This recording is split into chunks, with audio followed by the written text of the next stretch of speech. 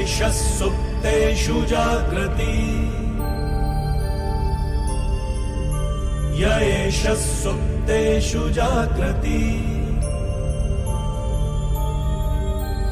कामं कामं कामं कामपुरुषो पुरुषो निर्विमाणः निर्विमाणः तदेव शुक्रं तद्ब्रह्मा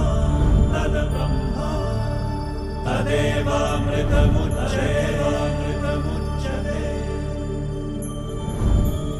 तस्मिन् लोकः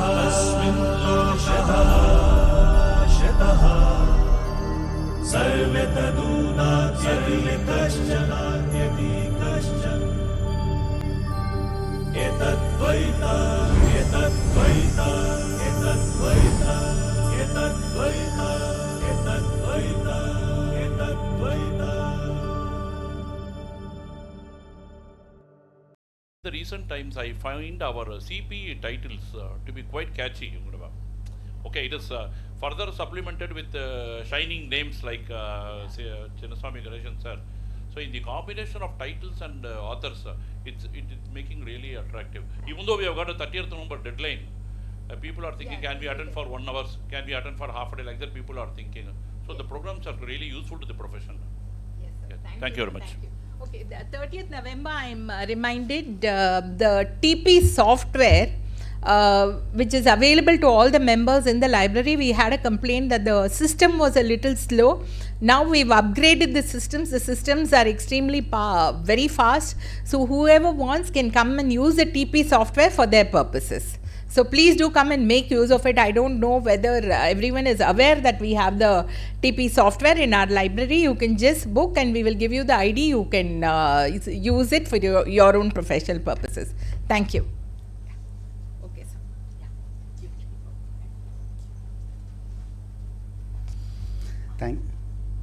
Thank you, ma'am. Thank you for that nice introduction and giving a brief as to what we should expect. And I'm sure that is the bottom line from where we'll be taking it off. Telling us that we should be prepared for tomorrow. That too from the regulators, not doing the work today. With that small, let me share a brief introduction about Chinnsamy Ganesan sir. I'm sure none of us would require that, but for the sake of requirement, let me put forth a couple of points onto this. Being in profession for the past 36 years, taking care of his practice, starting the practice on his own, continuing it for 27 years, it's not a joke. From there, moving on to Laloc Lewis or PwC for 6.5 years, and then to KPMG, leading the audit function down here in Chennai, if not the south, right, sir? I'm one of the partner in audit. Partner in audit in Chennai, okay, nice. And presenting more than 1,450 papers. Papers not only in India, across Asia as well as in London. And I'm sure the boundaries are just in paper. I'm sure he's going to go much beyond that with a honorary doctorate degree for his extensive work on IFRS and Ind AS, guiding team and members. Lifetime Achievement Award is not a joke from Rotary International, and the most prestigious one, Jewel of India Award and Certificate of Excellence in the field of financial services. Is an independent director as well as doing a lot of coaching and mentoring activities and speaking sessions. One of those sessions is today. Welcoming you, sir. Over to you into the session.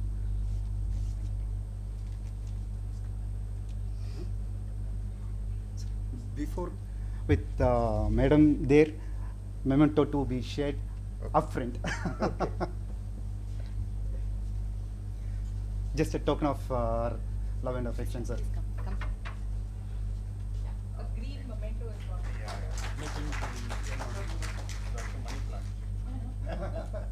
For us, group, for all of us.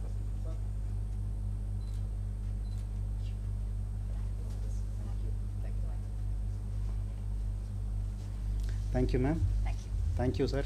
Thank you. Over to you.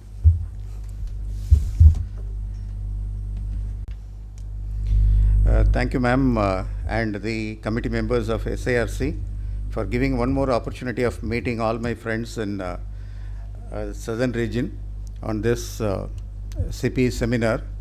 As rightly pointed out, sometimes the topic and the theme of the session also attracts people. So that innovative idea of Revati ma'am to use control and compliances, etc., is interesting, and connecting that with all the topics related to audit, not necessarily company audit, bank audit, back-end data management, and all other activities relating to that. So my session is on a company audit. Since you know that doing a company audit is a normal audit process which you do, but what I am planning is to look at in a different perspective. What is the audit considerations and how we conclude based on our audit? What are all the various perspective of the regulators? We have a view, but the regulators have a different view. I will share one simple example. There is a section called 143 subsection 12 of the Companies Act, which says that if the auditor comes to know during the course of his audit any fraud or suspected any fraud, he has the responsibility to report in Form ADT4 if it is more than 1 crore of rupees to the central government, or to the audit committee and board of directors if it is less than 1 crore of rupees.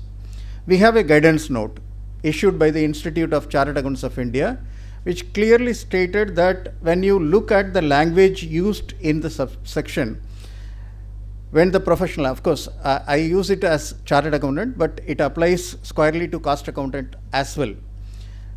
When they are doing a cost audit, if the auditor comes across any fraud or suspected fraud, normally by the management or the employees of the organization. The moment come across means what? During the course of my audit means I should be the first person who have identified the fraud, or I suspect the fraud based on the various information I have collected during the course of my audit procedure.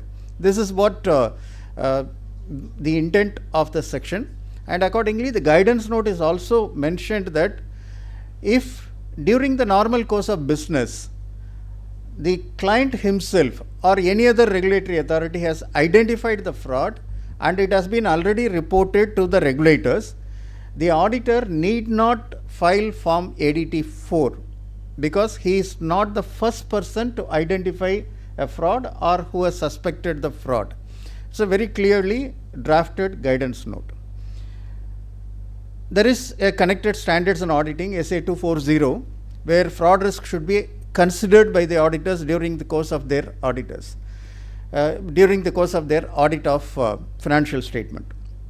NAFRA has taken a view that because SA 240 says that fraud risk should be considered during the course of your independent audit of financial statements, irrespective of whether you are the first person or it is already reported, the auditor should file ADT4. They have sent a circular.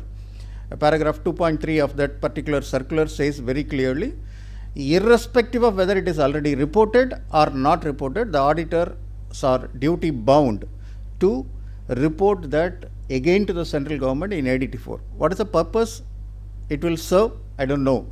I will take an example. Suppose if it is a bank. Bank has a separate division, fraud monitoring committee, which is a subcommittee of the board. Reason is Reserve Bank of India circular requires that any fraud should be reported immediately within the threshold limit which has been prescribed in the set circulars for various types of fraud. And accordingly, a separate team works on monitoring the frauds, or even in case if they are suspecting a fraud, that should be considered by the audit committee and by the board. A report should also be filed with the Reserve Bank of India. Assuming that a bank has identified a fraud in the normal course of that monitoring activity and it has reported that to the Reserve Bank of India, which is the ultimate regulatory authority for a banking company, naturally my feeling is what is to be communicated to the regulator is already communicated. very recently we come across a situation where the statutory auditors have come out and they have said that, sir, this fraud is more than 1 crore of rupees individually. It is not in aggregate, individually, and it is committed by an employee of the organization, a combination of 2-3 employees of the organization, and accordingly we have to report. That came for discussion in the audit committee, where I was the audit committee chairman. So we were discussing the guidance note, and they have also mentioned that NAFRA is asking us. So we have taken a call that, okay, as a abundant caution you are going to report. But as far as we are concerned, according to us, it is already reported, so that doesn't have any impact. Why I am saying this? Of course, auditors, as an audit committee member, I have to respond to the notice issued by, or the letter issued by the statutory auditors, and it will be considered by the board, and then the auditor will file ADT 4.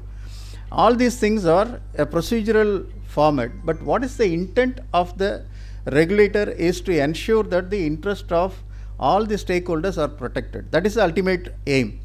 But where it is already reported, what we are going to do, again, I don't know.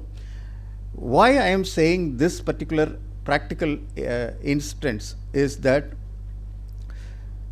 what we observe as an audit consideration, or what we conclude based on the consideration of our audit procedures, what we observe, the regulator may not expect, or regulator may not have the same perspective.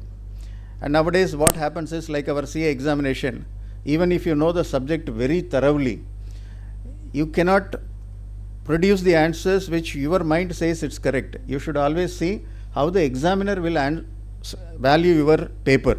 So your ultimate aim to satisfy your examiner rather than to show to him that you know the subject. Right? Similarly now, apart from I am demonstrating the quality of audit in my activity, I should also ensure that the regulator's expectation is also met. That is the way in which I am trying to keep this.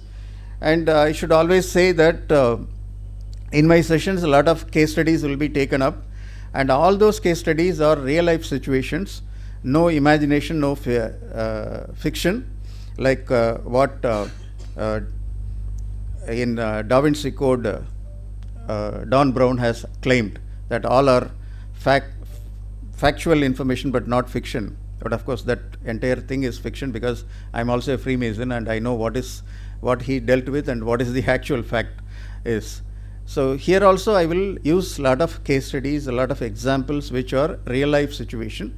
But only thing is, as a chartered accountant, I am supposed to maintain confidentiality of the client's information. Even if it is coming from the public domain, I will not mention the name. But if you are smart enough, you can understand what that entity is, and you can connect with that. Sometimes I will also refer to the cases of my own friends who are practicing chartered accountant, who came for some discussion with me for getting some consultation, how they have to respond to the regulators' show cause notices, etc. That will also be an interesting case study for us to understand, so that we will not end up with having one more show cause notice like that. So that will also be shared, but without mentioning who is that friend. Sometimes the friend may be myself. Okay. So let's go into this. The entire activity, whether you are talking about the Companies Act, whether you are talking about the expectations of NAFRA, or the expectations of FRRB of the institute, or the Ethical Standards Committee of the institute, or disciplinary proceedings by the disciplinary committee of the institute, all revolves around two aspects: whether the financial statements have been prepared and presented by the management properly, and if it is not, whether the auditor has actually considered in giving his audit opinion whether any deviation is material, and accordingly he has to consider any modification or references in his audit report. That is what coming up. That is when we are saying preparation and presentation of financial statement on one part is based on the accounting standards. The second part is whether the auditor has actually carried out the audit procedure expected of him, and there is a basis for giving a conclusion in his audit report. These are all the two things which we are talking about. When I have to reach my conclusion on issuing an audit report or basis for issuing an audit report, I should demonstrate that I have considered all the standards on auditing. So there are two areas where the auditor's responsibility normally revolves around, and of course we will take up certain specific sections of the Companies Act which may be normally a debatable areas, or we will have a lot of questions on that. First thing is, if you see, this is explicitly in our audit opinion, we are saying, based on the information and according to the explanation given to us, the aforesaid financial statement give the information required by the Companies Act. So reference to the Companies Act comes very explicitly, manner so required, and give a true and fair view in conformity with the accounting standards prescribed under section 133. 133 may be accounting standard rules, or 133 may be Indian accounting standard, depending upon whether Ind AS is followed by the company or accounting standard is followed by the company. And if you see this, the crux of this is basically we are supposed to look at an accounting standard prescribed under section 133 will be applicable to the client or not. If it is applicable, whether the company has complied with the standards issued under that particular section in the preparation and presentation, whether it may be recognition, measurement, presentation, disclosure, all the four aspects, whether it has been properly carried out or not. That is what we are looking at. So not only that, we are also talking about generally accepted accounting principles. We may wonder, when we are talking about accounting standard, why should we talk about generally accepted accounting principles? Sometimes certain principles are not fully explained in the standards, accounting standards, but the general principles of accounting followed by the industry is also considered as acceptable. Some guidance note issued by the institute have given clarity on certain matters which may be applicable in the given scenario. Like I am saying, when you are supposed to issue a report as per ADT 4 in respect of fraud, etc., a guidance notice also comes into the play. So what is generally accepted accounting principles? To ensure that the financial statements give a true and fair view. And of course, when we are talking about the true and fair view, we are looking at balance sheet, statement of profit and loss, and statement of cash flows. In all the three cases, whether the preparation, presentation gives a true and fair view of the state of affairs or the profit or loss for the period which is under consideration, or the cash flows for the period under consideration. That is what exactly explicitly we are giving the opinion. And accordingly, keeping the requirement of the accounting standards is a primary requirement when you are talking about your audit compliance. Second, standards on auditing. Again, in your own audit report, you are having a paragraph, basis for conclusion, how your basis for your opinion, basis for your qualified opinion, basis for your modified opinion, or basis for your disclaimer of opinion. In all these things, you are saying how you have carried out your audit. You are very clearly saying that you have conducted your audit in accordance with the standards on auditing specified under section 143 subsection 10 of the Act.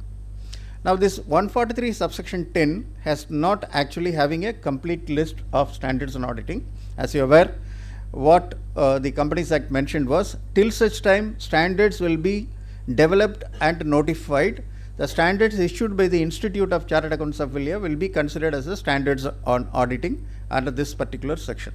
So accordingly, the various standards on auditing which has been issued by the institute has to be considered by us in doing our audit, because here also it says section of the Companies Act, so mandatory requirement. It also talks about the ethical requirement when you are doing our audit.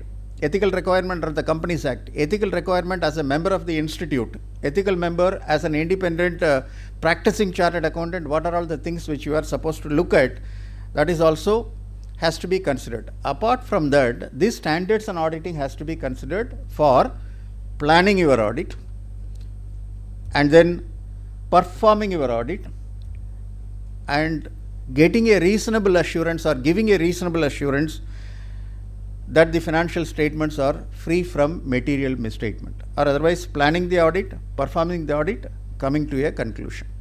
So accordingly, when we consider what we are supposed to look at in respect of audit of companies, whether it's a listed company, large unlisted companies, but it's a public company, but small private limited companies, in all these scenarios, audit is an audit is an audit.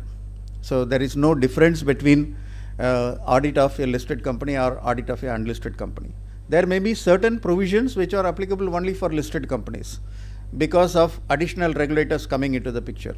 There may be certain provisions which are applicable only for public companies, maybe listed or unlisted because of the Companies Act. There are certain provisions which are specifically exempting the private limited companies.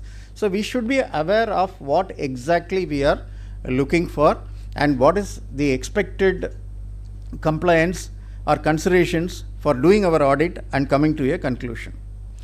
So I'm just taking that because we are talking about the Companies Act, certain provisions which are very important for our understanding before we coming to a conclusion could be one, section 129, financial statements.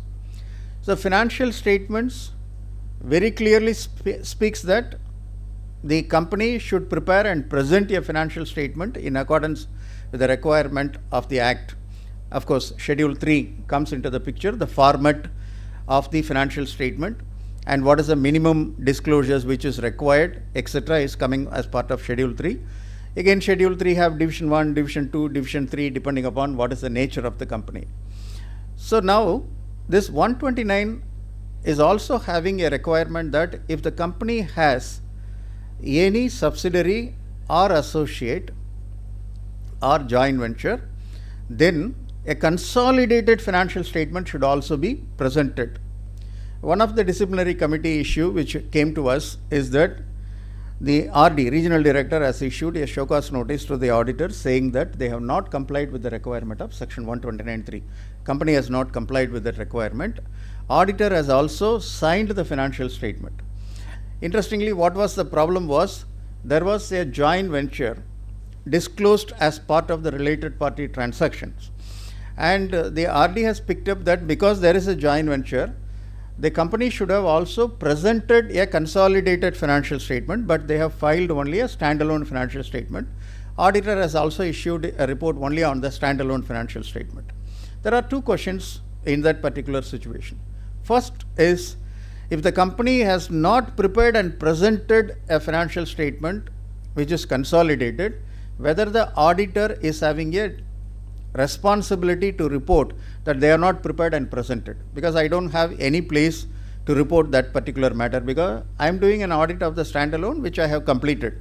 Consolidated, whether they will be doing with me or with any other chartered accountant, because it's possible as per SA 600, it can be possible some other person is doing the consolidated financial statement. I don't know. Accordingly, I will not be able to do it.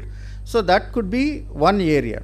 As far as the company is concerned, whether they are really required to prepare and present a financial statement when there is a joint venture is available. The notice issued, show cause notice issued, we have actually get it squashed in the first reply itself, because the understanding of the person, the registrar of companies or additional registrar of companies who has prepared the SCN, and it is simply signed by the RD to send it to this, or maybe the technical reviewer who might be from our own profession or maybe from a company secretary institute or a cost accountant who has done on behalf of ROC the review of the financial statement, might have had the view that there was an explanation under section 129 subsection 3 which says that for the purposes of this section, the word subsidiary includes associates and joint ventures. That was the explanation at that point in time. That means if I have a subsidiary or associate or joint venture, automatically I have to prepare a consolidated financial statement also. But the reviewer who has initially prepared that show cause notice has missed out the point, saying that there was an amendment to that particular explanation which says that if a company has a subsidiary or an associate, consolidated financial statement is mandatory. If the company has only a joint venture, only one joint venture, then there is no consolidated financial statement required, because that particular explanation has been removed. The word subsidiary does not include a joint venture. It was specifically modified, that particular section. We referred to that prior to this amendment, the position taken by the reviewer, because I don't want to antagonize the reviewer, so we have said prior to this, the position taken by the reviewer is acceptable, but the current financial statement is not relating to the period of that particular explanation. It is subsequent to the amendment made, and accordingly the company is correct in not preparing a consolidated financial statement. So everywhere, if you look at a particular provisions of the Companies Act, what could be the way in which it can be interpreted, you should be very clearly aware of this, and that is the way in which it got quashed. Actually, when we have met the RD was feeling apologetic.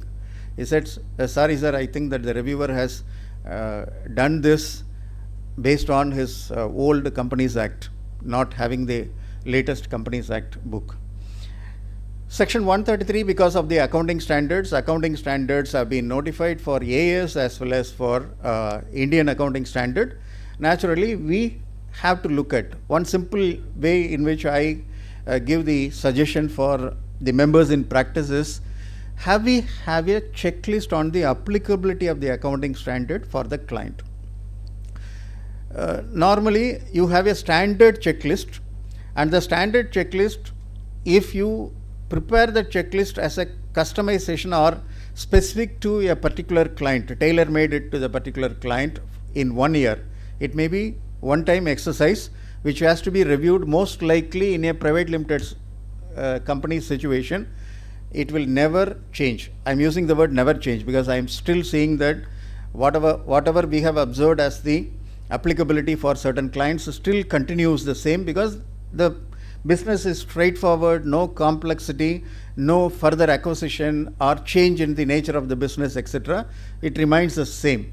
Only if there is an amendment to a particular accounting standard, again I am already considering that accounting standard is applicable, so the amendment I have to take into consideration. One, checklist preparation and keep it handy so that you can guide your team members also to concentrate on the important issues. And what is the latest development on the accounting standard? This is one way of audit consideration, and lot of disciplinary cases is arising out of section 139. Your appointment itself is not valid. NFRA has issued, I think, judgment, I should use the word judgment or final order, where many chartered accountants have been debarred with fine for having accepted the branch audit of a listed company, and the branch auditors were appointed by the board of directors. So NFRA is of the view that branch auditors are equally having the same responsibility like a statutory auditors, and accordingly the members should have approved it, shareholders should have approved it, at least as a noting point it should have been. And accordingly they said, you have not been appointed by a proper authority. Since your appointment itself is invalid, there is no basis in which you can come to a conclusion and issue an audit report. They have penalized the auditors. Another scenario where the NFRA has taken a view that when you are certifying the financial statement or you are expressing an audit opinion, you normally issue an audit opinion on standalone as well as consolidated, right? In consolidated, if you see, we have a standard called SA 600. The international position of SA 600 is completely different. SA 600 in Indian scenario is completely different.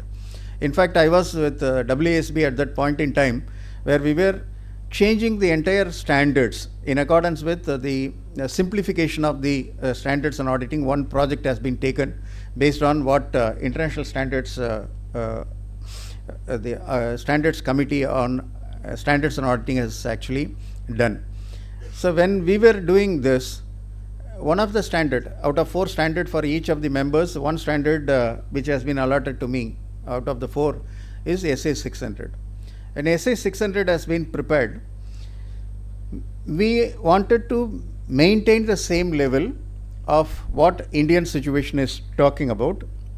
And one of my colleague, Bhavani Balasubramanian, another very senior chartered accountant, she was also sitting with me, and she asked me one question: Ganesan, have you considered international standards on auditing, and what is the effect of that in our standard? Have you looked into that? I said, yes, madam, I have made a very detailed analysis, and I have concluded that according to the institute in India, the consolidation auditor is responsible only for the areas where he has audited, and if he has mentioned in other matters paragraph as per SA 706 that he has not audited so many subsidiaries, associate or joint ventures, what is the total quantum of the assets, profit or losses and cash flows, and that is within the threshold limit of the audit quality set by the firm for its quality control, SQC 1, then I believe that we can still go with our own Indian SA 600.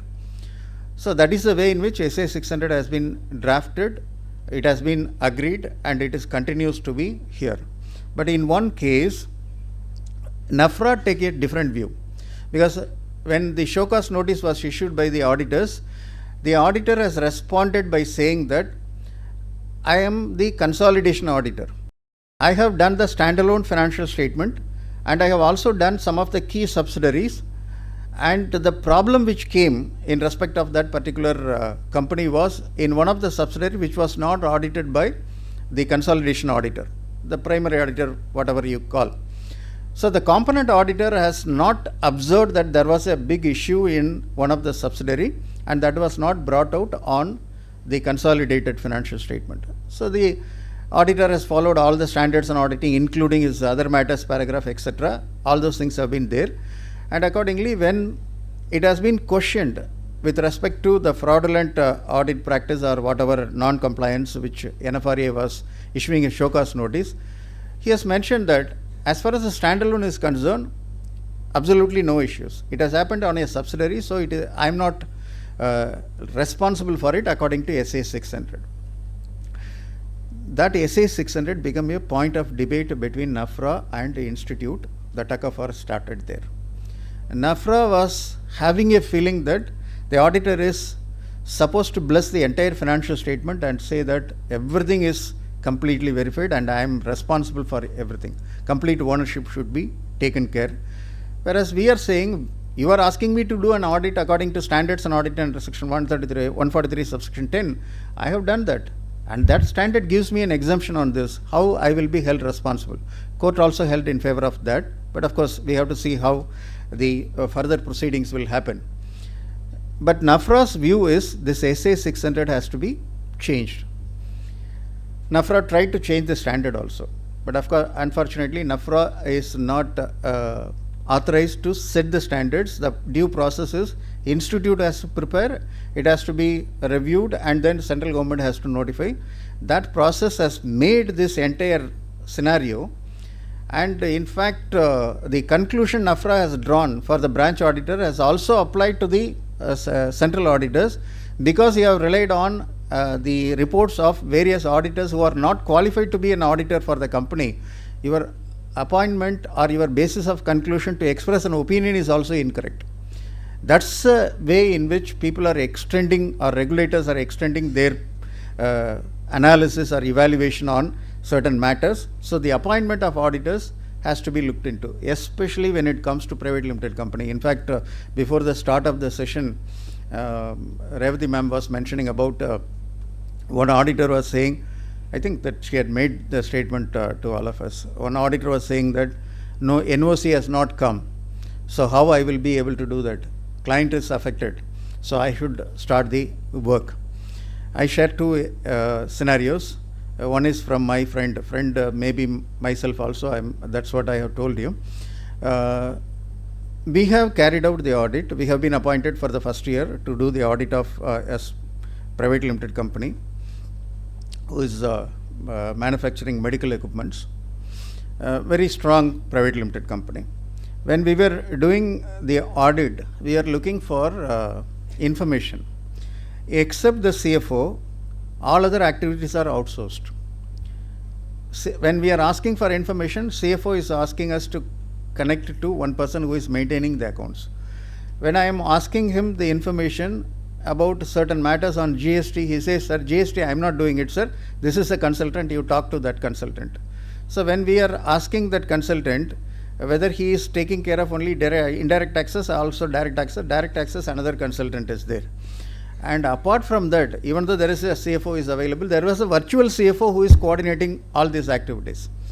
We have been asked to coordinate with all these people. So we have tried to coordinate, but one statement came which was actually irritating me. Sometimes people believe that I am a fool because I am always emotional, or maybe I am always respect my professional dignity, and if somebody is questioning that, I will actually get provoked. So my junior most articles clerk, who has joined 3 months or 4 months, who has been sent along with the other people to just learn. He is not doing any audit procedure. He was also part of the team. He came one day and said that, sir, I am not happy to go for this audit. Hey, you are not doing any audit, you are only learning. Why you believe that you... No, the way in which the consultant who maintains the accounts, I am not happy. Youngster hardly is from the +2, he is saying I am not very happy. What exactly has happened? Because my manager has not told anything, my senior manager has not told anything. So, but this fellow is making a statement, a young boy, so I wanted to ask him, what is the problem? Because nobody has complained. No, sir, he made a statement, anyway we are giving fees to you, so you should take care of everything. Our previous auditors have done only like that. Then I called my manager, this has actually happened. They said, yes. Why you have not told me? Sir, we are not, we wanted to amicably manage the situation. That's the reason why we have said. You take the managing director and the finance controller and CFO on a conference call. I told, sir, we are withdrawing from the audit engagement because we believe that our firm's dignity is more important than getting a fee from you. And that is on 26th of September. We said we are withdrawing, and moreover, these are all the critical information which is required for your audit. Your accountant believes that I have to prepare all the audit evidences and do the audit of that evidences and then come to a conclusion, which is not my role. So I am withdrawing from this engagement if you are not able to produce this information with another 2 days. Then MD was not aware of all this issue, and then he asked me what is the real problem. I said this is what the comment which came in. He said I feel sorry for it, but without this information can you finish this? Private limited companies MDs will always have this type of normal expectation that auditor will take care of everything. Okay, I said, sir, it is very difficult because information itself is not available. How we can conclude? There is one option available for me. I can disclaim the audit opinion and give it to you. That is one thing which I can do.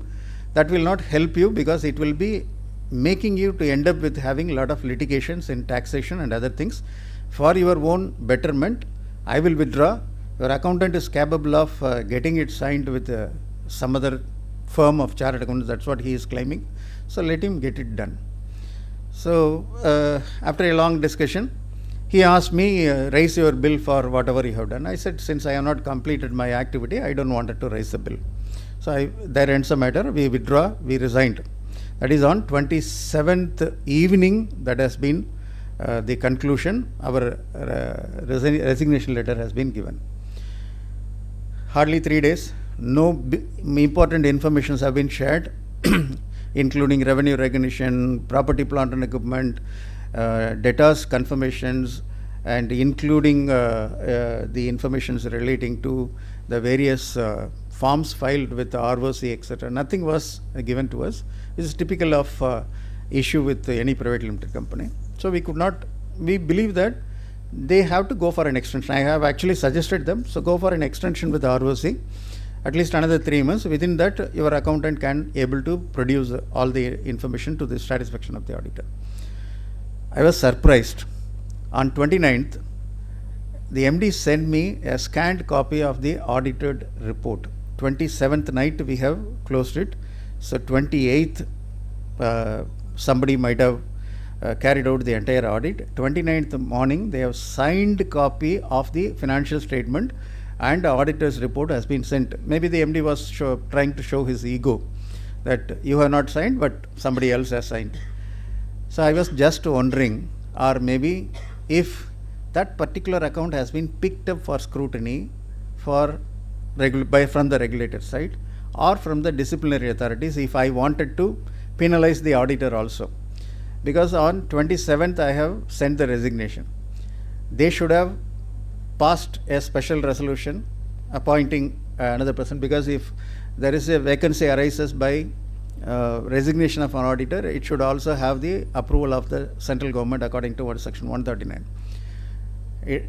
Auditor was appointed. Auditor never sent me any request for NOC. Even if they have sent the NOC, it might have been on 28th. 29th morning, it cannot be possible to complete the audit. That means they have not carried out any audit procedure but signed on the dot, right? If I have decided, I might have taken the chartered accountant for task, but not this for, I'm not saying that this is what I have achieved, but what I am trying to say is that in our anxiety to get clients, in our anxiety to, I should use the word to incline with the requirement of the client, we are not finding that our skin is not protected at all. That was the issue. Majority of the disciplinary committees are similar in nature. When you are sending an NOC, the NOC makes it very clear. The guidance note on NOC is very clear. You have to wait for a reasonable time. If he has not responded, document it and proceed on doing the audit. So in majority of the cases, it will happen like that only. Especially when an auditor's term of 5 years is over and you have been appointed as the auditor in his term, it is not resignation. And accordingly, when you are asking for no objection, there is no need, because the other auditor said, don't consider us as the auditor for the next term. In all those scenarios, there is no specific NOC required with the guidance note. But still, as a procedure, without getting the proper NOC and other things will be a problem. But NOC makes it very clear. Wait for a reasonable time. If they are not responded, proceed further on that. I have also come across another examples where a young chartered accountant has been penalized for doing an audit, because the problem is the appointment has happened in the place of an existing auditor. He has sent the no objection letter before that 7 days or whatever reasonable time. He has started his field work, it was evidenced.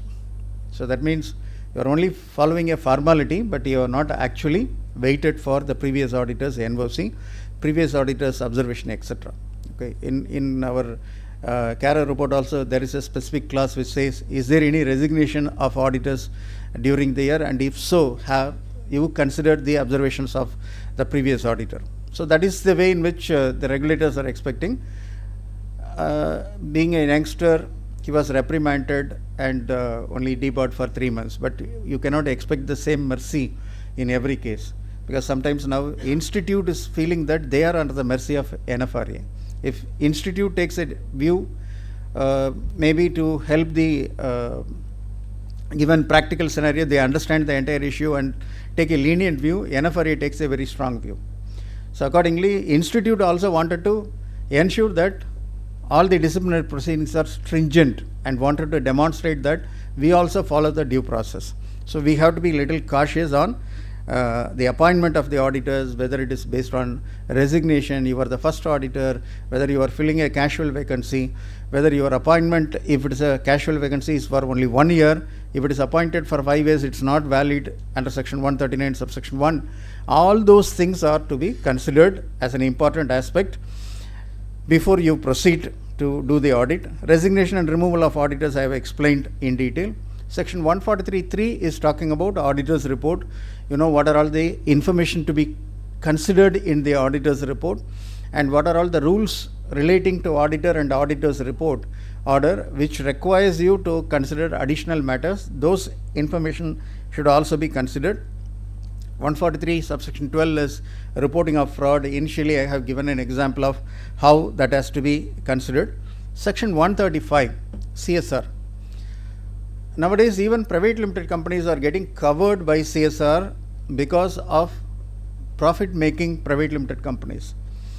Turnover may be only 30 crore or 40 crore, but they make a very good profit of 5 to 6 crore. The moment you cross 5 crore, automatically section 135 applicable.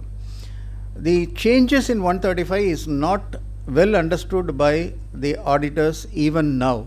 The auditors are having a feeling that section 135 as written originally is to say, have you spent on CSR? If you are not spent, have you disclosed? That was in the director's report was the original section 135.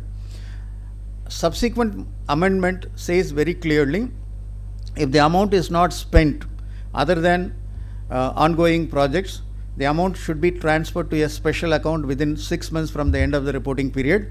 And in case if it is relating to ongoing project, it should be transferred within 1 month to a special account from which the expenditure should be spent. So this provision is very clear. If you are not spent that money, then ultimately that amount goes to the special account. And disclosure, presentation, etc. is also came up by means of a guidance note by the institute.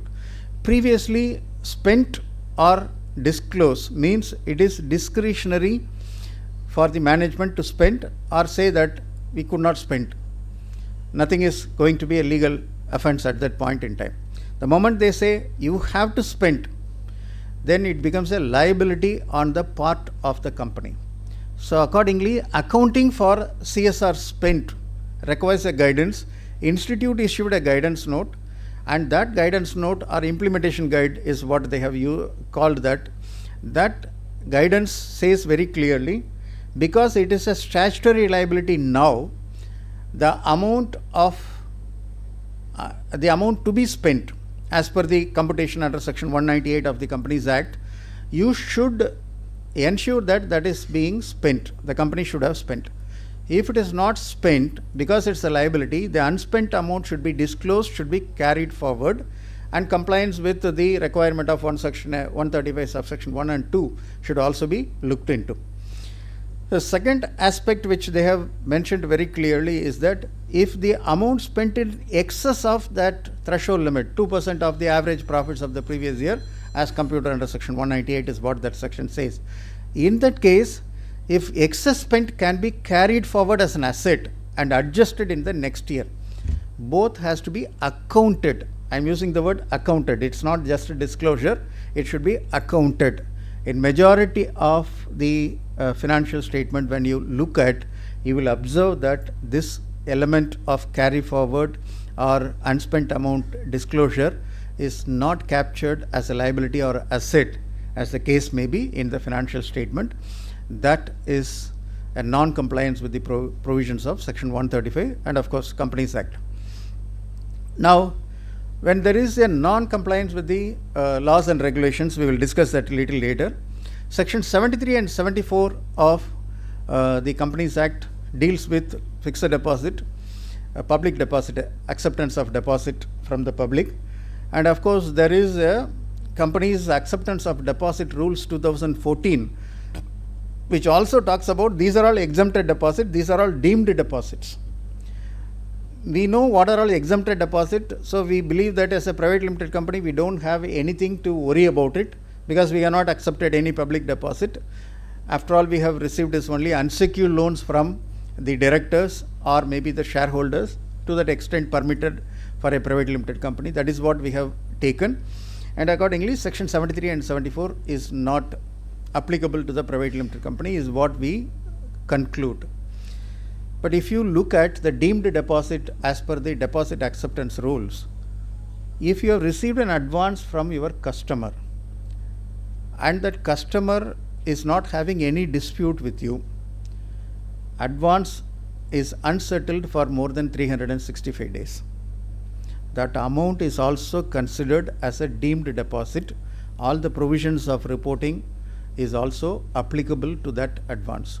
In simple terms, I can say we never worry about advance from customers, maybe a smaller amount which is existing in the balance sheet, which may be over a period of time it has accumulated. Maybe they give an advance of, say for example, 10 lakhs, but actual supply was 9 lakh 90,000, 10,000 rupees is still there. He has not claimed, and we were believing that we will adjust against the future supplies, etc.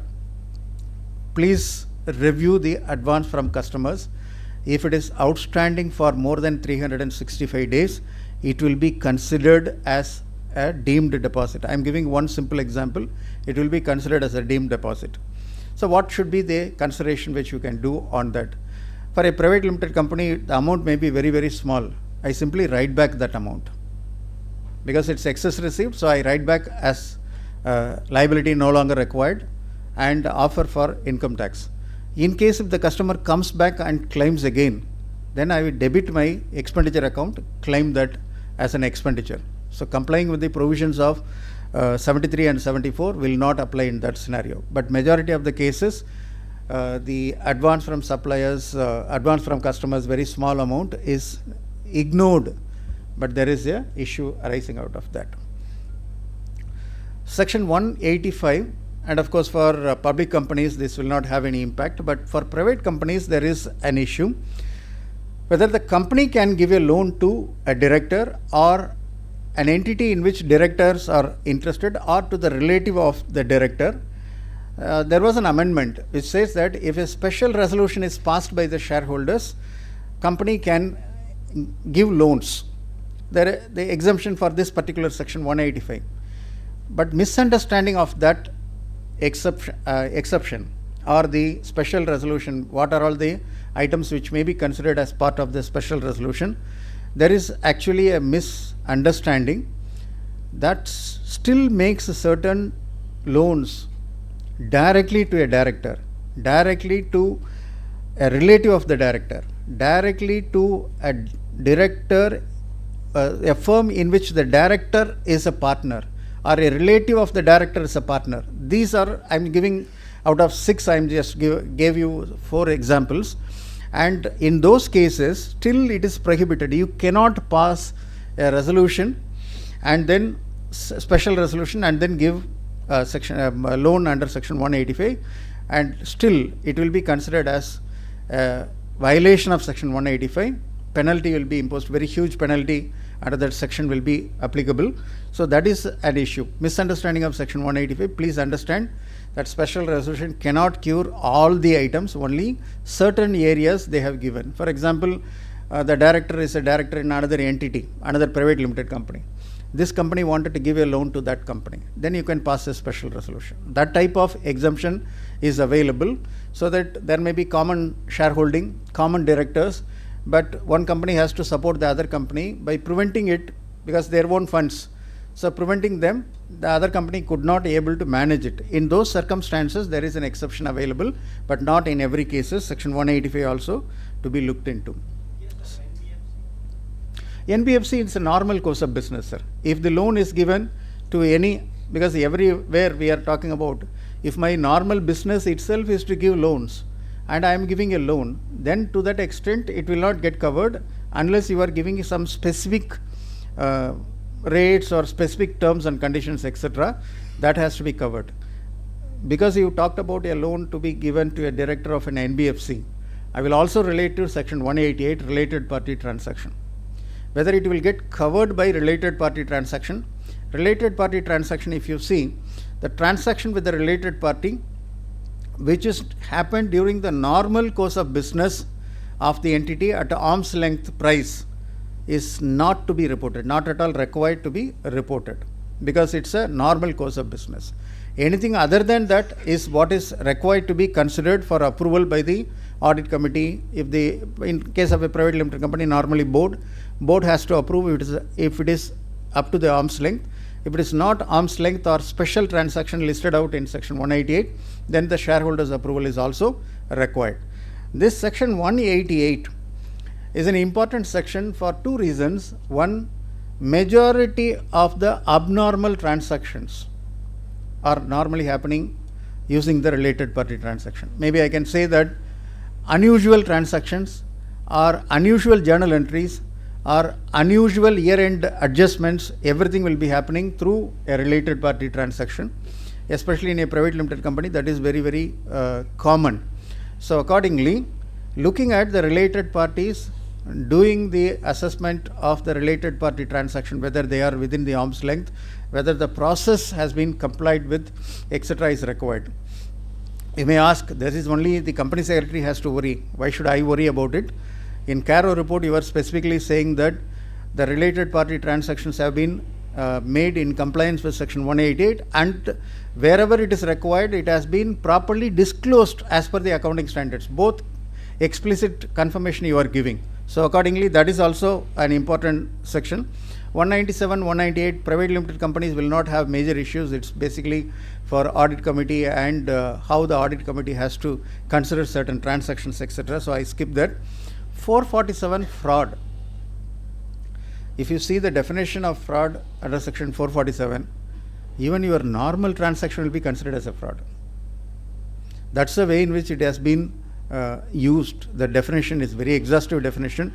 In fact, when I read the definition of section 447 on fraud, normally definition will be 3 lines or 4 lines. This will be like Sandilian's Kadalpura or Yavanarani. A paragraph will start and it will end at the end of the page without any comma or full stop. But you will be able to understand, if you are normally a fan of Sandilian, you will understand the entire thing. But when a definition is given, legal definition is given, very difficult. So you have to split that and understand what are all the issues. So my worry on fraud is not only section 447 makes the auditor to specifically consider, SA 240 requires specifically to consider all the financial scams which we are talking about is considered as fraudulent financial reporting. So if you don't make any audit procedures as part of your plan to address fraud risk, the auditor will be in trouble.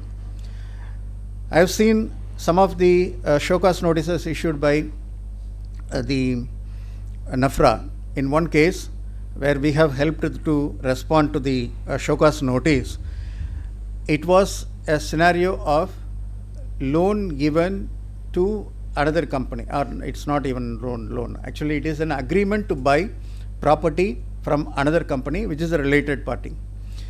But the transaction has not completed. So the same balance continued in, say, for example, 23 March and 24 March. I think it's 22 and 23 in the actual scenario. Let us take 23 March and 24 March. The auditor verified the entire transaction, looked into the compliance, etc., got a confirmation of balance for 23 March. So 23 March and 24 March, both years have been picked up for NAFRA based on a complaint lodged by one of the group of shareholders.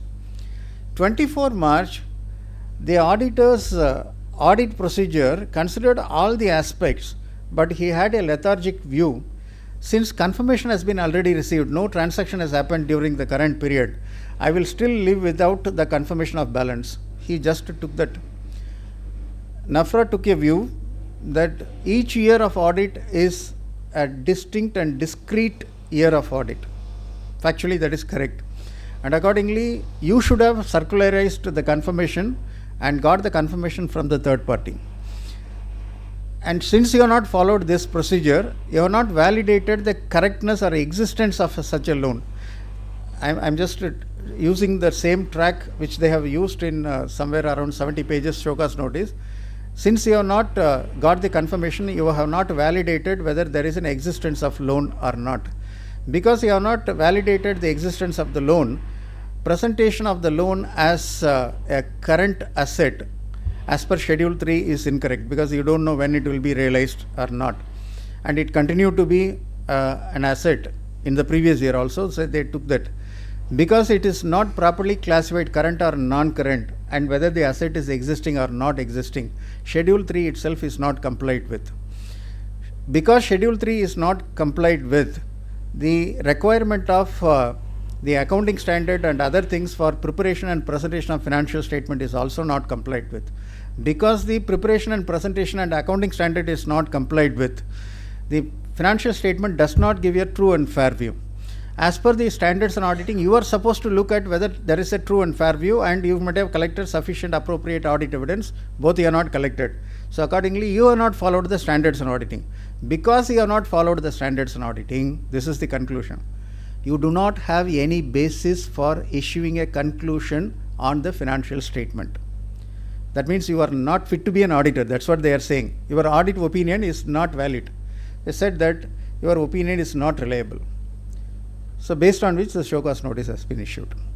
How we have handled, I don't want to explain because it's a lot of complexities involved in that particular transaction. We gone into various activities. One good thing which has happened was that loan has been already realized when the show cause notice has been issued, and it has been settled along with the interest based on mutual discussion with both the parties. So, and then the rigor of the NFRA came down little bit, and at the time the chairperson of the NFRA has also took a lenient view, saying that the transaction itself is closed. It started with fighting between two shareholders.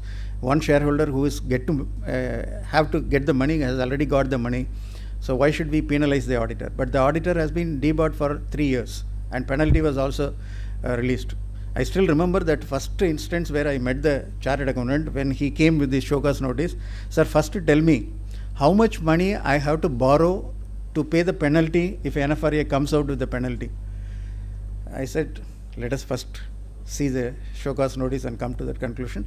Finally, he has been penalized only for 1 year of audit fees, so it is not a big deal. But the worry is SA 240 makes it very clear, if you have not considered the fraud risk in your audit, it is not possible. You may ask a question, in a private limited company, what is the fraud risk, sir? Everything is known to us, very straightforward case, no complexity, accounting policies are consistently adopted, management integrity cannot be questioned, everything is fine.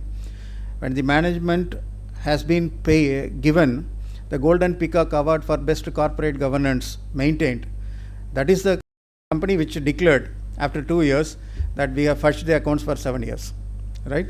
So we cannot simply take things for granted.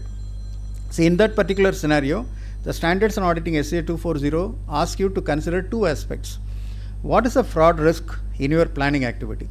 Two things are considered as inherent fraud risk. One is your revenue recognition, and another is management override of controls. In even a private limited company's documentation, if you have not considered this as fraud risk, and what should be the fraud risk assessment procedures you have carried out, how you have concluded that this will not have any impact on the financial statement based on your audit report, if it is not properly documented, you are bound to have a show cause notice. If you are unlucky and you got a review of your financial statement. Accordingly, my suggestion is, whether it is applicable or not, even a small company have this as your fraud risk, revenue recognition, and then management override of controls. What is management override of controls? Very simple.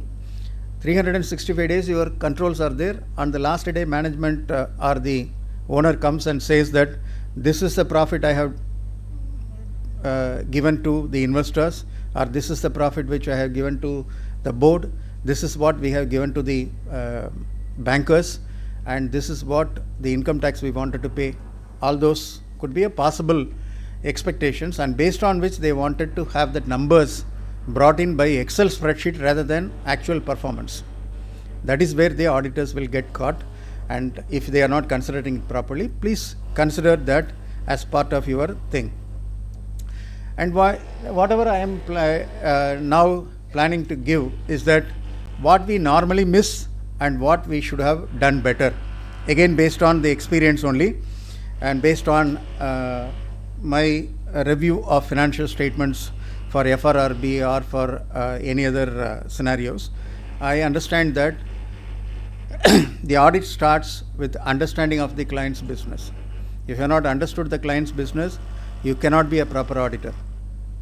Risk assessment, again and again, if you take any disciplinary proceeding cases, any notices issued by NAFRA, you will have two elements which will be part of that. First part will be you have not assessed the risk pertaining to that particular client engagement. Standards on Auditing 315 makes it very clear how you have to assess your inherent risk and what could be the key business driver, what can go wrong, what could result in a material misstatement, not a small mistake, material misstatement where your audit opinion is not reliable. Standards on Auditing 315 makes it. So please understand 315.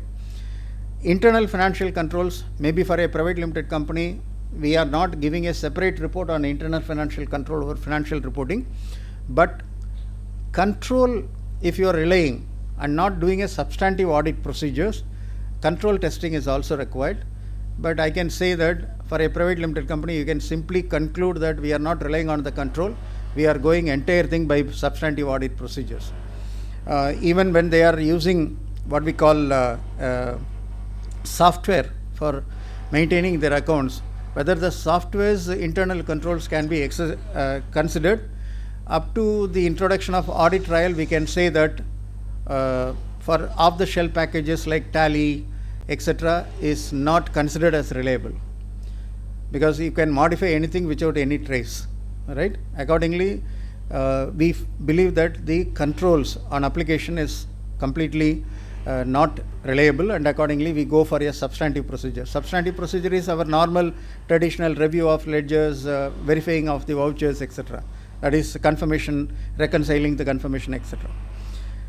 Responding to assessed risk, this is also coming in by NAFRA on a frequent basis. They have said that these are all the risks which you have identified or your team has identified, but your audit plan procedures have not responded to the assessed risk.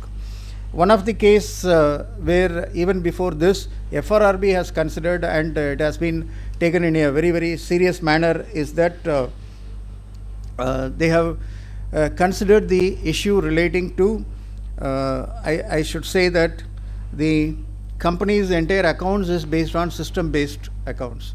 So normally when you are doing an audit in a computerized environment, you are supposed to see the IT general controls and application controls are operating or not operating. Then only you can rely on the report generated by the application. So the team also has an information systems auditors team. They have actually went and verified. They have given a list of gaps which they have mentioned in the application controls, and the audit team has not responded to that. They have gone in their own audit process.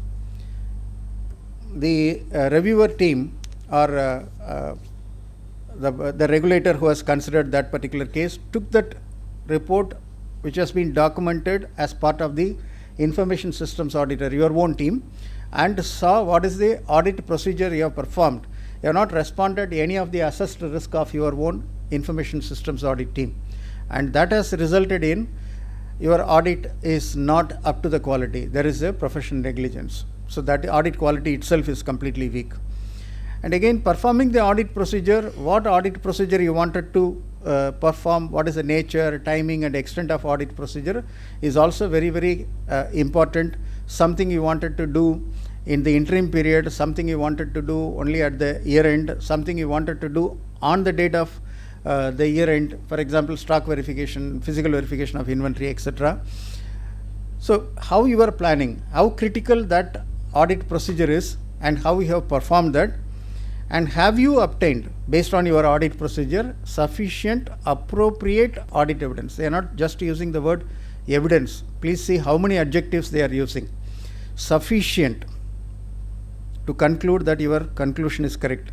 Appropriate for the given circumstances, this audit evidence is addressing a particular assertion. I use a technical word assertion, nothing but, for example, if I am talking about inventory, if I have taken audit evidence, inventory valuation should be certified. Valuation is one of the assertion. Otherwise, the number which is presented in the financial statement is not correct. Appropriate audit evidence, just not evidence, audit evidence is collected. So much of adjectives coming in. We should think about whether it is a relevant audit evidence which we have collected. Normal mistakes which people are having is that confirmation of balance which I have received, they will believe that no provision for doubtful debts is required. unfortunate, because confirmation of balance confirms the assertion on existence of the asset, not a bogus trade receivable. But subsequent realization is not based on the confirmation.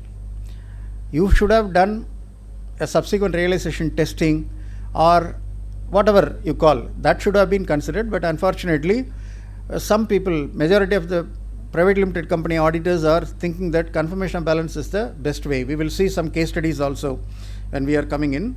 Based on this, your audit opinion should be formed. So there should be a very clear documentation of how it is actually coming in. What we can do better in those areas, in your planning area, is you have to understand the entity. All these things are, I am not giving you based on my experience. It is there in SA 315, how you have to make your risk assessment and how you have to respond comes in 330. So the environment in which your entity operates, what type of internal controls, what could be the possible misstatement which may come because of fraud or error, and what is the various assertions, and how you are going to design your audit procedures to respond to the assessed risk to get the assertion correct, and how you are going to reduce the audit risk to the acceptably low level. In other words, audit risk should be 100% eliminated, is not coming out. It says acceptable low level. That means you, based on your audit procedures, you are not issuing a wrong audit opinion. When you are issuing an opinion, there may be errors which may be because of it may not be found out in your audit procedure also, but the errors individually or collectively should not be material to the financial statement. So in that case, your audit risk is actually brought down to the acceptably low level. That is coming in. Audit procedure, again, planning for audit is very important. Standards on auditing gives a complete guidance. Understanding the laws and regulations, what are all the accounting standard applicable, what should be the nature, timing and extent of audit procedure I have to perform, is there any significant estimate involved in the preparation of the financial statement. For example, for a private limited company, normally the significant estimate could be on sales returns, could be on provision for doubtful debts, could be on actuarial valuation of gratuity. Okay. So those areas, how you are considering, how you have validated. If you are relying on the use of an expert, and have you considered the fraud risk? We have already discussed that enough number of times. And have you documented all these items properly? That is what very, very important. Majority of the cases where we could not defend the chartered accountant in disciplinary proceedings is they will explain everything what they have done, but it is not available in the audit records. NFRA, when they are picking up a case, first letter which they are sending is, please share a copy of your audit documentation to us. And they are saying any other subsequent addition to the audit documentation is not acceptable to NFRA. That means when you are sending it, whatever is not there, you are not having proper audit evidence, is what is the conclusion they will have on that. And what can be done better? By doing a top-down risk-based approach, identify the key business driver which may result in a risk of material misstatement if it is not audited properly, and the risk to be mapped to the assertion level, valuation, presentation, disclosure, existence, rights, obligations, etc., etc. Have you done that? Based on which have you planned your audit procedure? What is the nature of the audit procedure I have to apply? Whether it is inspection of records or it is validation by means of a confirmation, etc. What is the timing which I have to do? Interim, quarterly or year end, or after the year end is over, and what is the extent? Is it overall I can do or sampling basis which I can do? All these things, and finally execute and get the completion of your audit done. Another area which we normally miss is the materiality, because your entire audit report talks about whether material misstatement in the financial statement. There is a misstatement, but it's not material to the financial statement. Nothing to worry, because still you can issue a clean audit opinion. Okay. there are some restrictions which we will see subsequently. So materiality is very important. SA 320 is talking about that. Please consider that. And what we should have considered is, what is the benchmark? Sir, what is the time up to which I have to go? We have time, sir, but if you can break for 10-15 minutes. Okay. Tea is ready? Please. Okay. With this slide, I will break for tea, and then because that is very material rather than the subject, we'll have the coffee break, and then we will come back again after 10 minutes or whatever. After I finish this, the moderator will announce. So here, what is the benchmark which you are talking about? Whether your materiality will be based on profits before tax, or materiality will be based on net assets or gross assets, whether the materiality will be based on your revenue from operations, etc., depends upon industry to industry. Guidance is available in SA 320 when that particular benchmark has to be considered. What is the rule of thumb? Whether I will take 5% before profit or profit before tax as the materiality, or I will take only 3%, or I will take 7%, or if I am taking the revenue from operations, whether I have to take 5% or 1% or 2% or 3%. In everywhere, the auditor's judgment also comes into the picture, because auditor knows whether there is a fraud risk available, whether the transactions are complex, whether the accounting policies are consistently applied, integrity of the management can be reliable. We have not come across any major mistakes or errors in the previous audits, and based on which reliability on the preparation team or their capability is also assured. With all those things, you will decide what is the benchmark or what is the rule of thumb.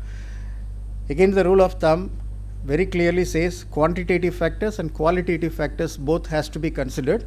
Qualitative factors actually requires the auditor's judgment to be considered, and there are cases where materiality can be fixed as trivial materiality. There is an exemption. For example, if a materiality has been fixed at 10 lakhs, 5% of that I will fix it as trivial materiality. Any mistakes below that level I can simply ignore. I need not even accumulate that for the purposes. If it is more than that 5%, then I will accumulate, because the material misstatement assessment has to be done either individually or in aggregate. So for example, let me take a call. 10 lakhs is the materiality which I have fixed. The various mistakes which I have identified comes to 12 lakhs, and the client is ready to pass an entry for 3 lakhs. So it is reduced below the materiality level of 9 lakhs. Can I issue a clean audit opinion? No. Okay. So no answer has come very quickly. Think about it during your coffee break. Then we will discuss that. Talking about a case of 12 lakhs of errors which has been identified. Materiality is 10 lakhs. Client has passed an entry for 3 lakhs. The materiality level has come down to, unadjusted difference comes to 9 lakhs. Whether the auditor can issue a clean opinion is what is the question I have asked. One answer came was no. Okay, because it's a known misstatement, I cannot leave just like that. Any other possible answer? We are conservative auditors. That's the reason why the moment I have found out an error, it should be adjusted by means of an audit JV. My senior even today passes audit JV for his clients for 15 rupees, 20 rupees also. When I am doing an audit of a client, of his client, and I am doing internal audit for the particular client, the client has also asked us to prepare the financial statement for them as a separate assignment, which we do. Liaising with my senior has to be done. When I sit with my senior, at one point in time I will say, sir, it is not material. Entry potrunnolla. So the moment you identified something, you don't want to leave it, right? So I said that, sir, if I pass this entry, I have to make this changes. See, for example, 350 rupees of item which is in repairs and maintenance for purchase of a calculator, he will say, a calculator will have a useful life of more than 1 year, we will capitalize. And depreciation under the Companies Act is less than 5,000 fully claimed, but Income Tax Act goes in the block of asset. I have to make all the changes in all the places, right? Even though our system of financial statement linked everything up to the stage of calculation of income tax 234 ABC interest, still making some small entry and then linking it is a irritation. But he believes that the moment I have identified, it has to be corrected. Fortunately, SA 320 is not speaking that language. It says it is talking about whether there is any material misstatement in the financial statement. That is what you are giving in your audit opinion, whether it is free from material misstatement. There is misstatement, but it's not material. So accordingly, in the case where they have adjusted only 3 lakhs, brought down less than 10 lakhs, still I can issue a clean audit opinion. Absolutely allowed as per standards in auditing.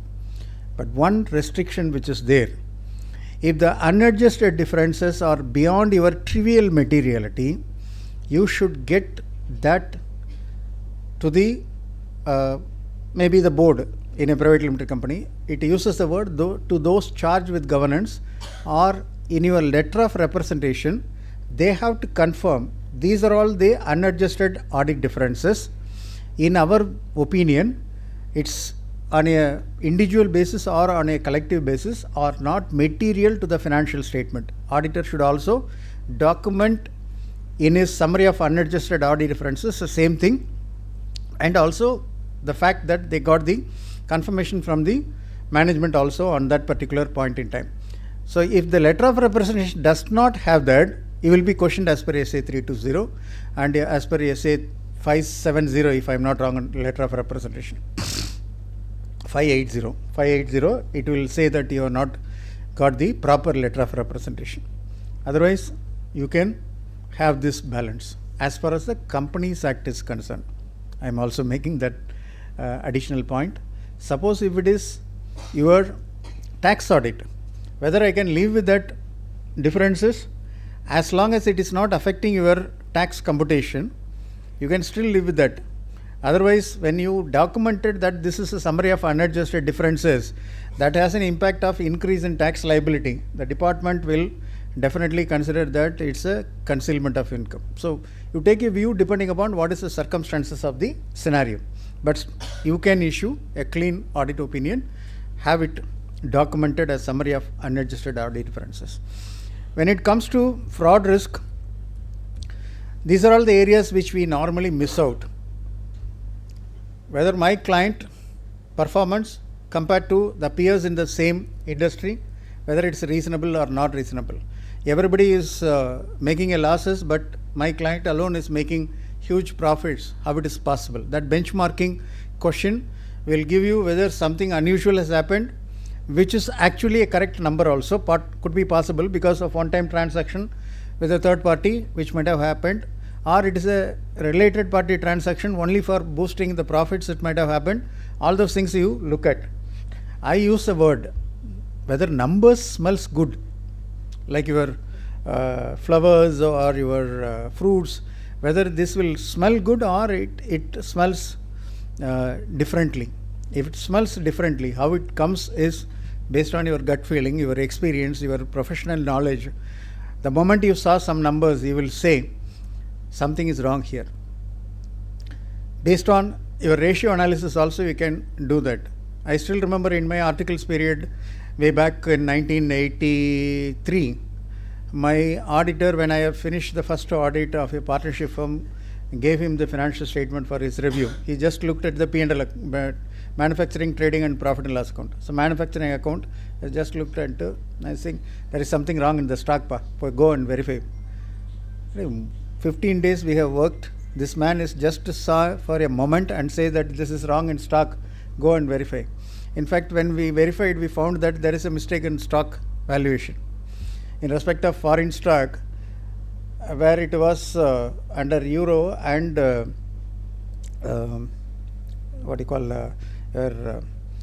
Singapore dollar versus US dollar. The multiplication was done based on US dollar valuation, whereas Singapore dollar was at very, very low level at that point in time. So the stock has been boosted. After I have verified it and said that, sir, there is a mistake which we have corrected, then he again looked into, okay, I think that is okay. Expenses, why it is increased? Some questions he has asked. Within 15-20 minutes he has finished the review.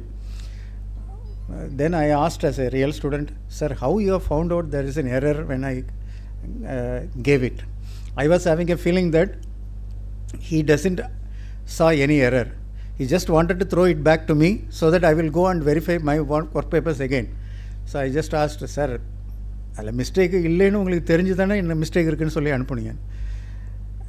அது ஒரு reason, இன்னும் கொஞ்சம் நீ work பார்க்கணுன்றதுக்காக உன்னை திருப்பி அனுப்புனேன். But that is also not the only reason. GP ratio அப்நார்மலாக இருந்தது. Similar industry we are doing for other clients. அந்த கிளைண்ட்ஸோடைய GP ratios, since I have completed the review, I remember that this client's ratio was very high. How it is possible in the same industry where they are running a similar business? That is the reason why I asked you to go and again verify. So that type of numbers not smelling good, by means of experience, by means of your expertise, you can actually look into. We always look at questioning, right? So in fact, I remember that my period in one of the big accounting firm, at the time I was a director and there was a partner who was in charge. Whenever you are talking to him, he will never answer the question. He will only ask additional question. So if I am saying, sir, I have reviewed this. You have reviewed everything? Yes, sir, I have reviewed everything. How this number compared to the previous year? Like this, he will only pose questions to us. So questioning mind. At some point in time, we will actually have some sort of worry about dealing with that type of personality, but you will learn a lot. So expectation throughout the standards and auditing is, have you applied your professional skepticism? Have you just took the number or took the audit evidence and simply relied on it? Majority of the times, our students will say, our article students, our team members will say, sir, what is this number, how you have verified? Sir, I asked the CFO, or maybe I have asked the client. Client told me that this number is correct. So because client has told the number is correct, they have documented it, finished. I said, if that is the case, why you are asking fees from the client? You can simply ask the client to give the financial statement, ask them to mark where you have to sign. You can sign and give it to them. Why you are supposed to look at Companies Act compliance, standard, accounting standard, auditing standard, etc.? Why you are doing that? You are supposed to ensure that the number which you are clearing is subjected to a rigorous process. That's what the expectation. When you are not doing it, what is the real audit which you have done? So that questioning mind is to be always there. Transactions, if it is not complex, your approach can be different. The accounting policies are consistently applied, your approach can be different. Every year they are changing the accounting policy. The business comes with a lot of complexities. Then your procedures or your key business drivers, risk-based approach will be completely different. Fraud risk and management override has to be considered as part of your fraud risk assessment. Wherever judgmental areas are there or subjectivity is involved, how you take your view. One of the case which we have again worked for a disciplinary case where the chartered accountant has been questioned by the serious fraud investigation office that you have not carried out any audit. You have simply relied on the number which has been given by the management. By quoting one example, inventory under that as certified by the management was the word.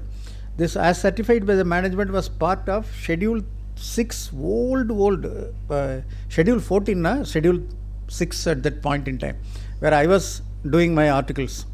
At that point in time, it was there, as certified by the management was the words which was there. They are still following that. They said that it is certified by the management, you have not carried out any audit. Fortunately, when we have looked into, we found out that he has a reasonable work paper of verifying the opening quantity, from the last year's closing quantity. He has also verified the closing quantity with the inventory. Sales quantity has been matched, purchase quantity has been matched, valuation also he has done properly. All those things when we have seen, he said that it is only a typo error, but actual work papers are available and these work papers are already submitted to you. Please refer work paper number so and so, so and so, so and so. Then that case was dropped by SFIO, he was relieved. So why we are saying is, sometimes when we are not taking a clear view, in that particular scenario, valuation of jewelry is very, very judgmental, or it requires an expertise, right? Whether you know whether it's a diamond or glass piece, you will not know, right? So that all those things are the point. Related party we have talked about. Normal course of business is another area which we have talked about. Fraud risk. This is a case study which I have talked about. Maybe when I have to close it before 15 minutes, I will 12:15. Let me just give you a simple assessment. Vendor selection process is based on high level technical analysis, and you do not possess required technical expertise to check the appropriateness of the proposed spend of 6,000 crores. However, due to your professional experience, your instinct says that the numbers are not smelling good. What do you have to do? There could be a possible fraud risk. Then you have to do your process of vendor selection, how the process is being done, what is the control, everything is fine. But the valuation or 6,000 crores of purchase order, better engage a expert. This 6,000 crore one company is buying, naturally they will be able to afford the fees of a technical expertise also to help you doing it. Using the work of an expert comes with a guidance by means of standards on auditing. Please follow that procedure. Second was, we have seen that companies, parent company is in a foreign country, the subsidiary is here, the subsidiaries directors are also directors of that foreign company. International arbitration was going on for fraudulent financial reporting in respect of that particular company. Parent company, not Indian company. Indian company is completely clean. But since two directors are involved, we wanted to understand what exactly is the issue. They said that it's beyond your scope. We cannot provide any information. In that situation, whether we are completely absolved of our fraud risk, definitely no, because there could be related party transactions are there. Whether that related party transactions are also considered as part of that fraudulent financial reporting, we don't know. So in that case, we said, since you are not giving information to us, it is a scope limitation. To that extent, we will be having a disclaimer of our opinion in those areas. Finally, the client has gave the total information. When we have verified, we could give a clean opinion. So sometimes pushing the client also to understand the reality and then provide the information is with us. And of course, there is a risk. You may lose the client also. And another consideration is, there is a simple understanding of fraud risk. Every theory, when you read, this fraud triangle is coming into the picture. What it says is that when there is an opportunity to commit fraud, nobody will find out, people will commit fraud. That is the reason why we are saying what is the internal controls, internal checks, etc., whether there is a gap, whether there is an opportunity. If you believe that that is not there, then you can simply go ahead if the client is very, very normal. And another thing is, they are saying the second part of the triangle, or second triangle's corner is incentive and pressure for performance. This is where all the listed companies have gone into.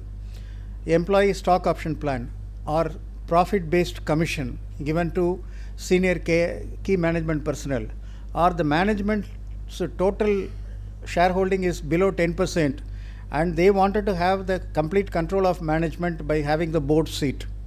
Exactly, that has happened in one of the biggest accounting scam which we had. It is hardly 8.9% is the promoter's holding. And he wanted to show year-on-year best performance so that other shareholders never ever thought about changing the directors whatever is the nominee of the promoter has been automatically become the directors. Whatever he suggests as an independent director automatically get appointed as an independent director.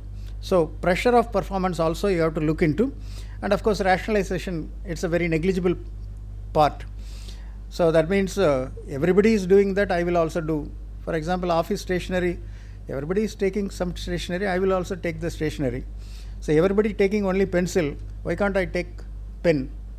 So like that, rationalization for your activity will also be there, but it's a very negligible part. If you say whether there is an opportunity to commit fraud, whether there is a pressure of performance for which you have already done your procedures, absolutely no problem. The next issue is on going concern. In this case, if you have looked into the facts of the case, the company is having all the weaknesses in its balance sheet. But they wanted to have a very clean opinion from the auditors. ஒரு படத்தில் விவேக் சொல்லுவான், தலையிலேருந்து கால் வரைக்கும் வியாதி இருக்குது, ஒரே ஒரு மாத்திரையில் குணப்படுத்தணும் அப்படின்னா எங்கேருந்தா குணப்படுத்த வேண்டும். Same logic is what the client was saying. We don't wanted to have a qualified opinion, we wanted to have a good opinion because it is already referred to NCLT also. We don't wanted to have any issues. But the problem is whether the management view that going concern is possible, they will turn around is correct. Yes, it going concern assessment requires you to do that calculation.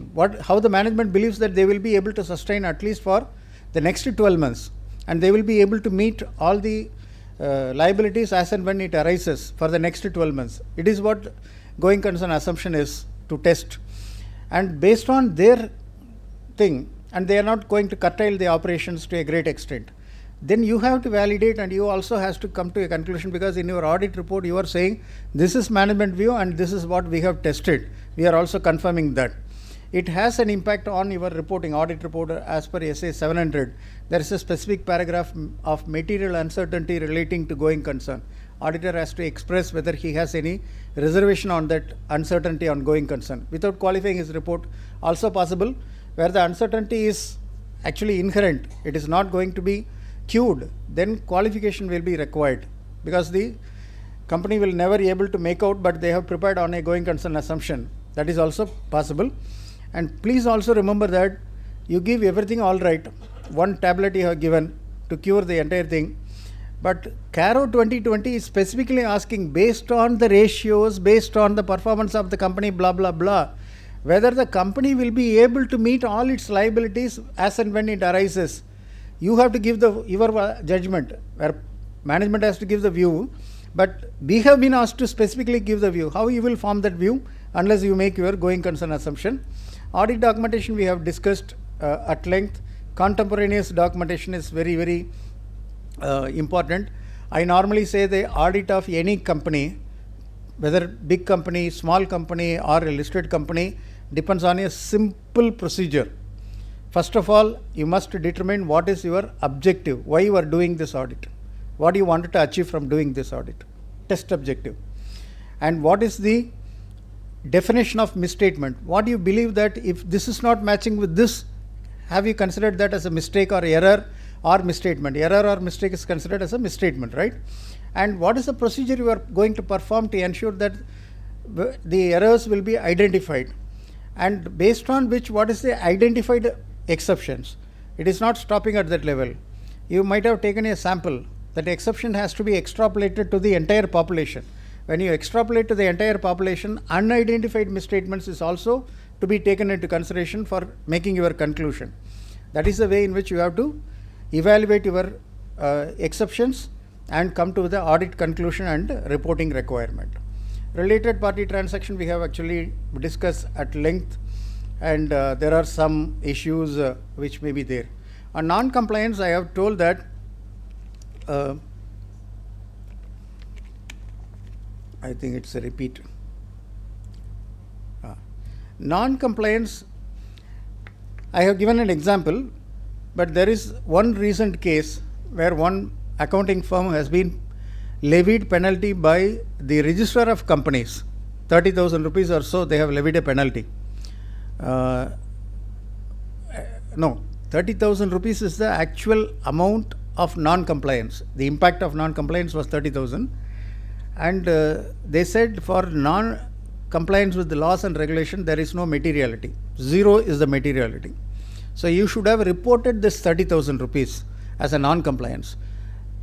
Because you are not reported, we will be penalizing you. That is a show cause notice, and I think that the audit firm has been already levied penalty for that particular case. 30,000 rupees, just imagine. Okay. So laws and regulations compliance is very important. Audit trail, I believe that for a private limited company, we just copied, pasted from another format of audit report, never tested the audit trail. Even in Tally, audit trail should be enabled.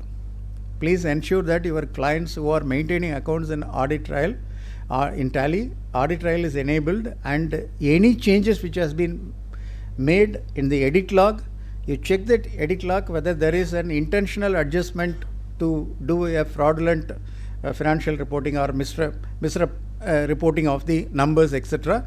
Please do that and have a very clear documentation on that. Another thing which I normally have, you end up with having lot of observations to qualify your audit report. But the client will say, sir, if there is a qualification, my bank will not continue to give the CC limit. So don't have any qualification. Auditor will say, no, sir, I have to refer this in my audit report, otherwise I have a problem in my certificate of practice. So reference only, no sir, you can give the reference. The auditor will find a via media. Emphasis of matter is one standard on standards on auditing says 706 is talking about emphasis of matters and other paragraphs matter. He will say these are all the items which we come across. Emphasis of matter should start either without qualifying our opinion. Attention is drawn to the following matters, or otherwise give all the matters. Our audit opinion is not modified in respect of the above matters. That means this is only information which you are giving. I will read out the items. Deferred tax asset has been created on carry forward business losses. However, auditor has, the company is actually continuously making losses. So according to AS 22, if you wanted to create such a type of asset, there should be a virtual certainty. Nothing was mentioned. It is having an emphasis of matter paragraph. Total debtors is 1,287 lakhs. 1,090 lakhs is outstanding for a period more than 3 years. In the opinion of the management, these amounts are fully recoverable. So 1,090 is fully recoverable even though it is outstanding for 3 years. Emphasis of matter. Retention money aggregating 1,942 lakhs are being followed up with respective customers on completion of contract work. Completion is over. 1,942 lakhs, 19.42 crores is still being followed up. We are not sure whether it will be realized or not realized. If it is not realized, it should be debited to P&L, but the emphasis of matter. Loans taken by the company from banks have become NPA, and accordingly, company stopped making provision for interest on these loans. This is also emphasis of matter. Now, actually, after this meeting, I am going to discuss on this particular matter with one client. Where the client, actually it's not my client, my friend's client, they wanted to have an accounting opinion whether it is possible or not. Because the other person has said, I am not going to collect this money from you because you are not capable of paying me. If you are not going to make the principal itself, how you are going to pay the interest? So I stopped it, because the NPA account, as per the IRAC norms, we cannot add the interest, but shadow account will be maintained, that is different. But we will not recognize the interest. Bank itself is not recognized interest, and they believe that I am not going to pay. Why should I make provision for the interest which I am supposed to pay to them? So I will not make the payment. So we have to look at the genuineness of this particular transaction. Actually, one of the case which came for the discussion, OTS has been applied for. According to the OTS settlement, they have certain conditions have been given, the conditions have been followed, and accordingly the final number is going to be less than what is there in the books of accounts of this client, and accordingly the client doesn't wanted to accrue interest again and again and then reverse the entire thing in a subsequent year. So on that basis we have done it. We have also said that you can go ahead, it's not a problem, you make a proper note and you also have an proper reference in this on the particular matters. So this is also reasonably okay with the emphasis of matter.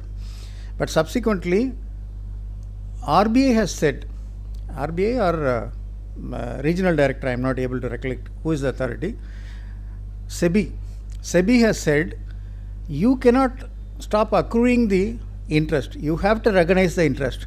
Reverse it when OTS has been completed.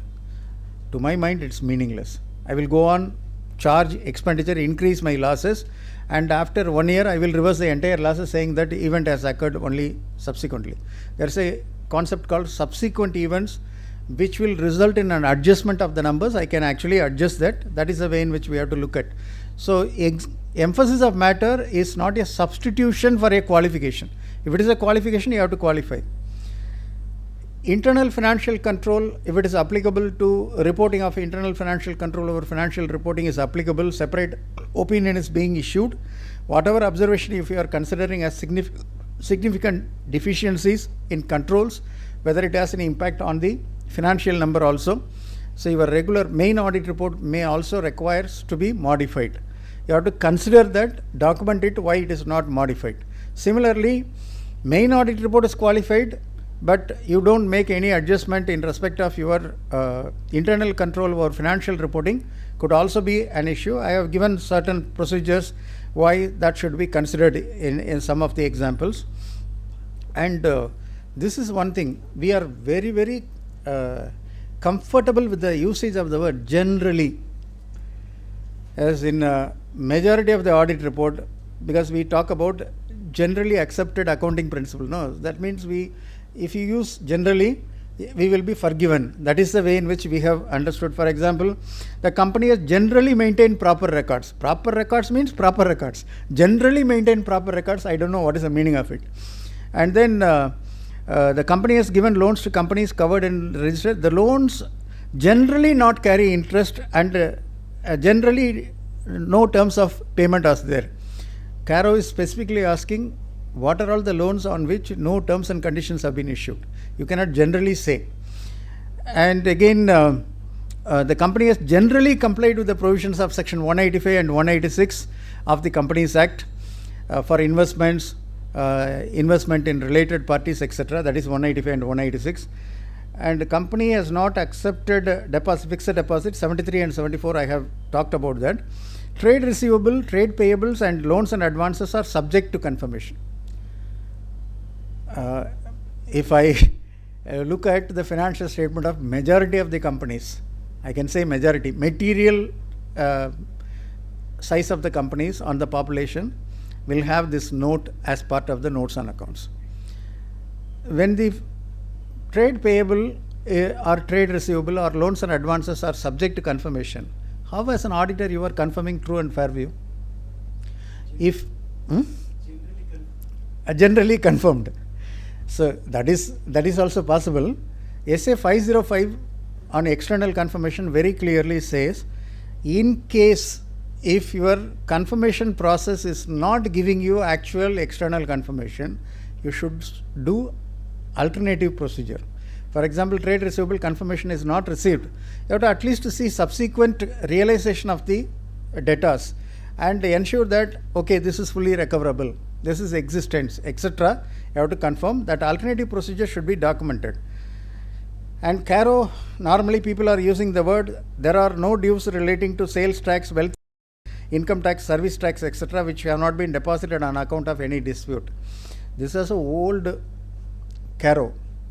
Now GST came in, wealth tax is no more there, and it is not only talking about sales tax, service tax is also not there, and it is not only talking about, the new clause is not only talking about income tax, etc. It talks about provident fund, ESI, excise duty, a whole lot of standards, acts on which there is a dispute that should also be looked into.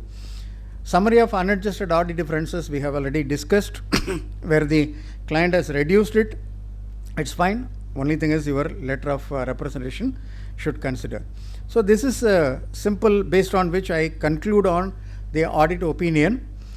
There could be two reasons why you have the problem of qualification. One, accounting policy is not as per the standard. or disclosures are not as per the standard. Both will be considered for qualification. SA 705 on modification in independent auditor's report very clearly says that even a important disclosure required to understand the financial statement is missing, means the auditor should consider whether the report should be modified. Okay. Disclosure also you have to look at. Only point is, when you are looking at whether it is material or not material, if it is a legal matters, there is no materiality. In all other matters, if it is not material, you can still issue a clean audit opinion. If it is material misstatement, adjustment is not happening, you should consider qualifying your audit report. If you have not got any information to conclude whether it's there could be a possible misstatement or not, then you have to consider thinking about disclaimer of opinion. So that's the way in which the qualification comes is, what is the learning from the experience, based on all your collective experience and whatever we have talked about. I believe that be thorough about the client's business. Then you will be able to do all the audit procedure to address all the risk. Always challenge and skeptical. Whatever client gives is not your Bible or your Veda. Always check that. We always say, trust your client but verify. You can trust your client but verify the client whether they are trustworthy to form the integrated the reliance on them. Review the team's work effectively, because sometimes team requires a guidance. Your review is not properly done. It continues to have issues that may not be get captured in your final conclusion. Follow up errors and exceptions and take your conclusion. This is the first 4 parameters or 4 pillars on which your experience will give you. Review whether the changes in accounting policies, accounting estimates are not for earning management. What should be my profit? What should be my loss? What should be my tax liability? That management, what they wanted to do, based on which accounting policies are not being done. Accounting policy should be worded as closely as possible to the text of the standard. Don't use your own language. In fact, if you start using this, you are indirectly benefiting your article students also when they are writing their auditing paper. The key words in the standard is also expected from the answers. If you are using your own generally, they will not get the general marks. So you let it be in close with the standards. Consider the impact of non-compliance, if any, with the laws and regulations, and what is your reporting requirement. Materiality should not be the basis. Ensure adequate and appropriate disclosures have been made in the financial statement. Based on one, you make your conclusions on the opinion to be given, especially your judgment on subjective matters also. This brings me to the end of the session. If there are any questions, maybe 1 or 2 questions we will take, and then we will close the session. Any questions, sir?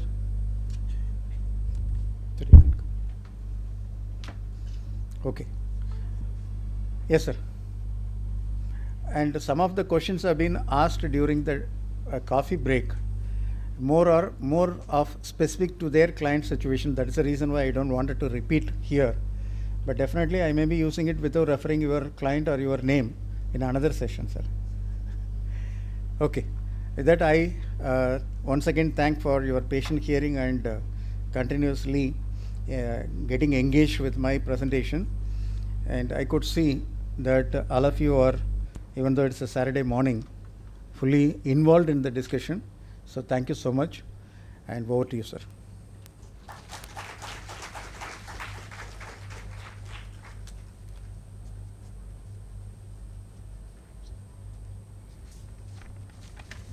Thanks a lot, sir. Yeah. Sir, for highlighting the real requirements that we need to understand and evaluate during the course of an audit, and plan for the questions that would come up at a subsequent stage as well. Thanks a lot for highlighting that. The 4 quadrants were really interesting, sir. Thank you. Thanks a lot. Taking cue from this, moving on to Mr. Nagappan, who is going to guide us with regard to internal controls, more in specific, setting up the information technology general controls. Sorry for using the general controls, I don't have an option. Internal financial controls for banks and manufacturing companies in specific. He started his career with Standard Chartered Bank, moved on to practice, specifically focusing on setting up internal financial controls and taking care of the processes that needs to be set in a company to ensure that risks are avoided. Welcoming Mr. Nagappan to the stage. Thank you, sir. And would request Mr. Sarathi sir to come over to share a memento. Please, sir.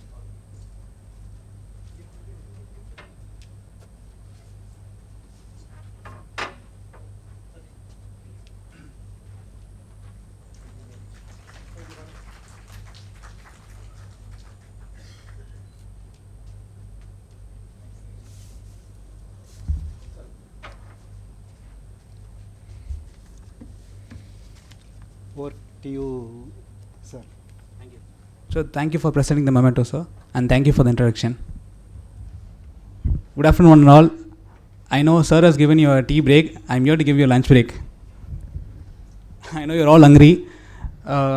So to start with, I'm here to discuss on the ensuring compliance and controls in banks. Okay, you know more about banks than me, I know. So bear with me for a while. Okay. Alert? Yeah. So before going into this, I need to start with I like to break down the topics always. So it says compliance and control in banks. So why we need to look at the compliance? First of all, what is compliance? From your end. Because you have seen audits more than me. So my age will be your experience. So for my understanding, compliance is basically ensuring compliance with the regulation, laws and internal policies of the organization, or in this case, banks. Right? So for banks, what are the regulations that you can think of right now? Compliance is here, or regulations that a bank has to follow. So first, topmost is the RBI. So Banking Regulations Act has given governance or authority to RBI to manage the day-to-day operations or controls to be implemented in the bank. And next is the Banking Regulation Act. Also, a Payment and Settlement System Act. There are a lot more acts. If I add to list down all the acts, it will go around 20 to 30 slides here. So I'll just go down few things. And to move on to how can we ensure compliance in a bank? We do audits, that's one aspect. But whether audits alone can identify the control lapses in banks? No, right? So what we can look at is the GRC of governance. So GRC stands for Governance, Risk and Compliance. So today's topic is going to be fully around this. First of all, governance. So what is governance? We usually say what government does is governance, or how to manage a government is governance, right? So governance basically means the rules, process and policies implemented at any organization. So rules, policies and processes. So rules can be coming from the top level management. So what they have to consider, we'll be looking at the next slides then. So risk is, the governance is your objective, right? So you're here in the business to earn profit or to give back to the society. So first of all, there is an objective and there is a methodology to achieve that objective. To achieve your objectives, what are the risks you might be facing in the due process? So that's what you have to identify in the risk management. So you have identified the risk. What are you going to do for that? You want to implement the controls to mitigate the risk what you have identified. So these are the three important aspects of GRC, right? Hope this is clear. So this is the corporate governance aspect on a general flow. If you see in the internal auditor's office, we always say governance starts from there. No, governance starts from the board of directors. So they have to set the tone at the top. Whenever you go and speak to the management, you get to an idea what is the risk appetite. So some banks or some organization will have a zero tolerance for frauds, right? But some will say, or like if you go to a credit officer, they'll say I'll give loans to employees or like salaried employees with so and so turnover or like so and so revenue for a period. But certain banks will say I won't give loan to salaried employees. So So this depends based on the risk appetite of the management. So that will be clearly defined in the risk policies. And each committee or the department has to integrate or like communicate between others to ensure compliance all throughout the process or all throughout the life cycle of our organization. So at the top, I'll be setting the policies and procedures, but who will be executing or overseeing it? The middle management. But who will be actually executing it is the business units or the line of business or the ultimate actual performers. So this is the corporate structure in banks, governance structure in banks. So it started with the board of directors. It goes to, first of all, is the audit committee are given, and the chief executive officer, anti-money laundering, risk management committee. So we have to look at the risk management committee so closely because they will be setting what are the risks prevalent in the bank or the industry for that matter. So based on that, the policies will be defined. So they will be advising to the chief executive officer or the compliance team for them to create regulations. So recently DPDP Act has been notified. So Act and the rules has been notified. So in such a case, what the bank has to do? So they have to first of all come up with the policies, because so far they will be relying only on the IT Acts and the IT GRC circular given by RBI. So now since the DPDP has been notified and the rules are in place, now banks has to implement certain additional controls to secure the data of the customers and also to whom and all they are outsourcing the operations. So as per the Basel case study, corporate governance has to do these things. First of all, they have to set the strategy and objectives at the top level. So why are you here? And in each of the processes, whether it can be the basic accepting of deposits or granting of loans, or like in treasury functions or agency functions or bill discounting, anything. So you have to set the objective. Why we are, what you're going to do. And then you have to select a personnel or the team for each and every processes from end to end. Right from your customer coming to the bank or the prospective customer coming to the bank to open an account, giving his personal details and all the supporting documents to open an account. And then who has to process it. And the last, how it is going to be updated in the CBS system. So this is the entire process has to be defined and which personnel or departments has to be complying with it. So that is select and oversee. Operate. This is the bank's day-to-day businesses. So first of all, it can be the branch level. So are we opening savings account or deposits going to the branch right now?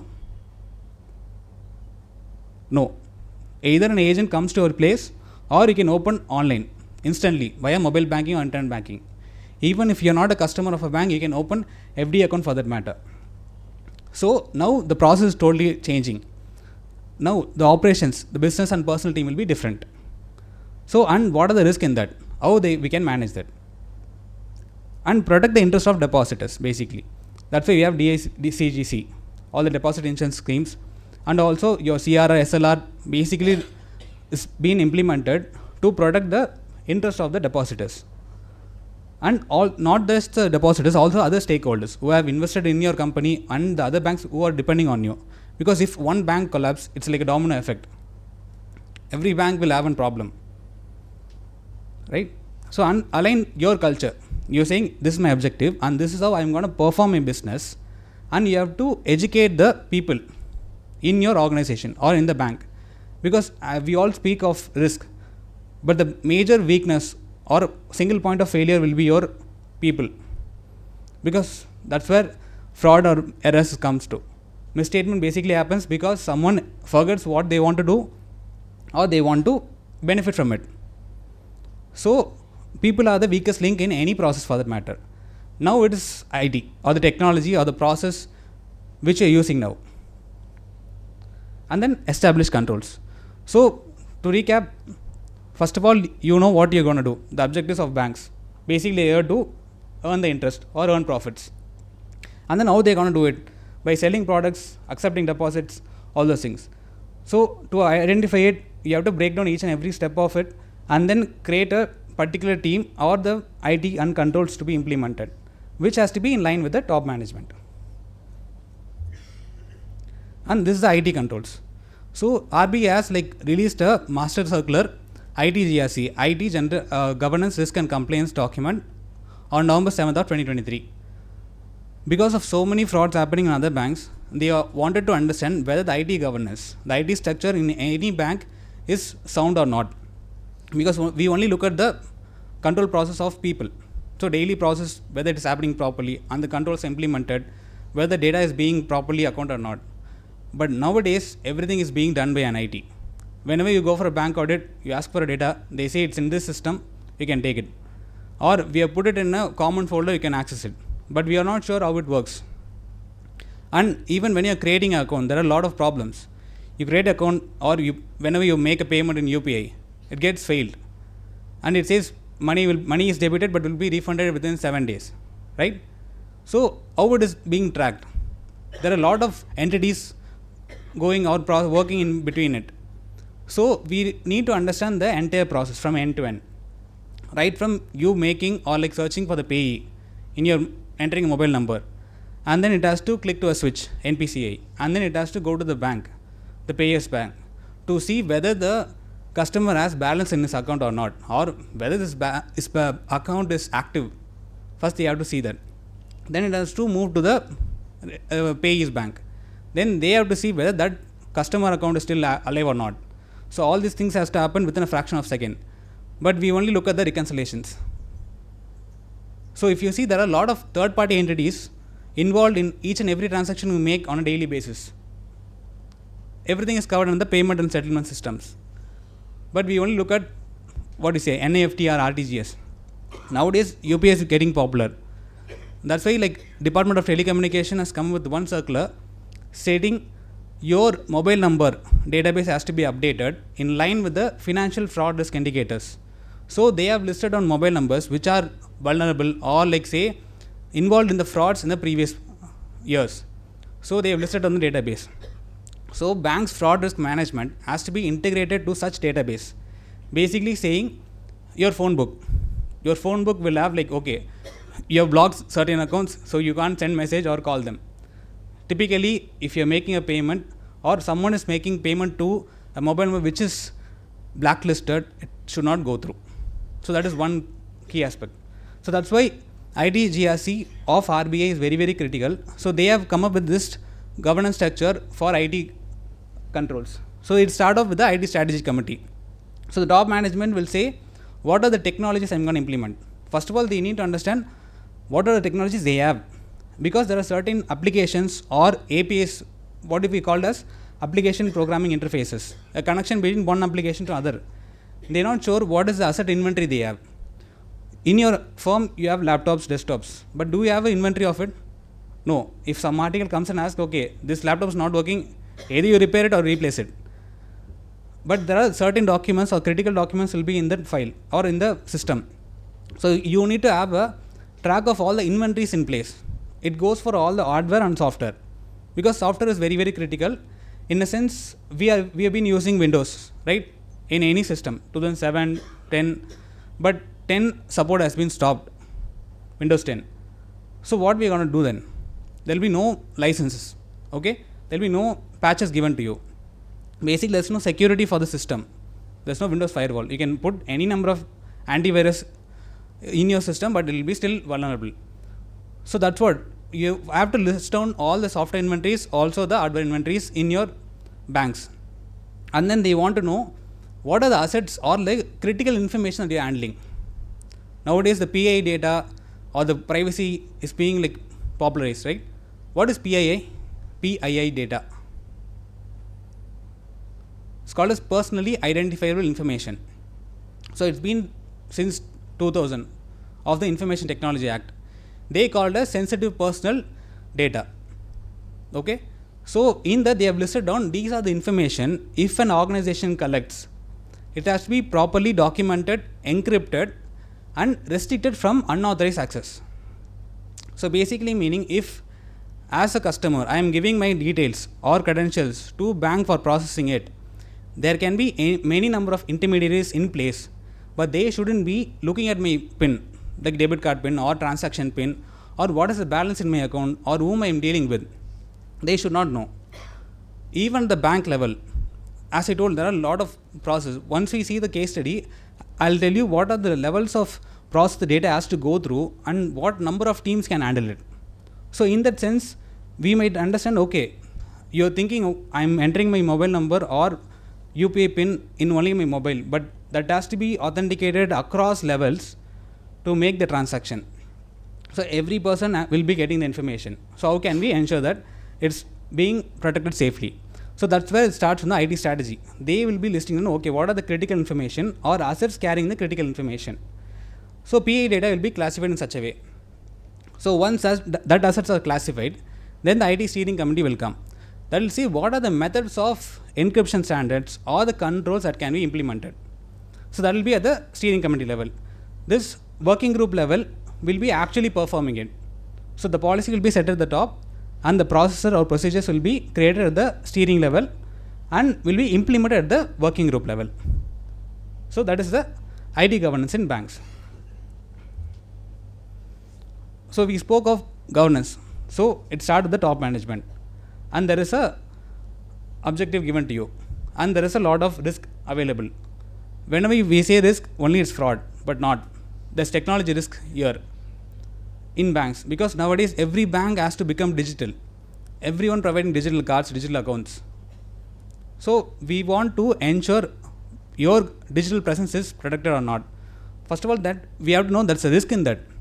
We feel, okay, once I put a password or a PIN for my mobile, everything is protected. No.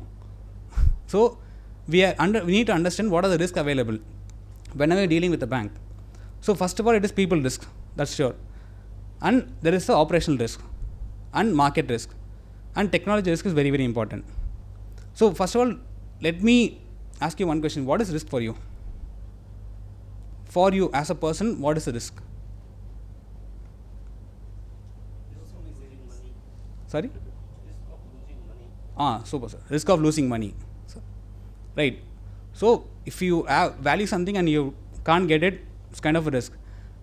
What I understood is risk is something you don't know. That's what risk is. Because you're not sure of something, then you feel it is risk. Correct? But banks have a lot more risk then. Like I told, there is a lot of teams involved in each and every process and a lot of applications involved in each and every process. Then there is a lot of risk. That's multiplied. Banks are here to multiply the money, not the risk. So first of all, they have to have a risk register. Okay? So to understand the risk, how they classify is high, medium and risk depending on the consequence or like what is the impact they're going to create in your organization and what is the frequency of happening. It's similar to your regulations.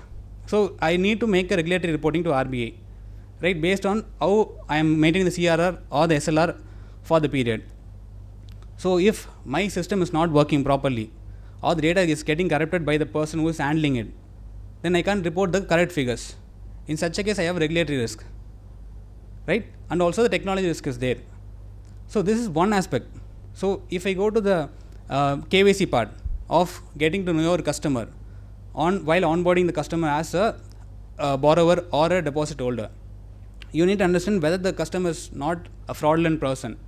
So you have to have a list of databases against which this will be screened up. Against, okay, this person is like a genuine person, so I can give him loan. So these are the risks every process will have. So depending on the risk, like impact, this will be classified as I.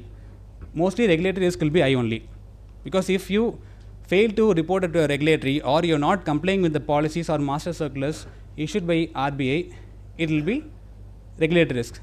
So they can cancel a license or you raise a huge penalty on you, or what do you say, for a temporary period they can restrain you from performing activities. So that is the risk we are going to speak. And the risk management, there are 4 steps. First of all, you need to understand what are the risks. So identify the risk for each and every process and assess what is the kind of risk you are facing. Like I told, for onboarding a person, you are saying I am involving a sales officer to onboard the person. So he will be collecting all the evidences, but whether it is right or wrong, you don't know. And you say, okay, the sales officer has verified all the documents, so I am accepting and onboarding. Whether can we do that? So you are my friend. I am saying I don't have Aadhaar or PAN, but please onboard me. I will put a fake PAN number and Aadhaar number and I onboard you on the system. Is it okay? So that's the first. Identify the risk, what is there, and assess the risk. This is very, very important, because if you don't know if I'm onboarding a fake customer or a ghost customer, how it will impact my business. Because that person can be a money launderer. Simple. Instead of putting directly, I'll say I'll have an option to give the cash to my friend and say, okay, you deposit in the account and transfer it to my account, so that this black money converts into white money. So this is one possibility. So how can I know that? Cash business. So I have to profile the customer first of all. We'll be looking at in the case study. So you have to first of all identify the risk, what is present, and then assess the risk based on it, and deploy control. So like I told, if you want to onboard a customer, take a copy and verify it against the official regulator or who is the official issuer. Aadhaar is given by the UDAI. So take the number and run it against the UDAI databases. So you get to know, okay, whether it is a valid UDAI number or Aadhaar number or not. So that is one type of control. And review the controls, whether it is working properly or not. Because usually we do it manually. You check the 12 numbers here and against the UDAI database, it's matching. But now the system is doing it. So how are you going to check it? So that's why you need to review the controls, whether the system is working properly or not. So this is what risk management is all about in banks. Now we'll come to what is the type of risk. I told technology risk one thing. The main thing is the credit risk. You give a loan to a person after all the evaluations and like credit checks, but even then the person can go bankrupt or will be unable to pay the loan amount. So that is a credit risk. That's also called as a default risk. And the liquidity risk, liquidity of the bank. So there are certain measures RBI has implemented to reduce it to an extendable level. Say like the CRR, SLR part. We have to hold 20 to 22% of your deposits in certain accounts, so that even if you go bankrupt or even if there is a credit risk or default risk, you don't become a liquid risk. So you can have that cash in your hand to pay back the depositors. So that's liquidity risk. In case a borrower is not paying, then you won't be in a position to pay back the depositors on time when the demand is being made. And then the operational risk. Operational risk, majorly people risk and technology risk. Because operation covers human, IT and also the process, what you have implemented. See, the people not understanding the process you have implemented or the technology you have implemented. That's first thing. And then the IT risk. The system which you are using is old system, which is not in line with the current security standards. Then that's a IT risk. And process risk. There is a process, but only 2 levels of checking is there. There should be a 3rd level of checking for certain categories. Say for you're extending of credit facilities to scheduled caste and tribes. There is one circular and in that one provision is given. So in case if you need to reject the application of SC/ST candidate, it has to come up from a 1 level up. So this has the process control. So regulation has given it, but whether the bank has implemented or not, that we have to ensure. That is the process risk. And then the market risk. The banks are dealing in a different kind of markets. So basically they are handling the customers, and also in case if they need any loan amount, they'll get in the money market. So between the interbank. Also in case of foreign currency exchanges. So they want to get hedgings or they want to deal in foreign currencies. They'll be dealing with correspondent banks across countries. So that becomes a market risk. I am holding USD now. It's like since INR has depreciated, the USD is valuable. If INR appreciates, becomes stronger, then I am having a risk of USD become invaluable, right? So that is a market risk, or we call it as a exchange fluctuation risk also. So that is one kind of risk that the bank has to keep in mind. So further there are methodologies like hedging or interest rate swaps or derivatives concept will come into place. And here is the interest rate risk. So you have given loan at one point in time of 8%, but the interest rate is getting increase or decrease. So how it will work for a floating rate loan, right? So the customer will be saying, okay, since the repo has decreased, you change my interest rate.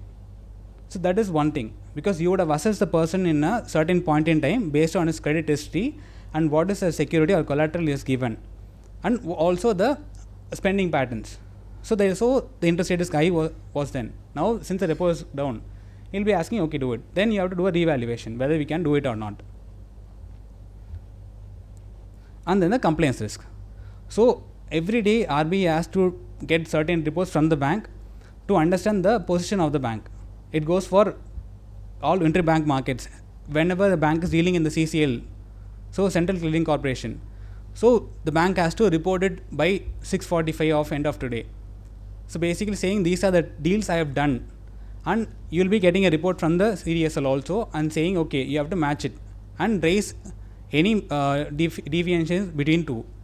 So that is one kind of compliance risk. So everything will be handled in the technology level right now.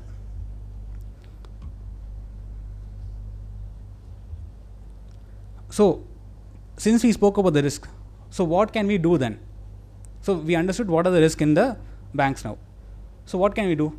First of all, there should be a strict governance practices at the top management level. So the governance body is accountable for to implement the controls in place. And then the management. So in management there are two levels. One who comes up with the policies and processes. So first of all, there is a policy and there is a standard and there is a procedure. Okay, policy basically meaning, so if I say whenever a customer is onboarded, I am going to do a KYC. It's a policy. How I am going to do a KYC? The standard has to be set. Whether it is a manual thing, a person has to be in place, or it will be a video KYC. There is one provision in RBI circular which says can be video based KYC also. So I can take on the customer online and I ask them to present the PAN, Aadhaar details to understand what is the proof of possession, whether what they claim to be is correct or wrong. So that is the one type of methodology I can implement. So these decisions will be based on the regulation and also the risk appetite of the bank. That is the second level. The third level will be the actual implementation. Like I told, the working groups, there are 3 working groups. So application level and the business level and the technology level. So we'll be discussing further then. And the last part will be the internal audit. So you're saying, okay, I have all the policies in place and I've implemented the controls, whether it is working properly or not. So we should have an internal audit team which is independent of the management. They'll be reporting to the audit committee, but it will be independent of the management and the day-to-day business operations team. So they'll be going and auditing the processes. It can be IS audit, information systems audit, or it can be process audit. Basically whether the business regulations have been complied with or not. Since in the IT GRC there is one IT committee has to be formed, which is the Information Systems Audit Committee. So they will be responsible for performing the IS audits on a periodical basis, or it can be done by a empanel auditor, certain empanel auditor. Okay, so that is the third part. But this is the 3 lines model issued by IAA in 2013. The same goes for ISACA also. Same 3 lines of defense. First line of defense will be the risk ownership. So there will be one team who is responsible for the risk register, and the business operation team which has to say, okay, these are the problems I am facing on a day-to-day basis. It has to be communicated on a regular basis to update the risk register. And then the second line of defense, your risk framework and policy. What is the risk appetite of the top management and what is the policy I am coming up with to reduce or mitigate the risk. And the compliance and oversight. So one team has to check whether this risk has been mitigated properly and process has been implemented. Third line is the independent assurance given by the internal auditor. Okay, and I have been speaking risk. So let us break down the risk part. Okay, first of all, there is a risk. Okay, what is existent? So how to reduce this risk? What we can do? First of all, you need to identify the risk, right? And you have a risk threshold. Say your salary is 1 lakh per month. You can make an investment or savings of 40,000 per month. So your risk capacity is 40 or risk tolerance is 40. You can lose 40 in a month, but your risk capacity 1 lakh. That is what your earning is your capacity. So your risk capacity is 1 lakh. Your risk tolerance is 40,000. So if you make an investment, you're okay with it. In case if you want to make an investment of 60,000, can you do that? Your risk tolerance is 40. Your risk capacity is 1 lakh. But if you want to make an investment of 60,000, will you be able to do that? You can, if you want to breach it. But in certain cases, that 20,000 has to be put in a government bonds, where you're sure you won't lose the money, right? So if you want to breach it, you can do that. That's what risk tolerance is there. So if you have to make investment of 20,000, which is well within your risk tolerance, so will you be doing it? Yes. So that's what we call as risk acceptance. In case the risk you have identified is less than your risk tolerance level, you will accept the risk. You won't need to implement a control. Say there is a second level of check in the PAN. So you're onboarding a customer, you got a PAN card, and there is one person who is verifying the PAN against say NSTL or income tax site and saying okay, it's valid. You have a second level of control, another person who is also checking the same thing, right? So there is a two level of controls here. So will you be interested to implement a technology which automatically captures the PAN and goes to the NSTL website and verifies whether the PAN is correct or wrong? The cost is huge there. If you're going for an information technology control, the cost is huge. Will you be doing that? Depending whether you can afford it or not, or whether you're interested to do it or not. So in such a case, your risk tolerance or appetite is different, right? So I also look at the cost. So risk cost control. If I have to implement a control and I have to spend a lot more for it, I won't go for that. I'll go for the alternate option, the easier option. So in such a case, my risk tolerance is low. So what I'm saying, I have identified risks, I have put up a mitigation factor. We call it risk mitigation. You're transferring the risk or mitigating the risk in such a way. And risk transferring in this case is, you have a vehicle. So you have to get an insurance. Why are getting insurance is, in case something happens, you have to pay a lot more fines to the third party, also for yourself. So in such a case, I need to transfer my risk to another person. You identify the risk, now you are transferring the risk to the insurance company. So that's risk transference. So all this will happen in the second level. Clear? And since we have seen the 3 lines of defense, now it's a 4th line of defense. So 3 lines of defense start with the governance team, the first line. So they have to set the policies. And then the second line of defense is who is implementing and controlling, the business groups. The third level is the internal auditors, independent from the management. Now the 4th level is the supervisor or the regulator of the particular organization. Here is the RBI and lot more act in place, and the external auditors who is looking at the financial statements of the bank. So 4th line of defense. Now there has to be a regulatory triangle here. One is the internal audit team and the regulatory supervisors, and third is the external audit. So if you see this red color part, that is the regulatory triangle. So internal auditor or the IS team will be conducting the audit, and they will be coming up with the observations, or like what are the lapses in the controls implemented by the management, or any non-compliance done at the bank level. So then it will be looked after by the external auditor along with the techniques or sampling they have done. So once you combine these two and also the regulatory reportings they have done so far, because every day bank has to reconcile all the transactions between all the third parties and even with the RBI. So once you do that, this becomes a regulatory triangle. Say you're making the payment in NPCA or the UPI matter. So you have an account in A, bank A, but your friend has a account in bank B. So it has to go through an intermediary. If the bank A, your friend is in the same bank A, there's no reconciliation needed because the account is internally within your CBS, the central banking system or core banking system. So there's no reconciliation needed. But you're making a payment from bank A to bank B. Then in such a case, at the end of the day, the bank has to reconcile. So whether the amount will be actually transferring or like the physical cash will be moving to the bank B on a day-to-day basis, whenever you're making a UPI payment, say bank A will pay certain amount to bank B. No, it's just a book entry. So all this will be done at the NPCA level. So that is the central processing or the switch who takes, okay, this bank is paying to this bank, so your customer account will be debited and that account, bank account will be credited. So this is done at the central level. So this is the reconciliation. So at the end of the day, you'll be getting a report from the NPCA. So the bank has to reconcile its own transaction. So since there are a lot of methods of payment systems similar to NEFT, RTGS, IMPS, micro ATMs, AEPS and NPCA. So for each of the methods, you'll be receiving a reports. from the respective departments, and you have the transaction dump on a day-to-day basis. So you need to reconcile these two to understand whether the actual transaction has happened or not. In such a case, if you find any deviations, you'll be reporting it. Okay? So then, we have come to end of the risk part. So now the control part. I think, so control, we identify the control risk. So now we have to implement the control. What are the types of control you can implement there? So same onboarding of customer, or like say you have to give a loan to a party. So you have to identify whether the credit score of the borrower is valid or like correct or not. There is a CIBIL score level. So based on that, your interest rate will differ. If you are identifying a CIBIL score as below the good or 730, below 730, you are saying your interest rate will be higher. Correct?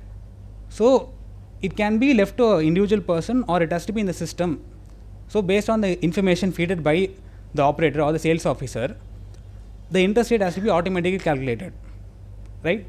Even it goes for the NPA. So once you enter the data, the system has to give you the correct interest rate according to the CIBIL score and other checks done by the system. So this is a preventive control. You are saying even before onboarding the customer, I have a system in place which filters or like evaluates a data given, and then it comes up with the interest rate. That's a preventive control. Then you are saying, I don't want a IT technology, I have a person in place. So then you have identified during your audit, that is your deduction control. So at that level you are saying, okay, for this person with the CIBIL score of 730 or less than 730, I have to give an interest rate of 9%, but you have given a interest rate of 8%, which is less than the threshold amount. So how can it be done? So that is the deduction control you have in place of audit level. And then third one is the corrective control. Now you have identified. So it's only given as 8% instead of 9%. What you can do now? So you can go to the management or the respective team, why you have done that. Then they can say, I have gotten an exception approval for that. So for this person, since they have raised a query or like they pleaded, I have given a discount of interest rate, and it has been approved by the management itself. In such a case, it's okay. If not, you need to correct it. So basically you have to reevaluate and then give a correct interest rate then. Okay, so this is one aspect. It also goes for the payment methodologies. Whenever you are paying and you have a preventive control, whenever the transaction gets failed, within a microsecond it has to be refunded to your account. So no person goes and manually fills in the data of like whether or what amount has to be paid back. That's a preventive control in place. In case if you don't have that option, at the end of the day, whenever you're doing the reconciliation, you have found out, okay, this transaction has been cancelled and the money has been debited, but it has not been forwarded to the another bank. So from your account, you're paying to a friend, but your account has been debited, but your friend have not received the amount. So in such a case, there's reconciliation happening at the bank level also, and they are identified, okay, this is the lapse in the amount, and then I have to pay back the amount to the party. So that is a deductive control. Corrective is you're making a payment again. Okay, these are the types of control you can implement at any point in level. Okay, so I think, sir, all clear? It's time, sir. I can continue? Okay, right. Right, now comes to the control objectives. So whenever we are ensuring that, there are two levels of controls or two aspects of control you have to look at. One is a financial and other is IT. So sir has spoken about company audit. So in such a case, you can apply it bank also. So in the financial controls, that will be covering the completeness, accuracy, validity and authorization. For each and every transaction happening or each and every approval that has been given, you can validate it. But for the IT control or the information security control, you need to look at this four, or we call a CAA triad: confidentiality, integrity and availability. Confidentiality basically meaning you have a bank account. So at any point in time, if you want to make a transaction, you can do that. But only you have to make a payment. How bank is ensuring that? Can I make a payment from your account? No, right? So you have a phone number, you have a bank account number, and you have mobile banking in place. You have an app. Or whenever you go to a bank for withdrawing any amount, so bank will be asking for your signature. So basically to match or verify you are the person who is claiming you. So that is one kind of control you have in place. But nowadays it is OTP based or PIN based. So how it is ensuring? So once you get a debit card, you apply for it, and they will be saying this is the temporary PIN I am allotting you. You have to go to ATM and you have to change the PIN. That's a mandatory thing you have to do. Because in a case, if someone gets to know your temporary PIN number, they can misuse it, right? So this is the first level of thing.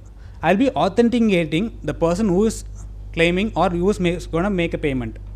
If you log into your account, say you have all mail accounts, whenever you're logging in, you have a password in place. So that is the authentication methodology, saying this is the person and the password is correct, I have authenticated the person, they can use the data or they can use the system. That is to ensure confidentiality.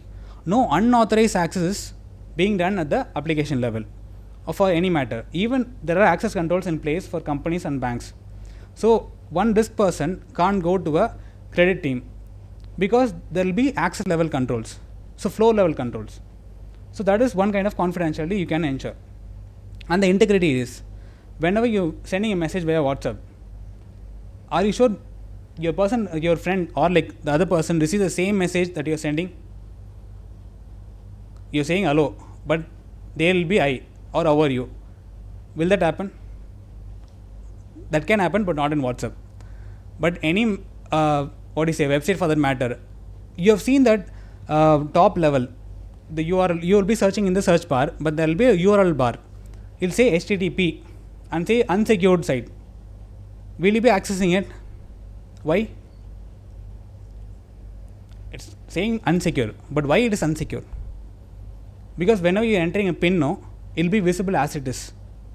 In certain cases, if any person interested in your communication between the server or the website, they can look at the credentials and they can misuse it. So that's one level of control. So that's what integrity is all about. So whenever using an application or a process, the data who is intended to be has to be receiving it. So if I am sending a data to you, only you have to receive it, no other person. Even if someone tries to communicate or like spoof the data or look at the peek into the data, they should not see it. That's integrity. Or they should not change it. Availability is basically whenever you go and make a payment at the vendor, it say your bank is down now, you won't have cash. That's availability. So your bank account or like your methodology, like your balance should be available at any point in time for you to access and pay. So that's availability. So this all comes to the IT confidentiality, integrity and availability. So to ensure IT security, you have to look at these three things. Alright? And we've been speaking the compliance testing, right? So, or we are going to say how you're going to ensure compliance through this conformance testing. Whether banks has to comply only with the regulations. At the first slide I told what are the types of compliances a bank can have, right? There are laws and regulations in place for banks. The bank has to comply only with that? No.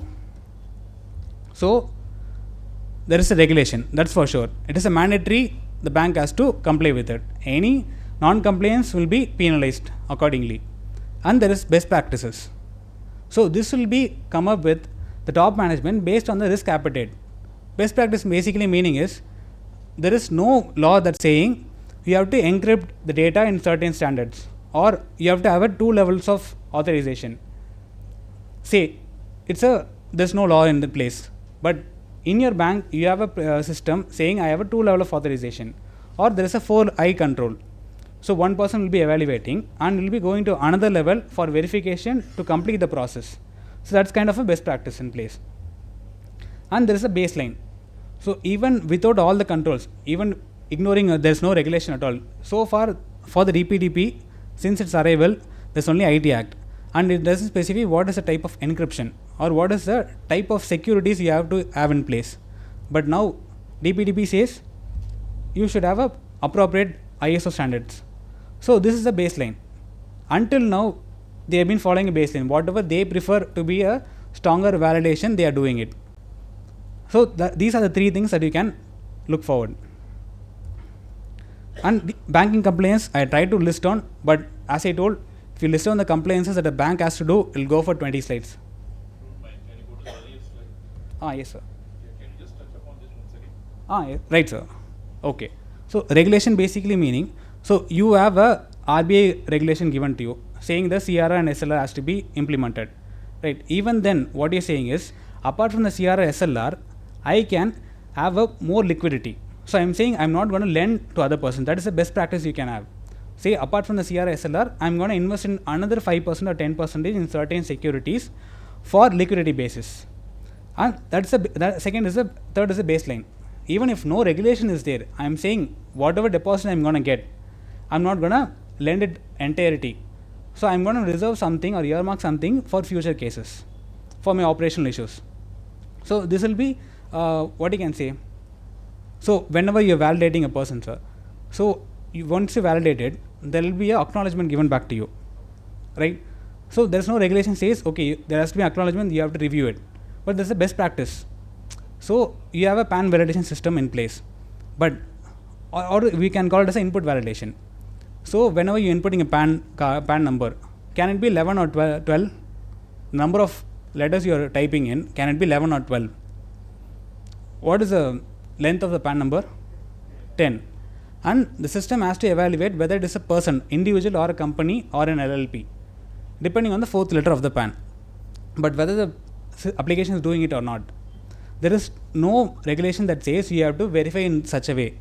And even whenever you're collecting a detail of GSTN or PAN, are we cross-verifying it? Whether the PAN in the GSTN is matching against the PAN given? So there's no regulation that says you have to do that. But that's the best practice in the industry. Or you can say that's a baseline also, depending on whether the industry is performing it or not. So 2 and 3 can merge together also. Yes, sir. In a sense. Yeah, but even if other industries are not performing it or other banks are not performing it, if you have an additional level of control, that's better, sir. Say you have to give a loan to an individual, and you're saying I'll be giving loan to individuals who are having a CIBIL score of 730 and more.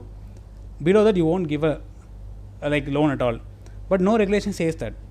That's the best practice you're going to take, or the baseline you're going to take, because I don't want to get into the trouble of that. Or for certain industries, you're saying I'm not going to give, say pharmaceutical or chemical industries, because you're saying that's a possibility of a violation of laws. Say there can be a blasting industry, saying for quarries. So can you give a loan to them? That's depending on the risk appetite or the morale of the top management. So that's the baseline I'm saying. Baseline might be coming from the internal policies. So best practices, you can incorporate internal policies. Regulation you have to follow mandatorily. There's a lot of depth in each of these. Yes.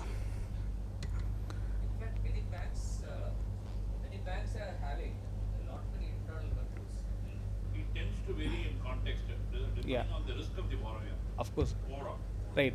Because it. Even for Yes, please, sir. India also, when they come for inspection of banks, they ask the bank what are your risk profile, what are the limits you have fixed, what is the limit fixed by the board, here is business. And they see whether they have right. So do they make very long questionnaires to get this data from the borrower? Not so, sir. Because I'll touch upon it while we are seeing the how you onboard a customer. Because there's a case study I'm going to do. So based on that, there are a lot more regulations like KYC, AML regulations, PML regulations. So all this a bank has to consider. That's what there's a lot of compliances goes into each and every process of the data you're getting collected. So then how are you going to handle the data? Yeah. This is clear. Thank you. Please proceed. Okay, sir. So to complete it, I've seen one bank where they have said, I won't have a branch near a bar or a theatre in their policy. Can you say any regulation specifies that? No, that's a baseline they want to handle. So that's kind of policies you can implement depending on the top management. If they want to have it in such a way, they can do that. Right, sir. So this is the few glimpse of acts I'm gonna touch upon. The first thing is RBI Act and the GST and Customs Income Tax Act, PMLA and FEMA rules. So the basic thing, all these three others are data privacy laws has to be mandatorily followed now, and the general laws has to be followed. But the standards and framework, depending on the type of data that you're getting collected, will be differing. Say the ISO 27001, it's a best practice standard. So all the persons in the industry will be following it. Basically, it means whenever you're collecting information, it has to be properly secured and timely available. Similar to whatever we have discussed in the previous slides, CAA, confidentiality, integrity and availability. And second part is the PCI DSS. That's basically payment card industry data security standards. So whenever the bank or any other organization that is collecting your data, so whenever you're making an order in Amazon, they'll be asking for the credit card details or debit card details. You're giving that. But it has to be stored in a certain way. Your card number should not be shown to any person in the organization, or according to the limit or the masking regulations given by them, it has to be done. So they have a checklist and they have a year-on-year audit conducted. Even Swift Rules has its own audit in place. So there are a lot of frameworks and standards that are applicable to bank or industries depending on the technology or the data they are handling. So that will be subjectable, sir, depending on what bank or what kind of entity you are auditing. So this we all know. So Basel III regulations, which is a key for capital adequacy and market discipline. So the three pillars, first of all, is the minimum capital requirement. So this also come based on the risk assets of the bank. So since there are many problems happening in the EU, they need to have a stringent or like a minimum capital requirement for banks in India also. So the RBI has like notified this. So as per the latest principle, it has to be 11.5% in totality. And then the supervisory review, which will be conducted by the RBI itself. And then third is the market discipline. Basically the disclosure. What you have to do to your stakeholders and to the regulatory authorizations. And now only I'm coming to the functions of bank. So why I've touched upon GRC is basically that's very dry or theoretical basis, because that's what makes a base for all the auditing or the compliances part that we're going to see next. So governance is very, very important, and risk is basically to achieve your objectives, and control is to implement a control or reduce the risks that you have in place. Similar to the audit risk that we have, there is an inherent risk in place, but whether the auditee have implemented a control or not, that is a control risk. So if you combine this, you'll get the auditing risk or auditor's risk. So that's what I'm going to show here. So inherent risk is your basic risk that the company or the bank has to understand, and then they have to implement an appropriate control in place, which should be sufficient. That is subjective again. So based on this, your governance can be achieved or not. So now functions of bank. We all know primary function of a bank is to accept a deposit and grant loans. So the net interest margin will be their profit. So you're borrowing at accepting deposit at a lower rate of 3 to 4%, but you're lending at a interest rate of 8 to 12 or 15%. So the balance or the difference will be your net interest margin, which will be eaten up by your operational cost. So this is basically the primary function. The secondary function what they're performing is, now if you want to create a PPF account, the public provident fund account, can you do it via bank? Yes, you can do. That's a kind of agency function. And the fund transfer. No NBFC is like part of this payment and settlement system, but the small finance bank and commercial banks are part of it. So they can help other banks to make your fund transfer, to participate in the PSS or the payment system. And then the check collection or periodic payments, the mandates that you are giving. So any Netflix subscription or Amazon subscription that you are paying on an automated basis, that's standing instruction or mandate given by you. So that is also being performed by the bank only. And the utility function, so the LCs, issue of drafts, and the locker functions, everything. There are a lot more things that the bank is coming up with to stay in the business, because there are a lot private banks coming up with a lot more fancy interest rate or products. Say like your insurance also, that's a unit-linked insurance. So whenever you make insurance premium, it will be a part of it will be deposited in the unit-linked scheme. So that's kind of a product they have to come up with. And whenever you're going for a loan, they'll be cross-selling your products, insurance product or any other thing. So depending on that, they can perform any other utility function just to meet the targets, right? These are the basic functions.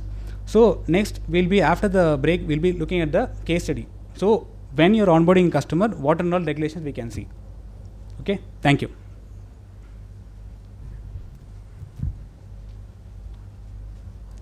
Thank you all. Let's take a lunch break for 30 minutes and reassemble, say around 2 or 2:05. Okay, can we start? So it'll be like tomorrow.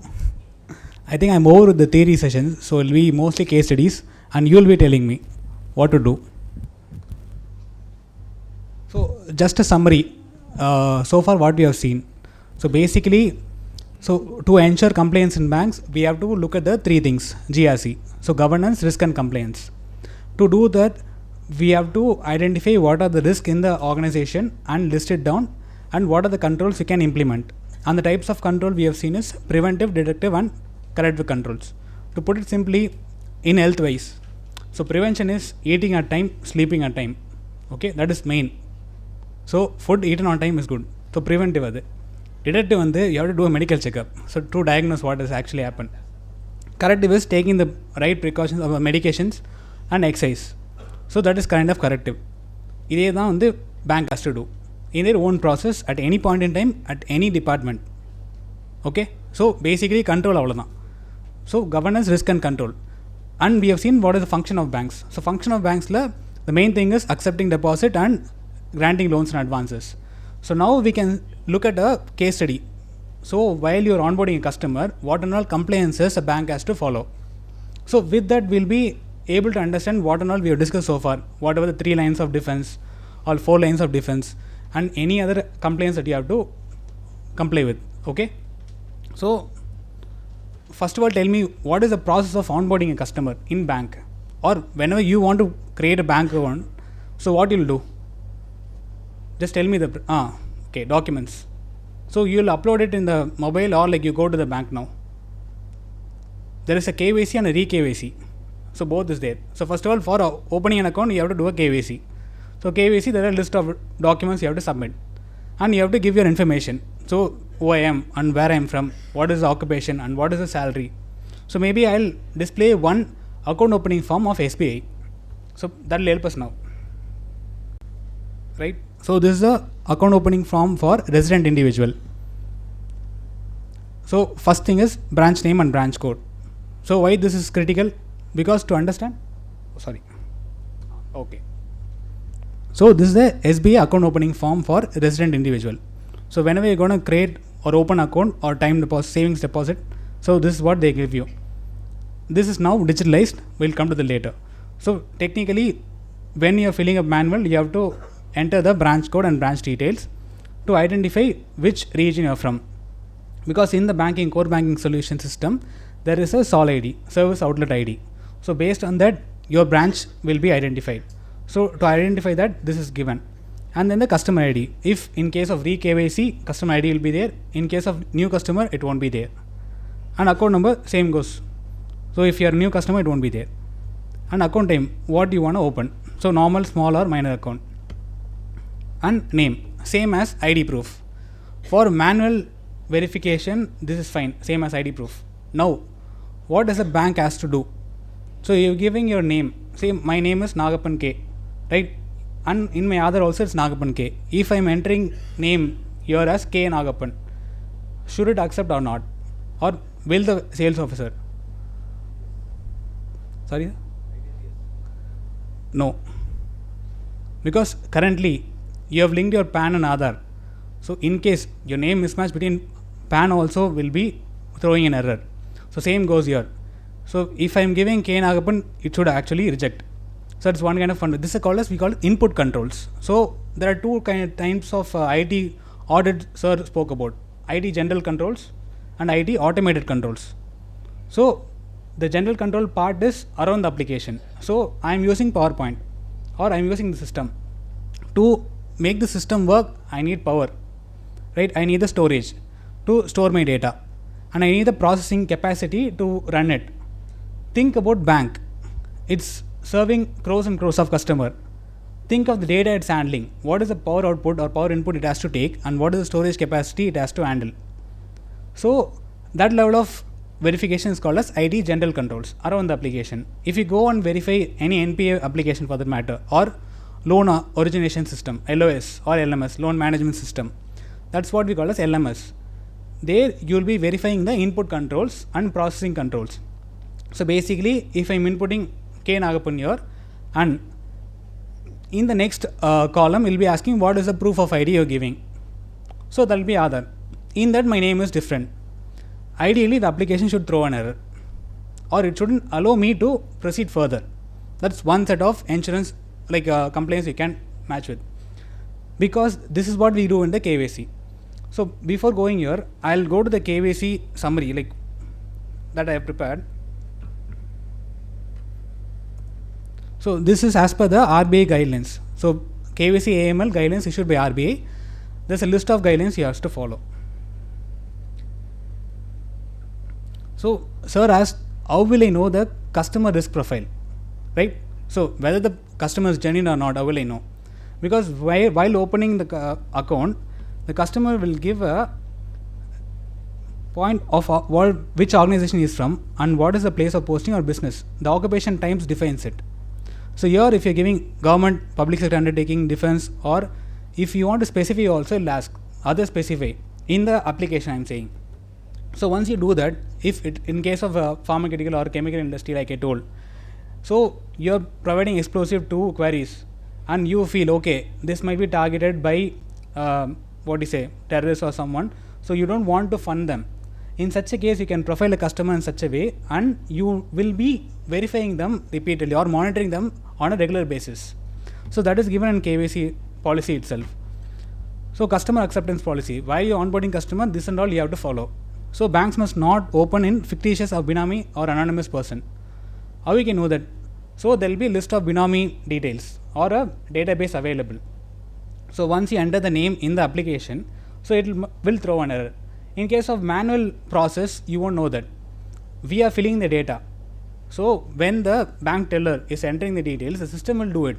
The bank teller won't know anything because all the applications will be integrated to the specific databases. Like we have like Ministry of Corporate Affairs. The acts are given there, but we'll be going and reading it there. But instead, think of the Notebook LM or any AI tool like ChatGPT. You are feeding the data there and it will have list of checklists or checkpoints it has to verify each and every time you enter a data. So that's there. So that's what happens in the application also. You are saying if a customer is from certain industry, alert, or categorize a profile as high risk. So that will be happening. And then risk categorization, that's what starts here. Because customer must be classified as low, medium or high risk based on the nature of business, location, client and counterparties, payment methods and turnover. So say like there is a hawker, so who sells vegetables, he'll be handling a lot of cash and all goes for the same kiosk vendors. So like your petty shops near your house. So they'll be handling a lot of cash. Will a bank be ready to create an account for them? They'll be skeptical because it's a lot of cash involved. Same goes for jewelry business. They'll be handling a lot of cash. Even though there are restrictions, they'll be handling in cash only. So what they can do, they can categorize the customer profile as high risk and regularly monitor. And the main part is, so you will be giving your annual income and the source of funds. Say you have an investment in stocks or like in land. So you will be knowing, they'll be knowing, okay, you have so-and-so investment apart from the regular salary income. And you can say I have rented out the plot or rented out the house for earning a like rental income. So once you give it here, they'll be knowing, okay, this is the source of income that the customer is available. So while onboarding, they get collecting all this. On a regular basis, they have to monitor. We'll be looking at it later.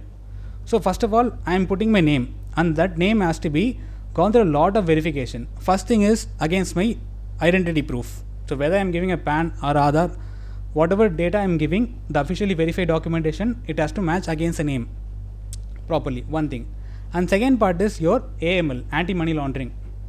Have you heard of this term, anti-money laundering? So there are two types of AML screening you can do or like activity you can perform. One is the screening, name screening and transaction screening.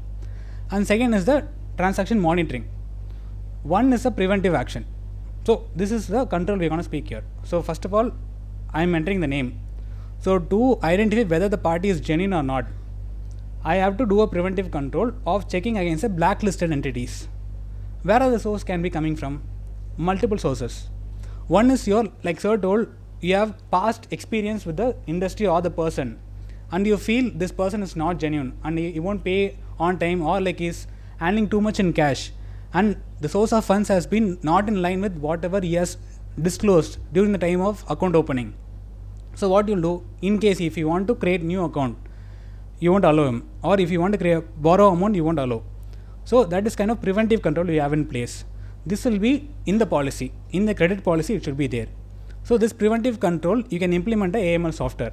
There are a lot of top softwares in the industry like Fircosoft, SAS AML, all those things. So what they'll do, they'll run your name against a database. So if I enter my Nagappan name as Nagappan K, it'll run my name against multiple databases. There is a OFAC database, EU database. That's what we call as global databases. So those are the sanctioned entities. Basically, any terrorist involved in any activity, directly or indirectly, will be listed in the database. So once I enter my name, it'll screen against that. So based on that, my name will be validated. That's one thing. How they handle it is, they have a separate screening team.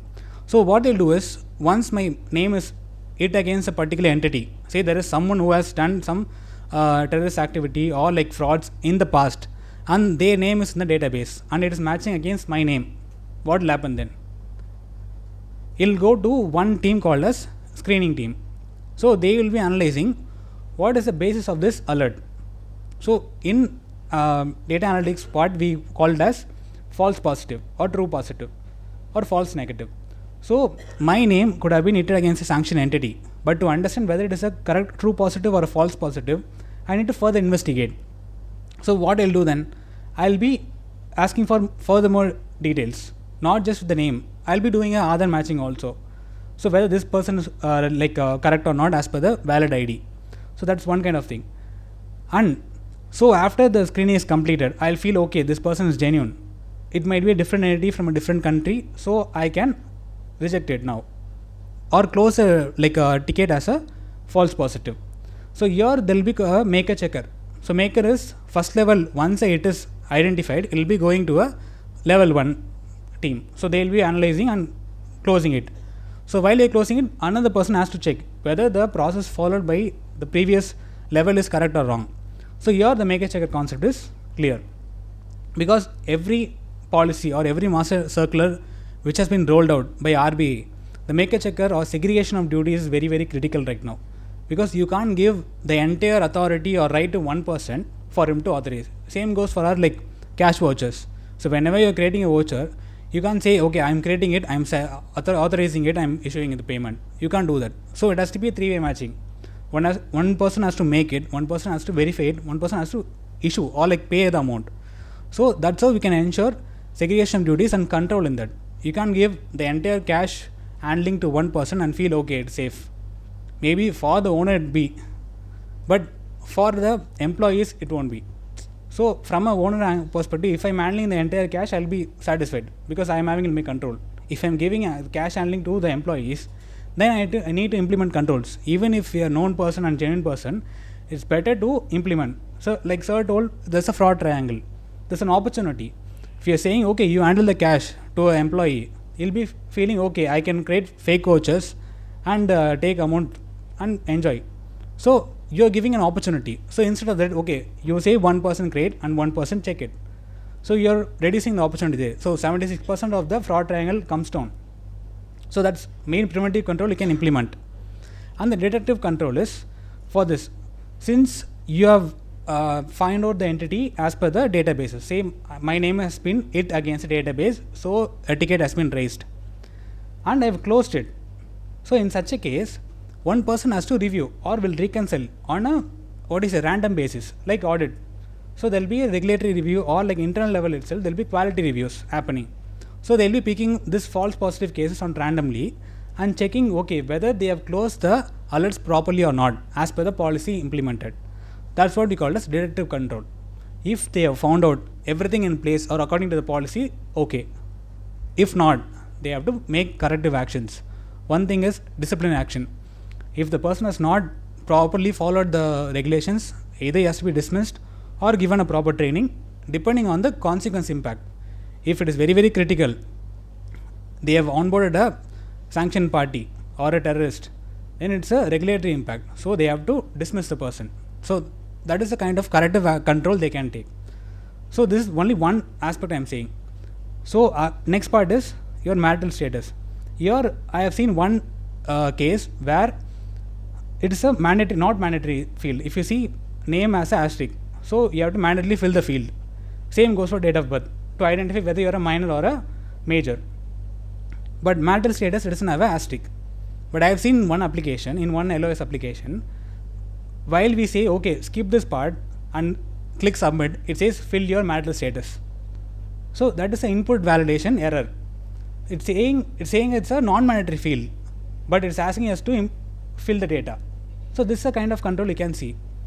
So basically, if you feel any process has to be in certain way and it's not performing, that's a control lapse. So this is one point we have highlighted in our reports. And next is the name of father, mother or spouse, just to understand the relation, so, or like any other person involved with them. So if you give the name of your mother, father or spouse, that name will also be screened against the AML database. So that is also in place. And case of minor, I told. So once you give a date of birth as like less than 18 years, so it will be asking mandatorily for a guardian or a parent. So that should be conditionally mandatory. If your age is less than 18 years, so you have to conditionally give your or mandatorily give your parent details or guardian details. So this is all depending based on mandatory fields. Just saying, not compliance, but it's a baseline configuration they have to do. So that's what I told. There are three things. One is regulation, other is a best practice, and third is a baseline. These are the baseline activities. Even if you're sure there is no regulation in India that you have to follow to make all these checks, but it's just common sense, or basically you have to do that to onboard a customer. So that's the baseline activity they have to implement. So I think this clarifies your doubt of best practice and baseline. One thing is, while you are listing so many background checks, Yes, but sir. when you go to the branch, they are opening the account in no time. Of course, sir. Everything happens in real time, sir. Everything happens in real time, sir. At an amazing speed. At an amazing speed it happens. Yes, sir. Think about the payment you're making. So initially it used to take 1 day. Even the check clearing for that matter will take 2 weeks. Now it has to be cleared within 3 hours. So your UPI payment you're making and you're getting a debited statement and your friend is receiving at the same time. So everything happens in a fraction of seconds, sir. So that's the bandwidth they have to implement.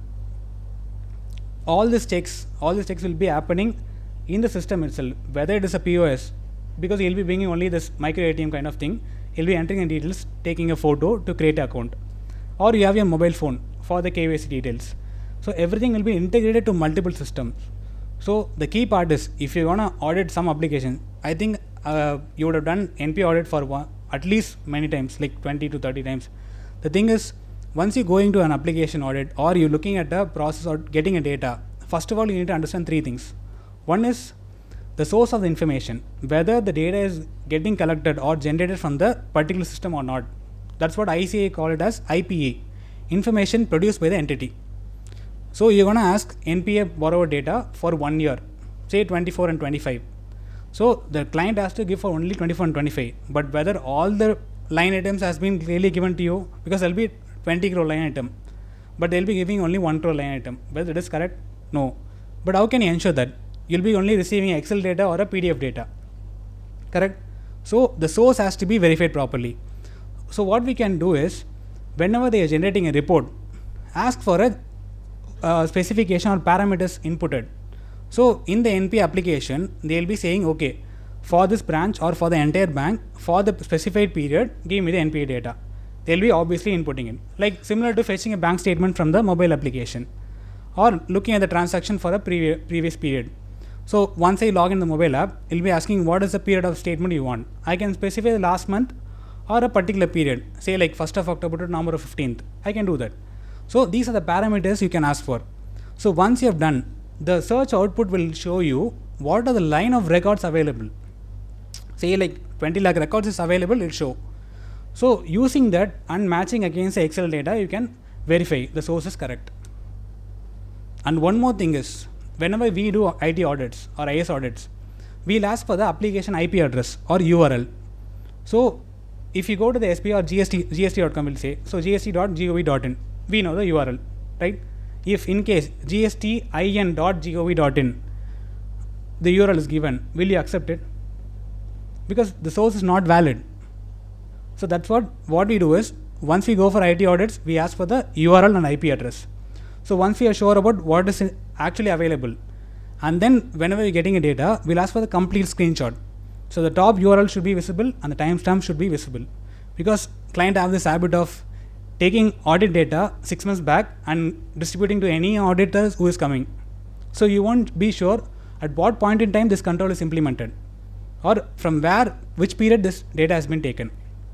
So this you can ask. That's called what we call as IPE data, information produced by the entity. So this is very, very important, the source data and the parameters inputted and the screenshot. So with that, you can be sure the data what you're receiving and what you're analyzing is correct or wrong. Because after doing all the analysis, they'll be saying this is the wrong data. So you have to redo the entire activity from the beginning. So this you can ensure. So unlike, coming back to sir, so IPE we have covered. Here, whenever you're inputting data, all the dedupe checks and verification will be happening in real time. And one more thing is, while you enter the data, you'll be doing two types of negative check. Sorry, dedupe check, deduplication check. One is a positive deduplication check. How it does is, it'll have a list of customer in the repository. So CRM module, customer relationship management module. So in that, all the customers recorded in the CBS will be present. So if I put my data and my account is already available, I should not be allowed to create an account. That's a very basic check they have to do. That's what we call as positive dedupe check. And negative dedupe check is, you have to check the entity against the blacklisted employees or the blacklisted entities across the world. So that's one. And internally also you can additional data. Even though the OFAC or like the sanctions on FIU doesn't have the sanction entity list, the party is not there. But like I told, in the previous, you have some like rough patches with him and he doesn't not pay on time. So you can add him to the internal list and then you can verify. So this also can be done. And why I was going to IP is, once you get the URLs and IP of the application, the next thing to do is, what are all the applications it fetches data from and gives data to? What we call as a downstream and upstream applications. So CBS takes data from all other application and gives data to your accounting module or the OGLs, general ledgers. So this is the source application, this is the destination application, that's the downstream application. So all this integration you have to get. So for NPO also, there can be multiple LOS or loan origination system or LMS. Certain banks will have CBS as LMS itself, or certain banks will have 6 to 7 LOS, depending on the product it's dealing with. Can be retail or agri or corporate. So depending on the product it's handling, the LOS will be different and LMS will be different. So it's better whenever you're going for an audit, better to ask what are the applications it's integrated with. And next problem we face is, so once you go for an application audit, say NPA itself, but we don't know what are the teams handling it. From the front end, we only know, okay, that's a credit risk team which is handling the NPA. But actually, the data will be handled by one team. The infrastructure will be handled by other teams. And the application controls, like I told, whenever you're inputting a date of birth below 18, it has to be automatically categorized as minor. Will be this kind of functionality controls in the IT will be handled by the application team.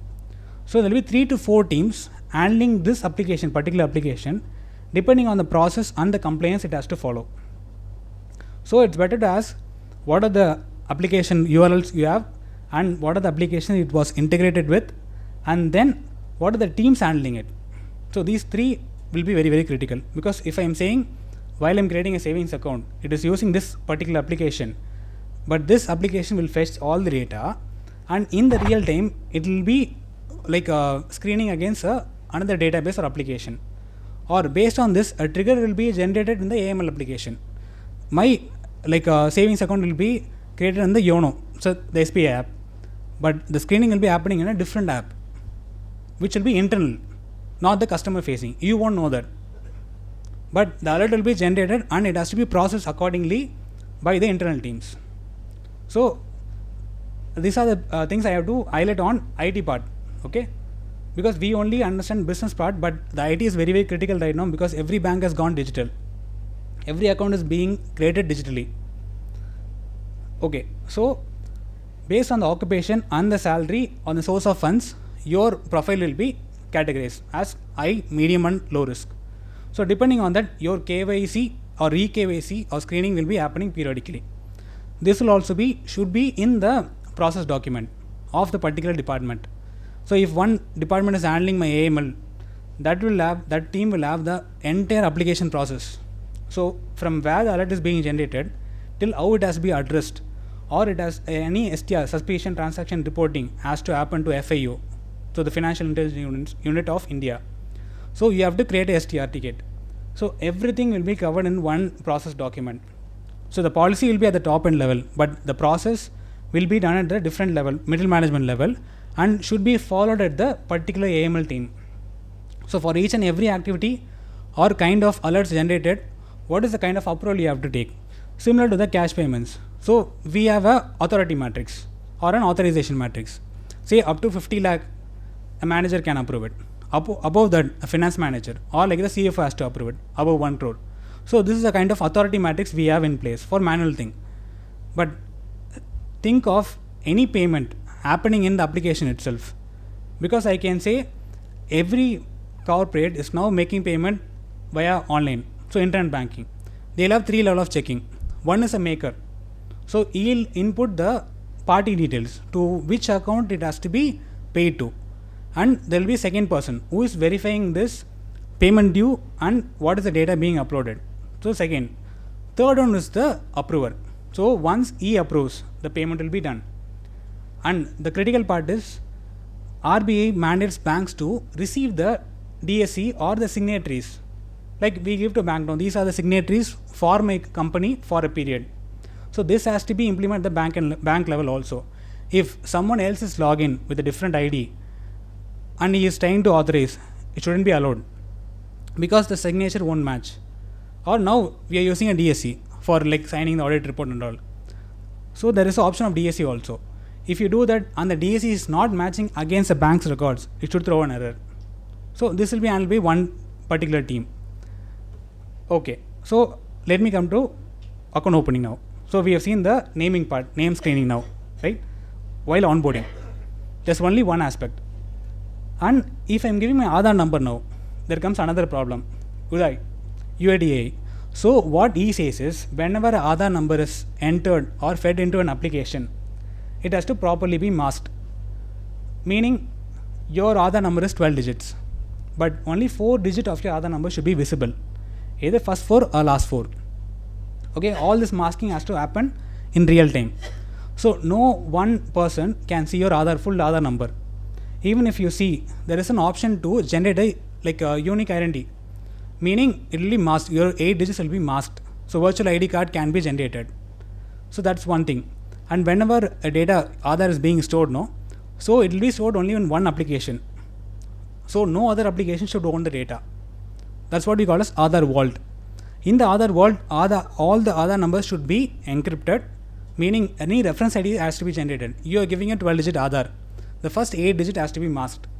So once it is masked, a unique ID will be created. So say you're starting from 1 to 11, but the other will be 11 to 1. So unique reference automatically has to be generated. And whenever the bank is using your Aadhaar, it only has to use that unique verification ID, not the actual Aadhaar. This is the mandate given by UIDAI. There is a clear FAQ or regulation given. In RBI also it's there. But what if you are giving a physical Aadhaar copy? What has to be done then? I have told about IT part now, but I am giving a physical Aadhaar for proof of possession. The bank is collecting and uploading in the portal. So how can they ensure the numbers are masked? So while I am giving, once the possession is verified, they have to redact the first 8 digits, either electronically or manually, and then upload it. Not upload the entire Aadhaar number. So this is one kind of check you can see. So whenever you are verifying, there is a lot of complaints bank has to look at. So once you see an application and a process flow, each and every line item, every data you are inputting has to be verified and protected according to multiple laws. Just for a name, it has to go to 3 to 4 types of teams for verifying the data and coming back and saying, okay, it is proper, you can proceed further. Even then there can be lapses because everything is electronic, I told you.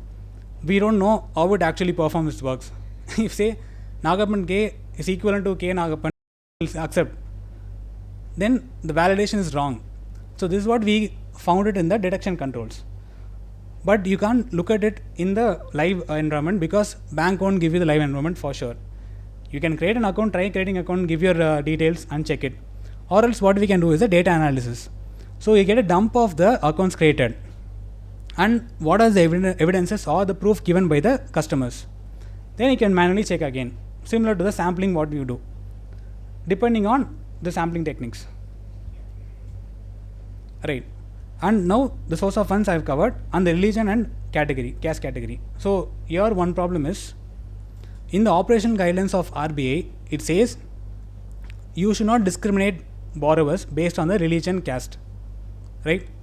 This one circular is there. Another circular is there for extending credit facilities to SC and ST. So in that it says you can provide. So how can you differentiate here? Because one regulation says you should not discriminate. One says you can provide. But for providing and categorizing it as SC, ST facility, I have to get the data. Can you get it or not? So one regulation, one circular says you should not discriminate. Other circular says you have to give. And you should not discriminate based on this. So whether can I get a data or not? That's a debate. The thing is you can get. But can you get ask for a proof, your community certificate and all? So if I'm going to give a loan to SCST, can the bank ask for a community certificate? No, that's not needed. Because RBI circular specifically says mere declaration is fine. If the person claims to be who he is, you can give. That's one thing. So if a bank is mandatorily asking for religion and caste, it's not needed. If the customer, obviously we all want credits, so if they want to get a loan, they'll be willing to give the details. That's one aspect. And for agriculture loans, the priority sector lending classification. So each and every loan application will have a category. What is the nature of loan you're going to give? Whether it is a vehicle loan or a agri loan, even in the vehicle loan, there is a category of agri loan. So which PSL you're going to tag against? If it is retail, it won't go against a PSL. You can say not applicable. But if I'm going to give an agri loan against for a vehicle, so, or like say for a vehicle loan I'm giving, who is from the agricultural industry? So can it be classified as agricultural industry? So I'm going to give a vehicle loan to one person who is from agricultural industry. Can I classify it as a agri loan? Yes, you can. But the thing is, there is a recent circular which says if the vehicle loan is below 2 lakh, you can't classify it as a agri loan because it should be without collateral. Vehicle loan is a collateral. So you can't classify it. So basically, these are the regulations we have to look at. So each and every point, whatever data you're going to collect, you have to check whether there is a regulation given by RBI or not. So this itself will take time.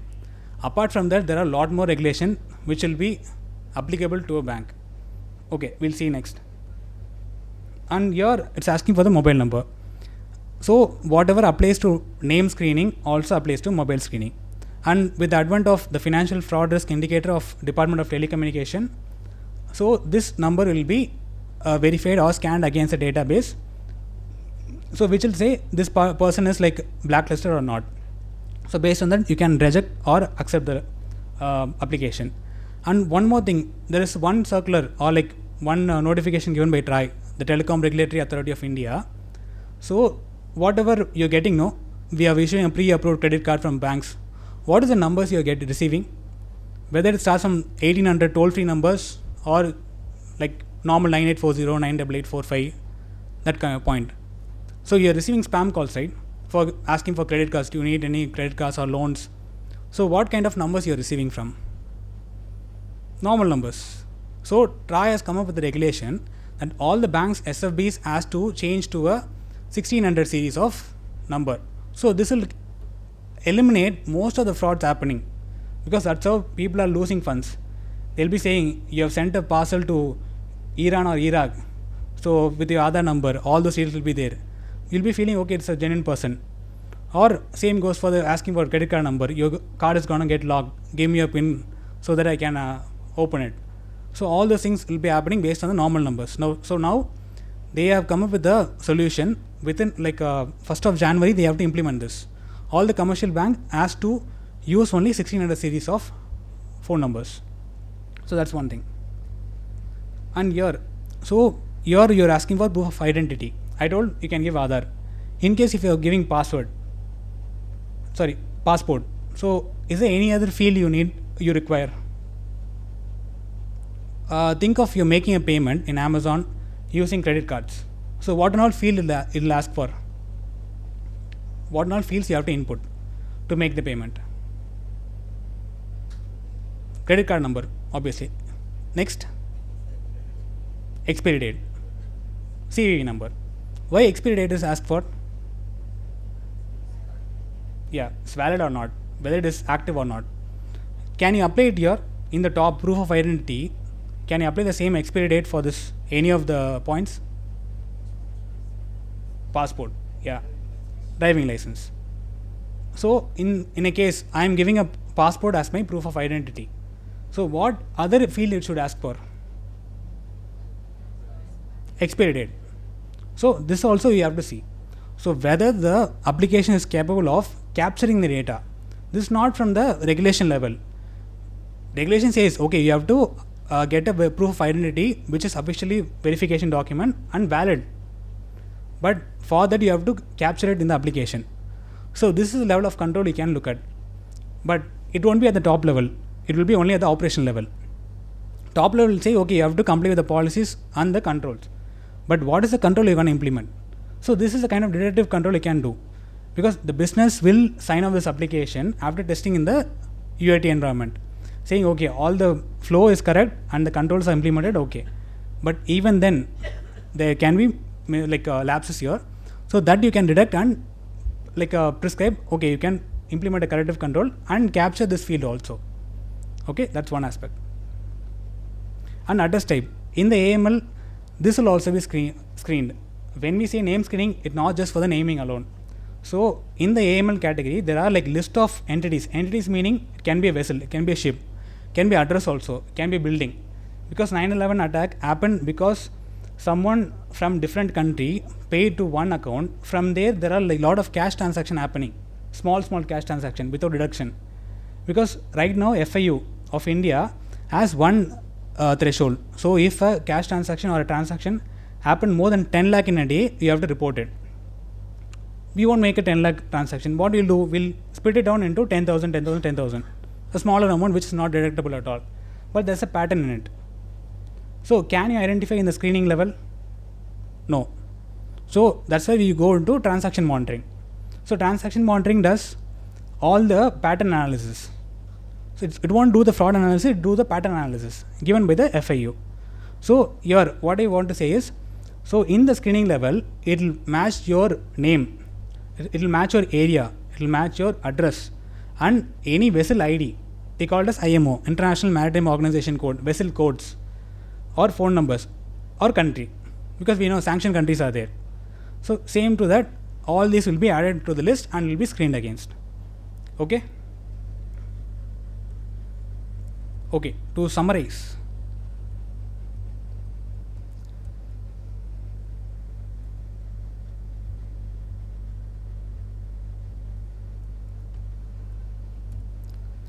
So this is the account opening process. What I've did, I've given my customer data, basic data for creating an account, and I'm given my ID for verification. Okay, but it'll say instant account verification pending approval. In the back end, there might be additional checks because in the initial level, my name got hit against a sanctioned entity, but your account could have been opened. But there will be customer due diligence happening at the back end level to see whether the alert is right or wrong, and the threshold or the TAD turnaround time for closing that alert will be very, very less. Can be a 1 day or 2 day level. So then the final approval will happen, then the account will be onboarded. So at the point in time, the UCIC ID will be created. The unique customer identification code will be created at the core banking level. So with that, the customer opening will be closed. So to understand all this, it's very, very confusing, right? Because there's a lot of application involved, lot of verification involved. How we can do that? You can ask what do you say, get a walkthrough from the team, respective team who is performing it. But to record it in your working papers, you can do a process mapping. So this is the kind of process mapping. It starts from, okay, kind of complicated. The thing is, there are a lot of methods you can use. You can start the process starting here, and what are the teams it's going to, and what are the document they are collecting, and where there are control lapses. So once you do a process flow mapping, you get an idea where the control lapses are. So based on that, you can suggest to the team or the management. So these are the areas where you can implement a control. Because previously there are like clear processes you can see manually happening, and the forms are manual. Okay, this is what is happening. Right now everything is IT or in the application level.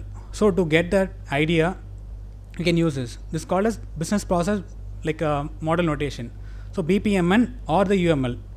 There are multiple modes of creating a process flow. So this is one kind of it. So here not only one team is operating, there are multiple teams. I have not given it here. If you see in a customer opening form, there can be a branch or there can be a user interface, basically your application. So there will be one level. The second level will be your AML screening. So that will be putting in the second line. The third line will be CBS level, whether the UCIC ID has been properly created or not. So there can be 3 levels. I'm putting a simplified flow here. There can be multiple levels for one application. So that's why we need to understand what are the applications integrated to this application. So based on what are the teams handling it. If you go to the loan part, there will be like 10 to 15 teams that has to handle it. So one team will be the sales officer team who will be going to the field level for getting the details, and then the backend level, the CPC team, central processing team, will be verifying all the data what they have captured and populated, and the AML team will be performing. And after the credit risk, second level of credit risk is happening, then you can like approval for disbursement, then other parts will happen. So multiple teams are there. And what are the levels of application they use? It can be a single application or multiple application used by different teams.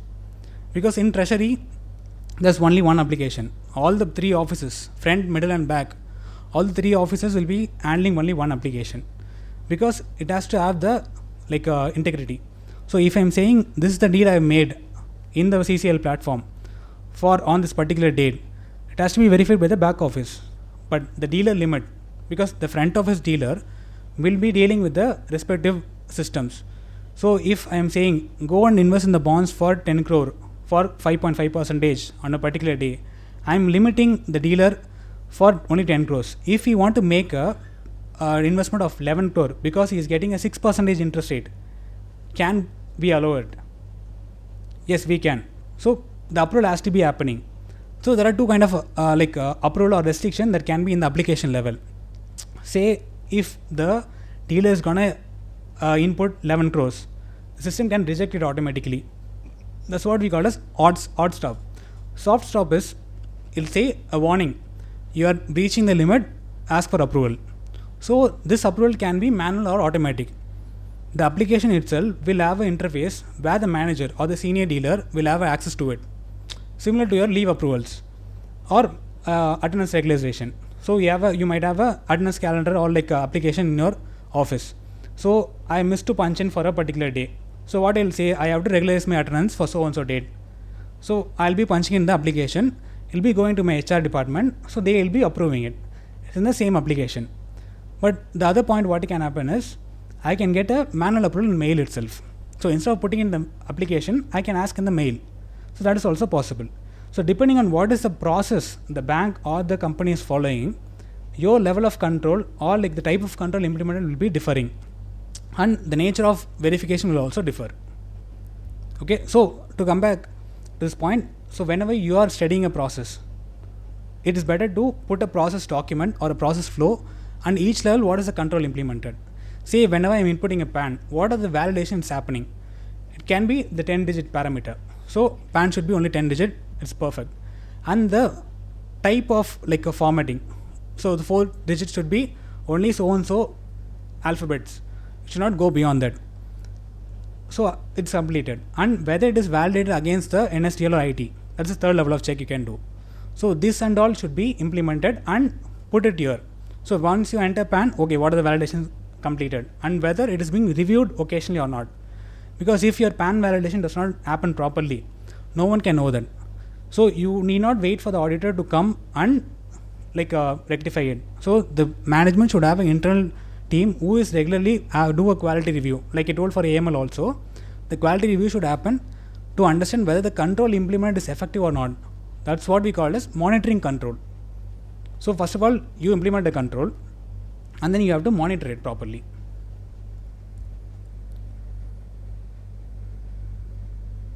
Okay, so validation sources we have discussed now. So name, where and all it will be screening or like verifying. So first is your CRM, basically to understand whether the customer exists or not. Because if you are going for new loan, but you already have a existing loan, what will happen is your loan account will be tagged to your UCIC ID. So centrally it will be tagged. So that's why we have to do a dedupe check here. And the sanction list also will be verified. And the address, like I told, even the address is called as an entity. Because from the location some crime would have happened. So I have added it to my blacklist. And then the phone number. Now FFRI is there and there can be global list or internal list based on your experience with the customer in the past. And the occupation type.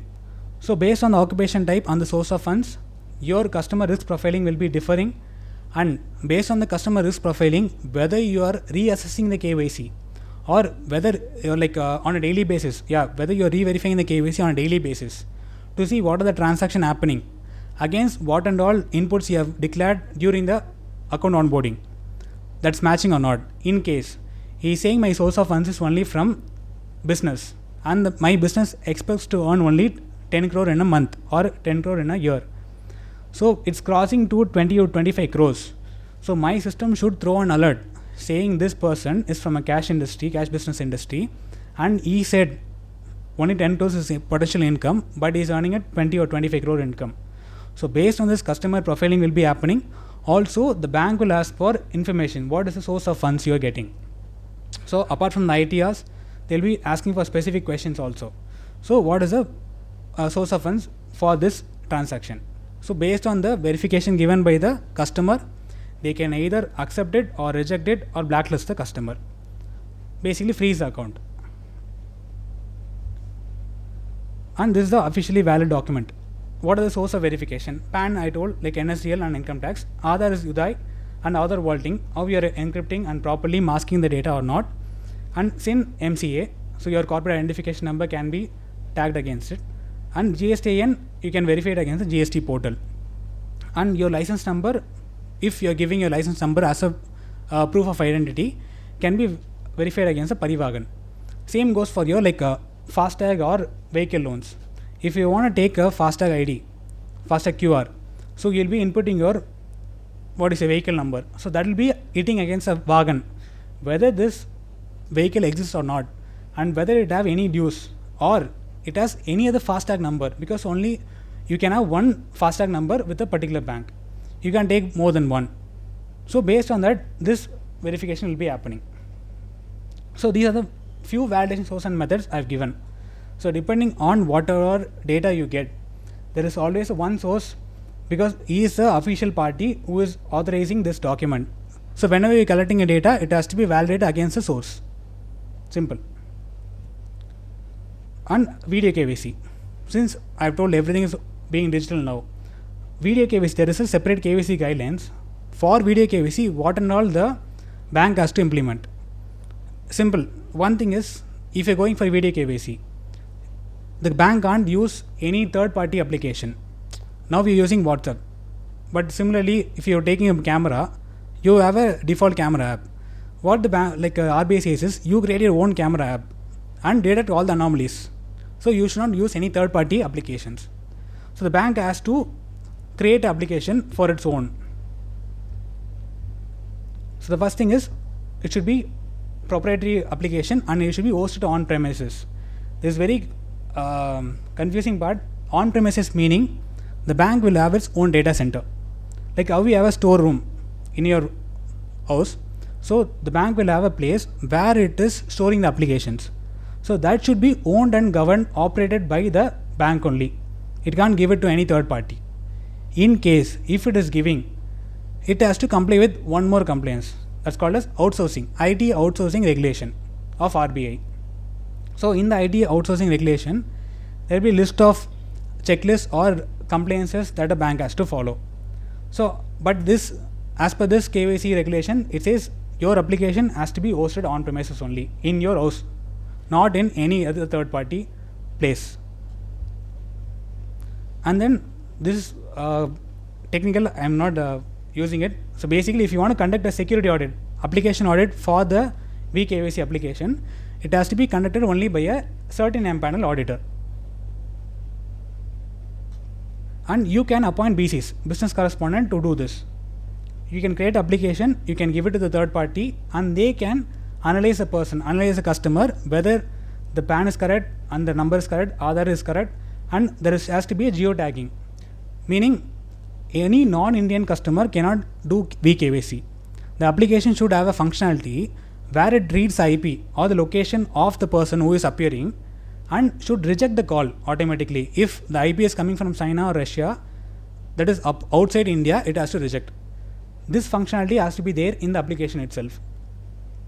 So that's why geotagging is important. So in the geotagging, the IP and the timestamp has to be properly captured. Sir, but one doubt on the, suppose there is a non-resident who is based in New York. Yes. He has an NRE account in SPA, Anasali. They are able to transfer funds. So that's transferring funds, sir. This is for onboarding. So whenever you're doing onboarding of a customer, only for onboarding via video KYC. If you're not doing eKYC, that is, you're not authenticating using Aadhaar OTP, you're doing a video KYC, you are appearing in front of a camera and there's another person, business correspondent or the bank employee, who is asking certain questions randomly. So where are you from, what is your occupation, and show me the Aadhaar details or PAN. So depending on that, for the onboarding only this video KYC applies. And anti-spoofing of IPs. You would have all heard of VPNs, virtual private network. So basically, if you want to access a particular site from India but you can't do it, you can put a VPN and access it. Or even for banks or any corporates for that matter, if you're not connected to the internet or working from home, they'll say you have to put a VPN. Basically, you have to secure the connection between these two devices, your laptop and the internet or the internet of the bank. So if someone is trying to access it from Russia, making it look like an Indian IP address, the system should have a capacity to identify it and reject it. So that's what anti-spoofing of IP outside India.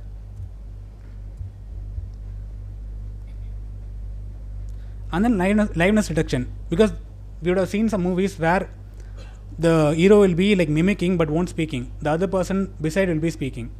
So one more thing is, you can pre-record a video and display in front of the camera to make it look like you are in front of the camera and answering the questions. That should not be there. So that's why random questions should be asked, not that checklist or like template level of questions.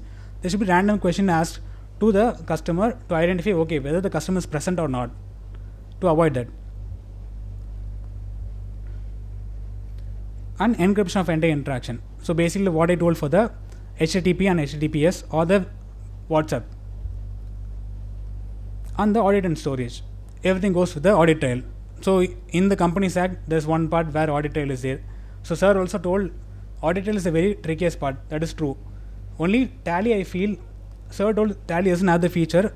There are certain versions that doesn't have the feature. But edit log, there is Tally Prime edit log version.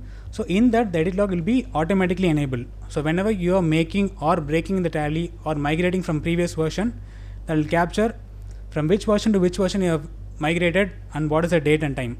Everything is clearly defined there. So that is the only application that I have seen so far has edit log feature.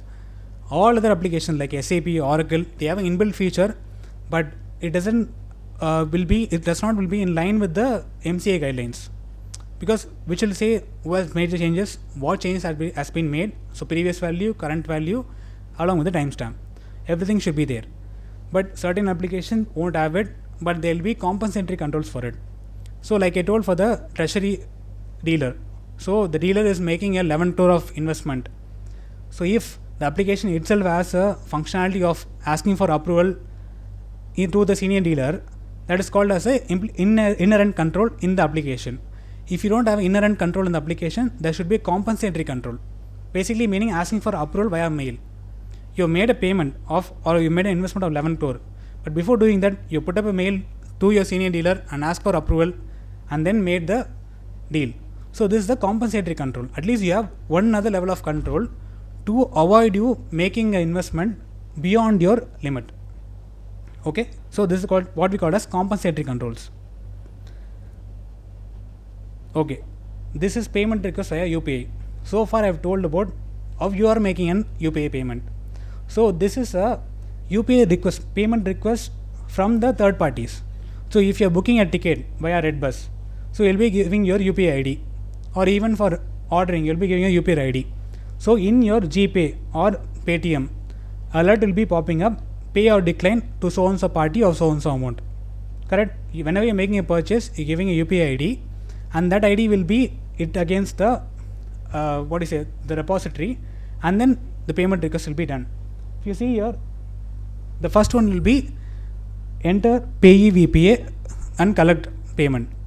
So this will be done at the vendor level. Say like you're booking a bus ticket in SETC or IRCTC. You're booking a ticket and then you're given your UPI ID. So that based on the UPI ID, the details will be fetched into the application of the IRCTC and you will be receiving a request. So the second part is request sent to UPI. The NPCA collects a request from the IRCTC and sends it to the payer bank. So if you see here, the address resolution is sent to the payer PSP, so payment service provider, and from there the request will be sent to the payer bank. Payer bank. So which bank it is going to pay? The remitter bank. So the remitter bank account debit request is sent. Sixth is account debit status is updated. So once the request is sent and you found the customer has an active account and the balance is there, his account will be debited and NPCA account or the correspondent bank account will be credited accordingly. So seventh is credit beneficiary account. NPCA will credit the beneficiary's account and then put a control account debit. So based on this, the multilateral netting will be happening on a daily basis. So at the end of the day, what are the payments made by one bank and what are the receipts made by one bank? So knocking off, only one transaction will be happening as a book entry. So after all this is done, the payment status is returned to the IRCTC that the payment is collected. But in certain cases, you would have made a payment, but it will say account is debited, but a ticket is not booked. That problem will happen. In such a case, NPCA and the payer bank will reconcile and say, okay, yes, his account has not been debited, so the payment is not successful. You can send a status to IRCTC. So based on that, you can retry booking a ticket. So this is how NPCA works. NPCA is basically a switch. Switch is like a postman. He collecting data and giving to the respective person based on the address.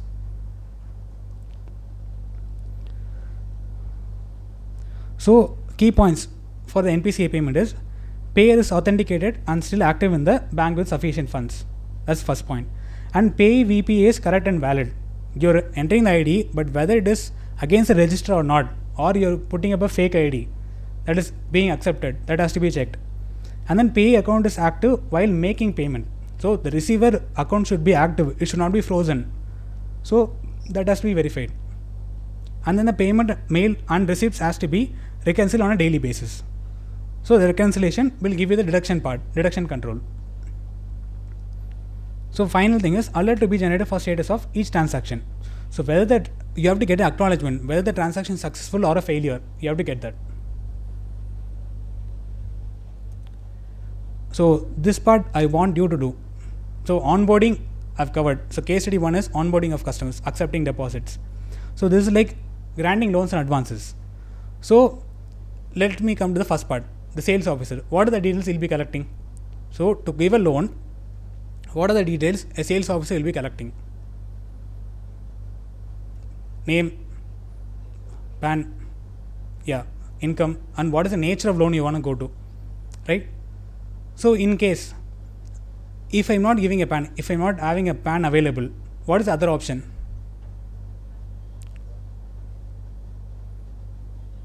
There's one more option for individuals.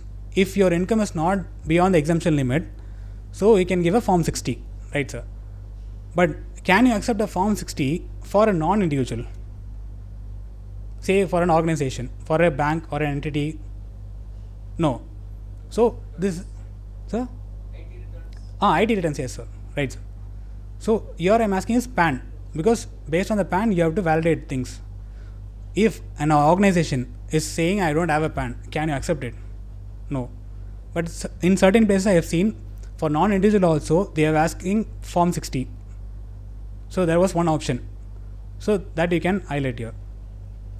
So okay, you're getting PAN details, and for organization you can get a GSTN if it's applicable, and the SIN details for companies, or vehicle details in case of vehicle loans, to see whether the charge has been created by other bank or not. So that is also can be done here. Or merely you get a vehicle and then check against the register, the MCA register, for whether the charge has been created or not. Okay, so I don't want to go in depth to this since I'm running out of time. Okay, so to conclude, so DPDP Act, all this what I have spoken about has been based on the RBI regulation and the IT Acts or ISO standards or PCI standards.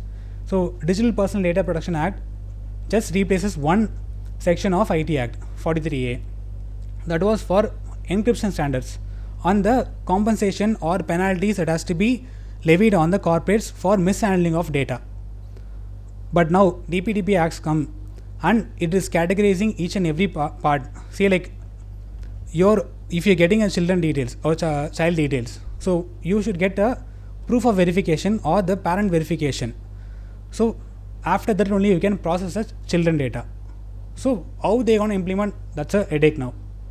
They have said okay, verifiable proof has to be obtained from the parent or a guardian for processing children data, but there's no clear instruction of how to do it. So this is not covered in the regulation part. The best practices not has been implemented so far. So you have to go for the baseline. So each and every step you can implement all these three things.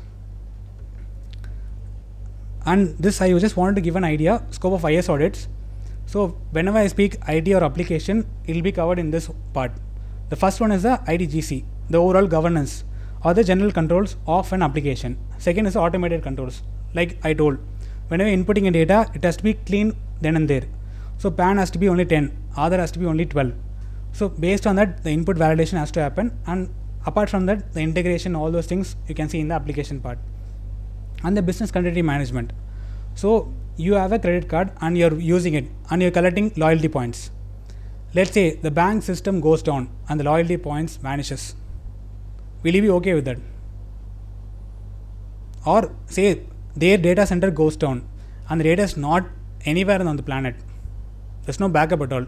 Similar to your photos on the phone. You've taken photos of documents or places, but you have not backed it up, or the data is not being stored or copied in any other devices. So in case your phone goes down or crashes, so what will happen to the data? Your photo will be lost. There's no backup to the data that you're being using. So it's think of the photos what we have, but if you compare it to a bank, what and all data they have and how they have to manage it.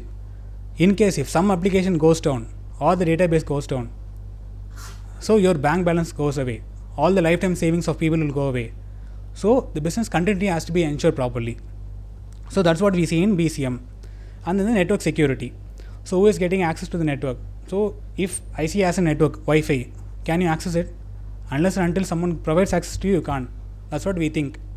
But you can have access to IC's network if you want. So in case those are vulnerabilities we call. So in case there are vulnerabilities, you have to identify and report it. And they have to take preventive measures to control that. And then the data migration. So there are legacy applications which is still running. Say Tally. They want to move to SAP. Think of the data migration they have to do. For a company which is running 40 years of Tally, they want to migrate to SAP or Oracle. So the data migration, think of the number of variables you have to incorporate or categorize and then to do the data migration. So that is one kind of audit you can use. And the IT gap analysis. So IT gap analysis basically, if there is a potential for improvement or there is a manual process only happening, you can implement IT control. You can do that in the gap analysis. Okay. Right. So I've been speaking about policy, standard and procedures, right? With this I'll complete it. So policy basically meaning from the top level. Let me read that. So password policy basically meaning you are putting your PIN or pattern, right? For any credentials, say Gmail, you're putting say welcome at 123. It can be plain welcome at 123 or one alphabet can be caps. So who will decide on the complexity? Your department or like organization or the bank has to decide on the complexity what it has to implement. So if welcome at 1 to 3 is very, very rudimentary, people can actually guess it or guess at 1 to 3. So the password policy should say there should be a complex password implemented. That's policy. But standard will say what are the configurations that can be or the possible combinations available. So one special character, one caps, one small and numbers. So this complexity will be defined in the standard. But how we are going to implement it actually. So whether it is implemented properly or not, the procedure will say. It will be user manual kind of thing. So like similar to your AC, take the remote, switch on and choose this mode and then change the temperature to 28 or 26. So this kind of user manual, no. So for every user, the manual or procedure will be given to implement a strong password policy. Okay, so these are the three levels. So policy, standard and the procedure. Policy will be at the top end level. Standard will be at the middle based on the frameworks or any policies given, and procedures will be actual implementation or what the team has to actually do. These are the 3 levels. Okay, once you do the process flow mapping, like I told for the onboarding, there is a lot of flowchart available. Then you can see what are the lapses. So based on that, this is the online purchase field, like similar to Amazon or a Flipkart. You're going to purchase, but whenever you go to the cart and say buy now, it comes out of the application. This is one problem, right? So this can be identified and say what are the possible reasons for this happening. Can be at the user end. Their internet could have went out, or phone could have been switched off, or it can be the problem at the intermediate level, aggregator level, or it can be a problem at the bank level. So for one issue, there can be multiple reasons. So to identify the possible reason, to identify the root cause, and like based on it, you have to take a appropriate action. So that's what this RCA says. This is what we call as Ishikawa or fishbone analysis. Okay, it's so much of IT because the point here is bank is in the digital era and everything points to only one direction. Either it can be artificial intelligence or blockchain or cryptography for that matter. So possibly the process is very, very important and the process won't change. Only how we are going to do changes. So better to look at the technology along with the process rather than looking only at the process.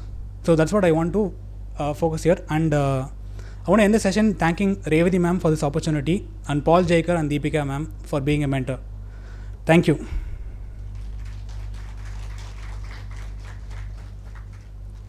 If you have any questions, please.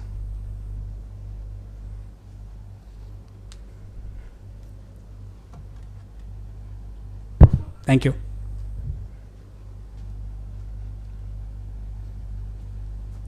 Please, sir. So next time we go to bank, I am sure we will all feel that you have become wiser. Huh? So actually the bank audit topic itself with the focus on control aspects is a very hot topic, ever expanding one. We have to thank Mr. Nagappan for giving us an overview of the topic and also the details covering the crucial aspects. The presentation was quite lively, all of us know that, and it was so live with case studies, flow charts, various management diagrams and whatnot. Everything was there in the presentation deck. So that's why we found it so interesting. And typically this is a topic for one full day. And Mr. Nagappan has taken us through the regulatory and control aspects, sharing with us his hands-on experience, definitely. Please join me in conveying our appreciation to Mr. Nagappan.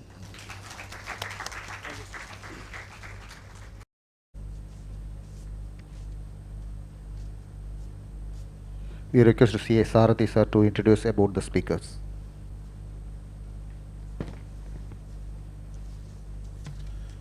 So on behalf of the chairperson Revati Raghunathan and SIRC, I have pleasure in inviting and introducing the two speakers, Mr. Janaki Raman and Anagha Vadul madam, on the topic back-end management.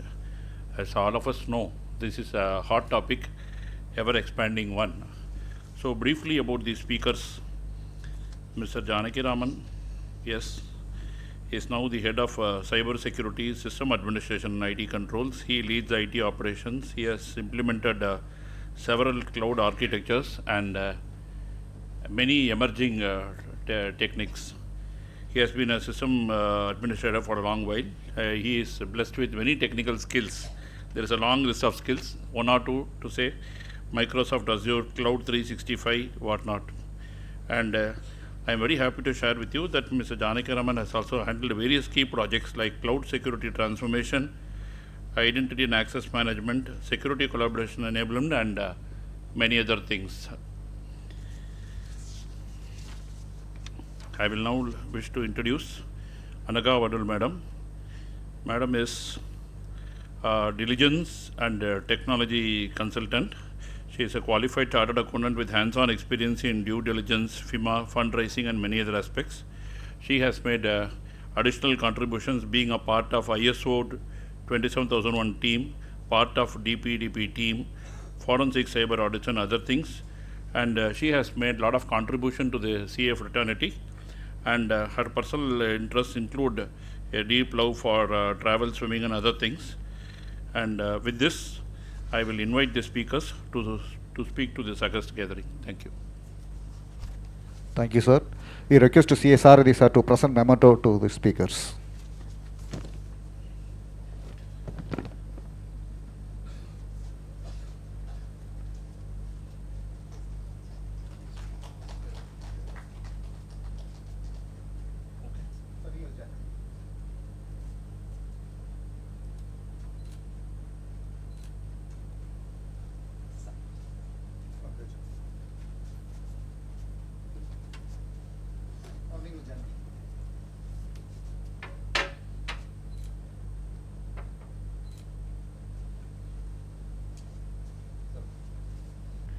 Good evening, everybody.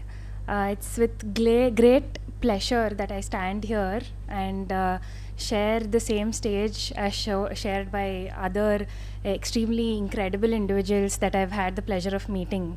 Now, to start with, just as a icebreaker, let's just play a quick game of bingo. Now, with this bingo game, we will head the introduction and also the create a base for what this topic is all going to be all about. Now, I'm going to just click on a random number, and then with the slide that it takes me to, you just have to assign yourself a score on whether or not you have done this in your CA firm or you have seen this in your CA practice. Let's start with the number 7, desktop dumping. So all your data, all your files are just randomly dumped into the desktop, and then there is no sign of folder allocation, no sense of making sense of what that data is and how do you find a specific data if you need to find anything. Another number now, send it to me on WhatsApp. Just WhatsApp me that data, it's fine. No need to email me that information. Either the client shares you this data over WhatsApp, or you're asking for information over WhatsApp, OTPs shared over WhatsApp, or you have the final draft versions or final TBs which are shared over WhatsApp. Partners sharing data on multiple groups over WhatsApp. Another number. Now, this is your version of different files. One article just randomly files it as final TB. Another partner calls it final V3 TB. Another person names it, no, this is final version 4.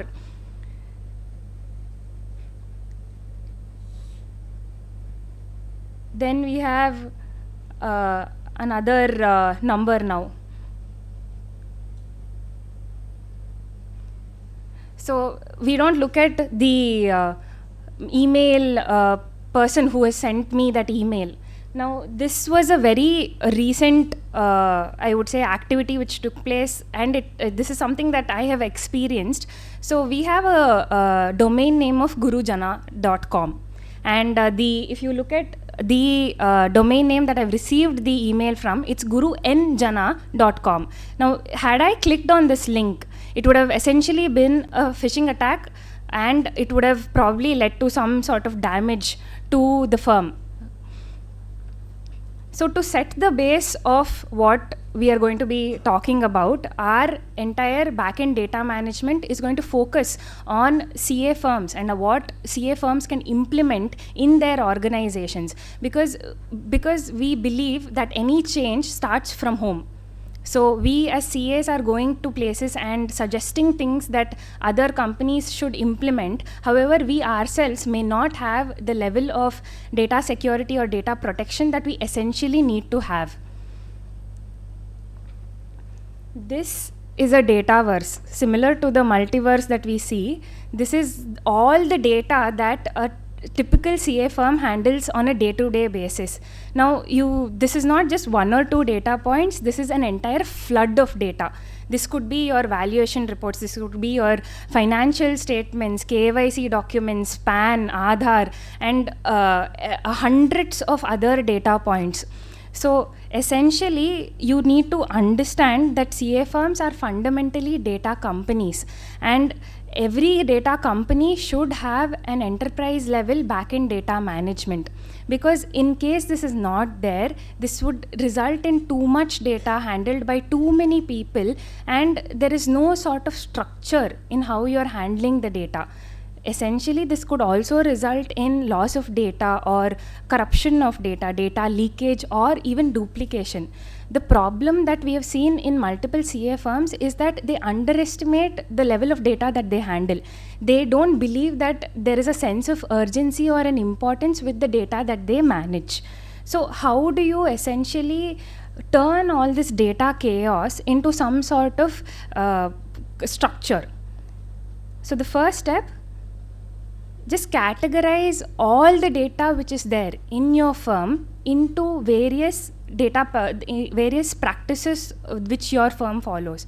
Now, this could be your traditional audit, tax, international taxation practices, or even your new and upcoming practices like mergers, acquisitions, or even say valuation or DDs that you're doing. The reason that you're splitting the data, bucketing it into various areas of practice, is that every area has its own criticalities or its own compliances which are there. Now, an audit practice, for example, would probably have your audit trail that has to be kept. The data has to be managed for 6 to 7 years based on ICAI guidelines. And let's say, for example, an income tax practice would essentially have PAN and other key personal information that would come under your DPDP Act. And your DPDP Act also specifies that such key information has to be disposed. You cannot keep such information once you have already worked on it. So, or let's say your forensic practice, there has to be a chain of custody that has to be maintained, or even an international taxation practice has intercompany confidentiality. So each area has its own sense of criticality of data, or the sense of how data has to be managed. So you cannot apply a single rule that fits all to every area of practice. And this is also a personalized choice as to what your CA practice focuses on. Now, how do we do it? Now, let's pick an example of audit. With audit or a statutory audit per se, you need to understand what are the key lapses that you have faced. Now, for example, a firm that we were implementing some data protection rules to, we found out that an article was using their personal laptop for downloading all the data which the client had provided. And essentially, on the way back from home, he just left the laptop in the Uber that he was taking. So what happened, and then lost the laptop also essentially. So they had to go back to the client, apologize, and also remunerate for the loss that this has caused.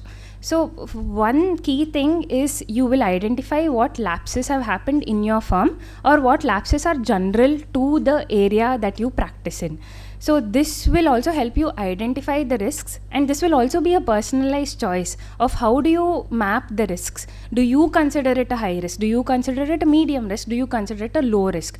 Based on this, you will also have the timeline of how you implement a policy to address these lapses. But is this enough? Will this be, this is a very generalized way of saying, I know the lapses, I know the risks. But what we need to do is categorize each of these lapses into 3 parts. Essentially, every single lapse will fall into one of these categories. Either is it a people lapse, a process lapse, or a tech lapse. Now, what essentially is a people lapse is that there is some sort of behavior or culture involved in that risk. So, for example, I think a lot of you would also know the recent ransomware attack on Reddy's Laboratories. There was a phishing email which was sent out and the hacker spoofed an email between the communication of Dr. Reddy's Laboratories in Hyderabad and the group pharmaceuticals in Bangalore. So essentially what happened was the original email ID of capital K, Keshav at pharmaceuticals.in was just converted it into small k, Keshav at pharmaceuticals.in. So this spoof attack led to a loss of 2.16 crores in damages. So this is a very simple thing which a person could have checked. The person on the receiving end of the email, instead of having that lack of responsibility or the lax attitude that obviously this is from the person I know, should have essentially checked one more time on who the email is being received from. So these lapses, the problem is that it takes a very long time to even identify it. For a company of the size of Reddy's Pharmaceuticals, it was essentially a ransomware attack where the hackers demanded money in exchange. But say some of our smaller CA firms, it may take a very long time to even identify that there has been an attack. So this is a people risk. And coming to a process risk, the entire thing is because of lack of intention. The entire behavioral pattern that we've seen with a process risk is that something which has been going on all right, it need not be fixed. It's okay, it's good, going good. Only when it turns bad, you need to essentially have a control in place.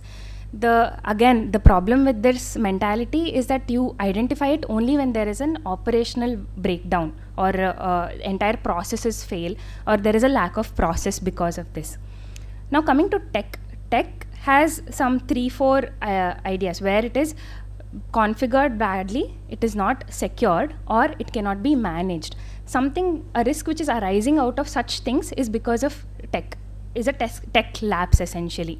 Again, with a tech lapse, the problem is that it is a very large scale and it cannot be reversed. So to identify or group or bucket every single of your lapses into 3 people, tech, or process, you essentially ask 3 questions. Was it caused by human beings? Then it's a people problem. Was it caused by a policy or process not being in place? Then it's a process problem. Was it caused by a system failure? Then it's a tech problem. So once you categorize each of this, you will have something of a table which looks like this. The same statutory audit lapses, you group it into tech, process, and people. Now, for example, let's say we had this practice where we used to receive data on WhatsApp and partners used to send it on multiple WhatsApp groups. Audit team partner gets the data, the tax team partner gets the data. Now, this data used to be going between multiple groups, and there's always a possibility that you miss out which group you're sending to and send it to a friend's group. It's always a possibility, and for this, you need to identify whether it's a people problem, a process problem, or a tech problem. And in essence, we find that usage of WhatsApp is always a people problem. A mentality with people that it's easier done, so I don't need to document it, I don't need to worry about processes there. So you need to bring a culture in place that, so essentially you bucket it into a people problem. Let me just run through quickly on other areas of practice where you would have seen such lapses and how you can bucket it into other aspects. Now, internal audit, we have seen this practice where there is a lack of templatization in your audit report. So essentially every quarter, the the client gets a different template or a different version of that report, and he already he has waited one quarter to understanding your report, and the next quarter you go to him with a new template, new design. Sir, this is the latest design, this is the latest template.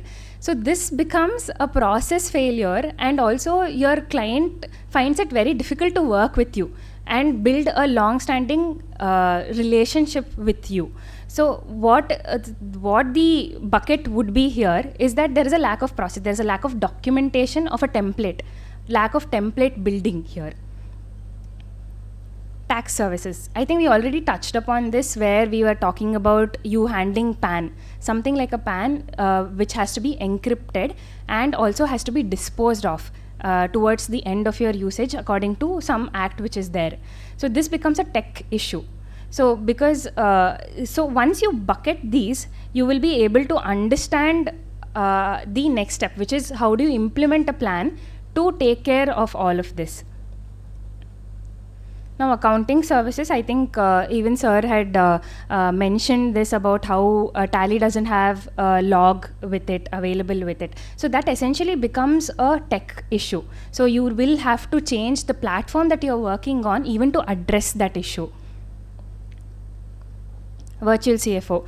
Many of us are amazing at these templates buildings or MIS provisions, and with every firm, when you provide CFO services, with every industry, with every client, you have to build a new MIS based on the requirements of that investor, based on the requirements of that industry or that client.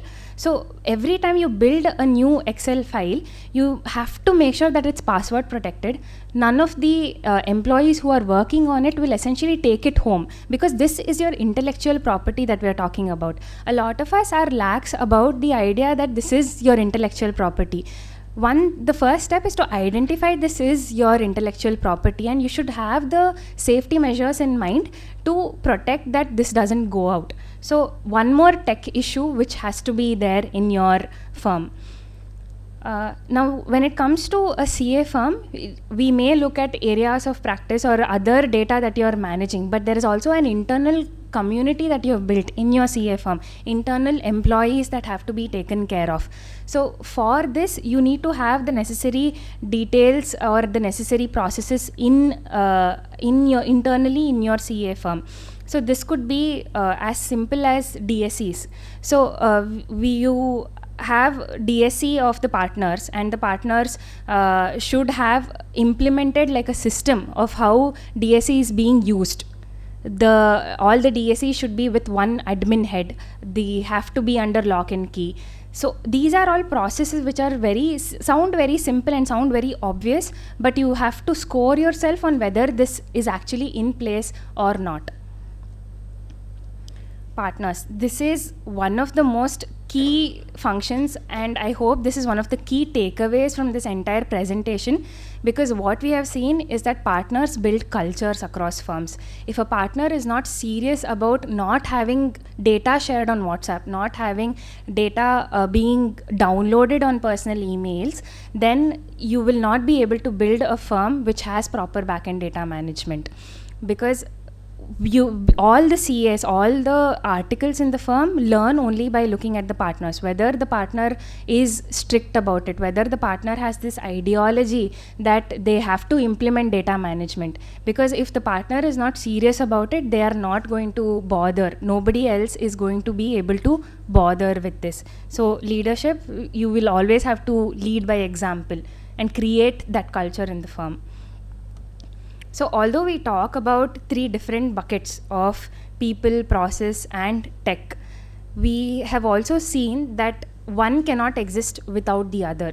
So you may have amazing tech stacks in your firm, but if you don't have the processes to implement it, then it goes for a toss. Again, you may have amazing processes in place, but your people, if they don't have the culture of acceptance of that process or having that seriousness to implement it, you will not be able to implement any sort of data management. So one more thing that I would like to stress upon here is that in that pyramid, tech holds the most important part. The reason being that people and processes can be replaced and will be replaced as and when your times change. But tech holds the crux of everything. So if we have to see examples of all your lapses, where I say I have a people solution, I definitely have a tech solution for it. For example, let's say opening WhatsApp on your personal laptops or the laptops that the office has issued to you. We have a specific for policy where I can't even open that WhatsApp page on my laptop. So this sort of, although it's a people change, so where you're saying telling the partner that you should not share data on WhatsApp, it's also a tech issue here. Tech can easily bring up and put a stop to WhatsApp sharing. Or let's say another example would be sharing of credentials, where let's say someone has a password which is password, or welcome at 123 like he mentioned. So for this you can, a simple tech solution would be having multi-factor authentication, or the MFA which we say, where just by implementing a password or just by input of the password, you will not be able to track or open a device. It will have to be another OTP driven mechanism which will help you access data. Similarly with process solutions, where I have a process solution saying that I have to build a SOP for it. Similarly, I can easily do that via tech, by using tech. So in the next part of the tech part, my colleague Janaki will also take you through all the AI tools or all the tech tools that you can implement very easily, and also how you can litigate or mitigate these risks. Specifically on people and process implementation, just a quick, I will give you an example so that you can, I can take you through this.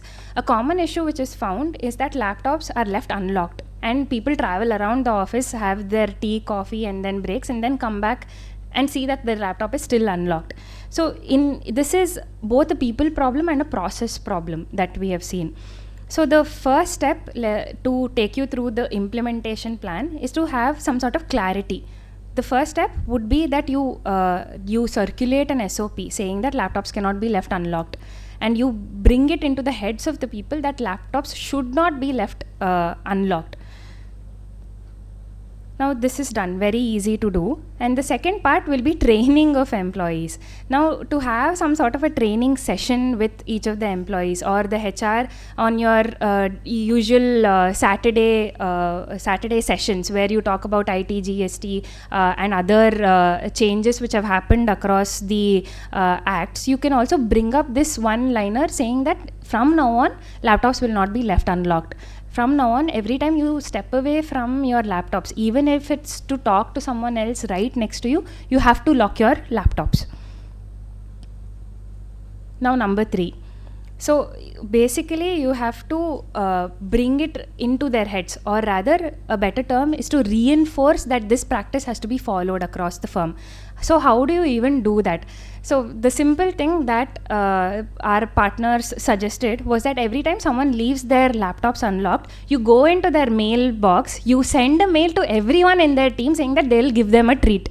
So this essentially resulted in loss of money for the people who were leaving it unlocked, created a state of panic for everybody, and essentially just built it into their heads, okay, I have to leave my, whenever I'm leaving my system, I have to lock it so that I don't lose money on this.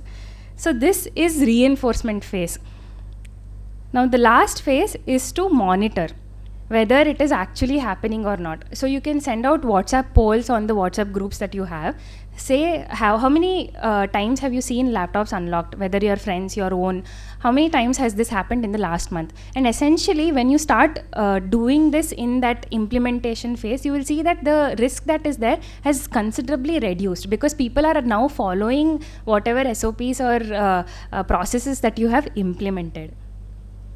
Another thing that you can do is to have training sessions. So either you have experts from the field come into your office and take training sessions, or you set up people to go and attend sessions where such training could happen. Or you can also send out phishing attacks, like fake phishing attacks on systems of your internal people, so that when they click on it, you will also understand whether or not they have implemented it. So with this, and you also can make it into a monetary game, where you track the number of people who have accessed that phishing link, and then the number of people who have reported it, and the number of people who have reported it get a certain amount of reward or get their Saturdays off. So such things, once you bring in and make it into a game matrix, you will see that it's much easier to implement each and every SOP for the labs that it resounds. Now, moving on, it's going to be the tech part of it, and no one better to talk about tech than the IT head, Mr. Janaki Raman. So I will allow Janaki to take over the next part. Everyone, I'm very pleased to talk to all these CAs in the CA fraternity, where everyone are good in their subject, where we tech plays a small part in the CA fraternity. See, before I start, I just wanted to ask you, how many of you have your email IDs at gmail.com, hotmail.com, live.com kind of a thing? The second thing is that, do you have your own company website? Do you have your in place, but you have your in-house IT team to manage your IT needs? And the fourth point is that where all the assets used by the CA firm are owned by the firm itself, or it has been taken on rentals. So these are the main things these are the basic things which we have to take control of it.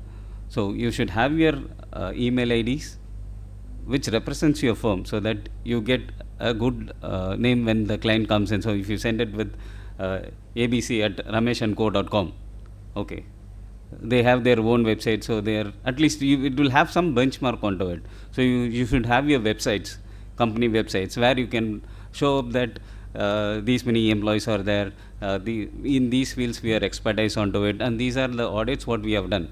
So as per the ICAI guidelines, where you cannot advertise it, but you can have your website talk about what you have it, and in the website also you can put some articles which you speak on any topics, common topics, which can bring the knowledge for all of your clients. So and the risk of having the rental laptops is that when the laptop goes down, so you call the vendor stating that the laptop has gone down. So he comes in, he replaces the hard disk or replaces the system, but the data in that, some display has gone, so I will replace the laptop, but the data in that remains in that laptop only. And most of the companies, wherever I have seen, so many companies I have seen, where they don't have the username password, they have some general 10 laptops which is there, so anyone can use any laptop. So one person who is working on internal audit download all the files of his clients and keeps it there. The next day someone else is using that laptop, the data is available for that user. So that should not be there. So you need to have a domain login system wherein the user can log into their system with their own password, and no one else can log into that laptop, only that person who is assigned. So that way the security has to be improved in the basic things. So now we talk about the data classifications of the CA practices. So there are 4 things which is highly confidential, and internal and public. So public is nothing but your IT returns of any firm which is available in ICAI. You pay 100 rupees, you download the returns of the firm. So that is we don't have to have an classification done for that. The highly confidential things which we have to have is that the tax returns, the PAN numbers, Aadhaar numbers, salary accounts of the employees. If you do payroll for any company, you will have all the details of it. So that cannot go into any employee or who is doing an intern comes to your firm, and if he has access to that data, then he can take the data and sell it to anyone else. Even your uh, counterfeits. So as per the ICAI thing, we need to have 7 years of data for the IT, whatever you do, IT returns and all those things has to be maintained for 7 years. But after that, it has to be automatically disposed. So you will have to bring in a mechanism for that. So where after 7 years, for example, if you file a return of 2020, by 2027, end of December or maybe 28 March 31st, that automatically the data should get deleted from your systems. So those way it is automatically done, and you need to, you will have the data sanity of everywhere. So these are the 6 main points which you will have to take control maybe. So the core data management components which are there is, it's the all 6 are interrelated with everything. See, identity in access control, that's what when I said the users have to have their own login to that system and no one should not log into it. And as I said, Anagha said that MFA will come in there. So here the identity and access management talks about that. So you use your username, password, and the second multi-factor authentication has to be there to authenticate that is this person really logging in. So that has to be there. And data encryptions, it's like, see, when you do a transactions as what's the name? As the previous speaker spoke, he said that the encryption has to be there. So the normal data encryptions, what we have to follow, even when we send mail, then end-to-end encryption has to be there. Even you send your IT returns to the clients, the encryption is there. The standard which says that is TLS 1.3, 1.2 and 1.3 is now the base. And basics encryptions like AES, CBC 256. So those things which comes in here. I think this will be too boring to you because I am talking purely on the technical part. Maybe I'll explain you when you have any questions. I can explain you on that. And data leak prevention. So imagine an intern is there. Instead of sending it to ABC at Ramesh and Co, he said ABC at Suresh and Co. He sends it. So when DLP is there, it will check whether this person can send a mail to this person, and there is an PAN number which is there, PAN document which is there, the PAN number is mentioned in the email, whether he can send the email or not. If it is there, then it will automatically reject or it will ask for the approval. That mechanism we will have to bring in here, because you cannot send some other company's data to some other person.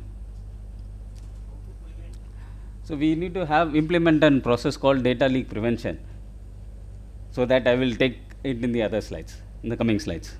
What is the method for this? What is the process for this? I'll explain you, sir.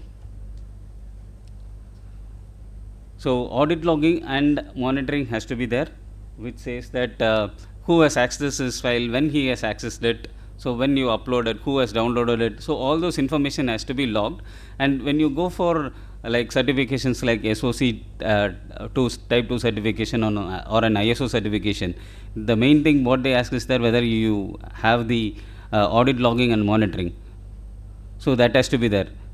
So in one of the firm which I did an implementation, maybe around 1.5 year back, there was a client which had come from London. They were asking about what are all the certifications you have as a CA firm. So for that, I went and helped them to implement those things. So there they asked about what are the HR policies, what are the IT policies you have, and what are the SOPs you have, standard operating procedure. When a new employee comes in, how do you treat them? So all those things will come in there. So when you have these type of certifications, SOC 2 type 2 certification, as well as the ISO certifications, the client will have the they will have the trust on you. So okay, this firm has these many certifications, so they follow these procedures. So we can give the work to them. So that is how we will have to build it. Now I'll talk about the retention and the archival. See, retention is that, as I said, IT Act. As per the IT Act, it says that 7 years you will have to maintain the data. GST says 5 years you will have to maintain the GST returns. So how do you back up the data? Backing up the data in your own laptop hard disk is not safe. So you need to have a place where you store it, maybe a NAS drive or a server in the in-house server or in the cloud like OneDrive, Google Drive, where it is owned by the company. There you will have to store the backups. And you have other backups like Veeam, even Microsoft itself provides Azure data services where you can upload data and keep it. So there are multiple ways where you can have the data, and retention has to be mentioned for it, like that 7 years what you have to maintain. After the 7th year, when the 8th year starts, the data will get automatically deleted from the backup systems wherever you maintain. Disaster recovery. So disaster recovery, it is an important thing where one of the client, they had all their data in their office server, and they did not had any backup of it. So what happened is that the hard drive crashed. It was a very old machine, somewhere around 12 years old machine, where they had stored about 15 to 18 years of data, whatever they had from the previous things. They have stored everything there, and they had an external hard drive which was also a auto-powered, self-powered one. So what happened was that one day there was a power fluctuation, the hard disk of the server has crashed. So they have lost all the data. So wherever they have bits and pieces of data, they had accumulated and tried to do it. But whatever they had in the emails, finally whatever they had in the emails, they have downloaded it and kept rebuilding the data once again. See, the disaster recovery is a main point wherein as per the retention rules and whatever we have, we need to store the data. So we have to have the data in-house one copy, external service provider one copy, and one more location, co-location, maybe in the owner's house. You can, some firm partner's house, they can have a backup, take a backup of it, keep it there in that place, so that if the server goes down, maybe a week's data will might gone every day, every Saturday you take a backup, keep it there. Every Saturday you keep a backup, keep it in the different places. So you need to have the backup as and when you process it, and you will have to take a backup at least a week, so that you will not lose too much of data, even if your server crashes or something like that. So for this, we have the security implementations plan. The phase 1, what you have to minimal, at least you should have, is that you should have the MFA. MFA is an multi-factor authentication. So even though you keep your password at 123, so the next step it comes is that it will, if you have multi-factor authentication, it will prompt you in your mobile. There are applications like Google Authenticator, Microsoft Authenticator that has to be installed. So once you scan it, it will ask for the code. So when you press the code, then only it gives access to the system. Second one is like the conditional access policy. That's what I said. So this person can log in only onto this system, and they cannot log into any other system. See, these are all things which will cost, and this is very like people will not be ready to accept these many changes onto it. So first you will have to have this idea of get into a system, then you can slowly implement one by one.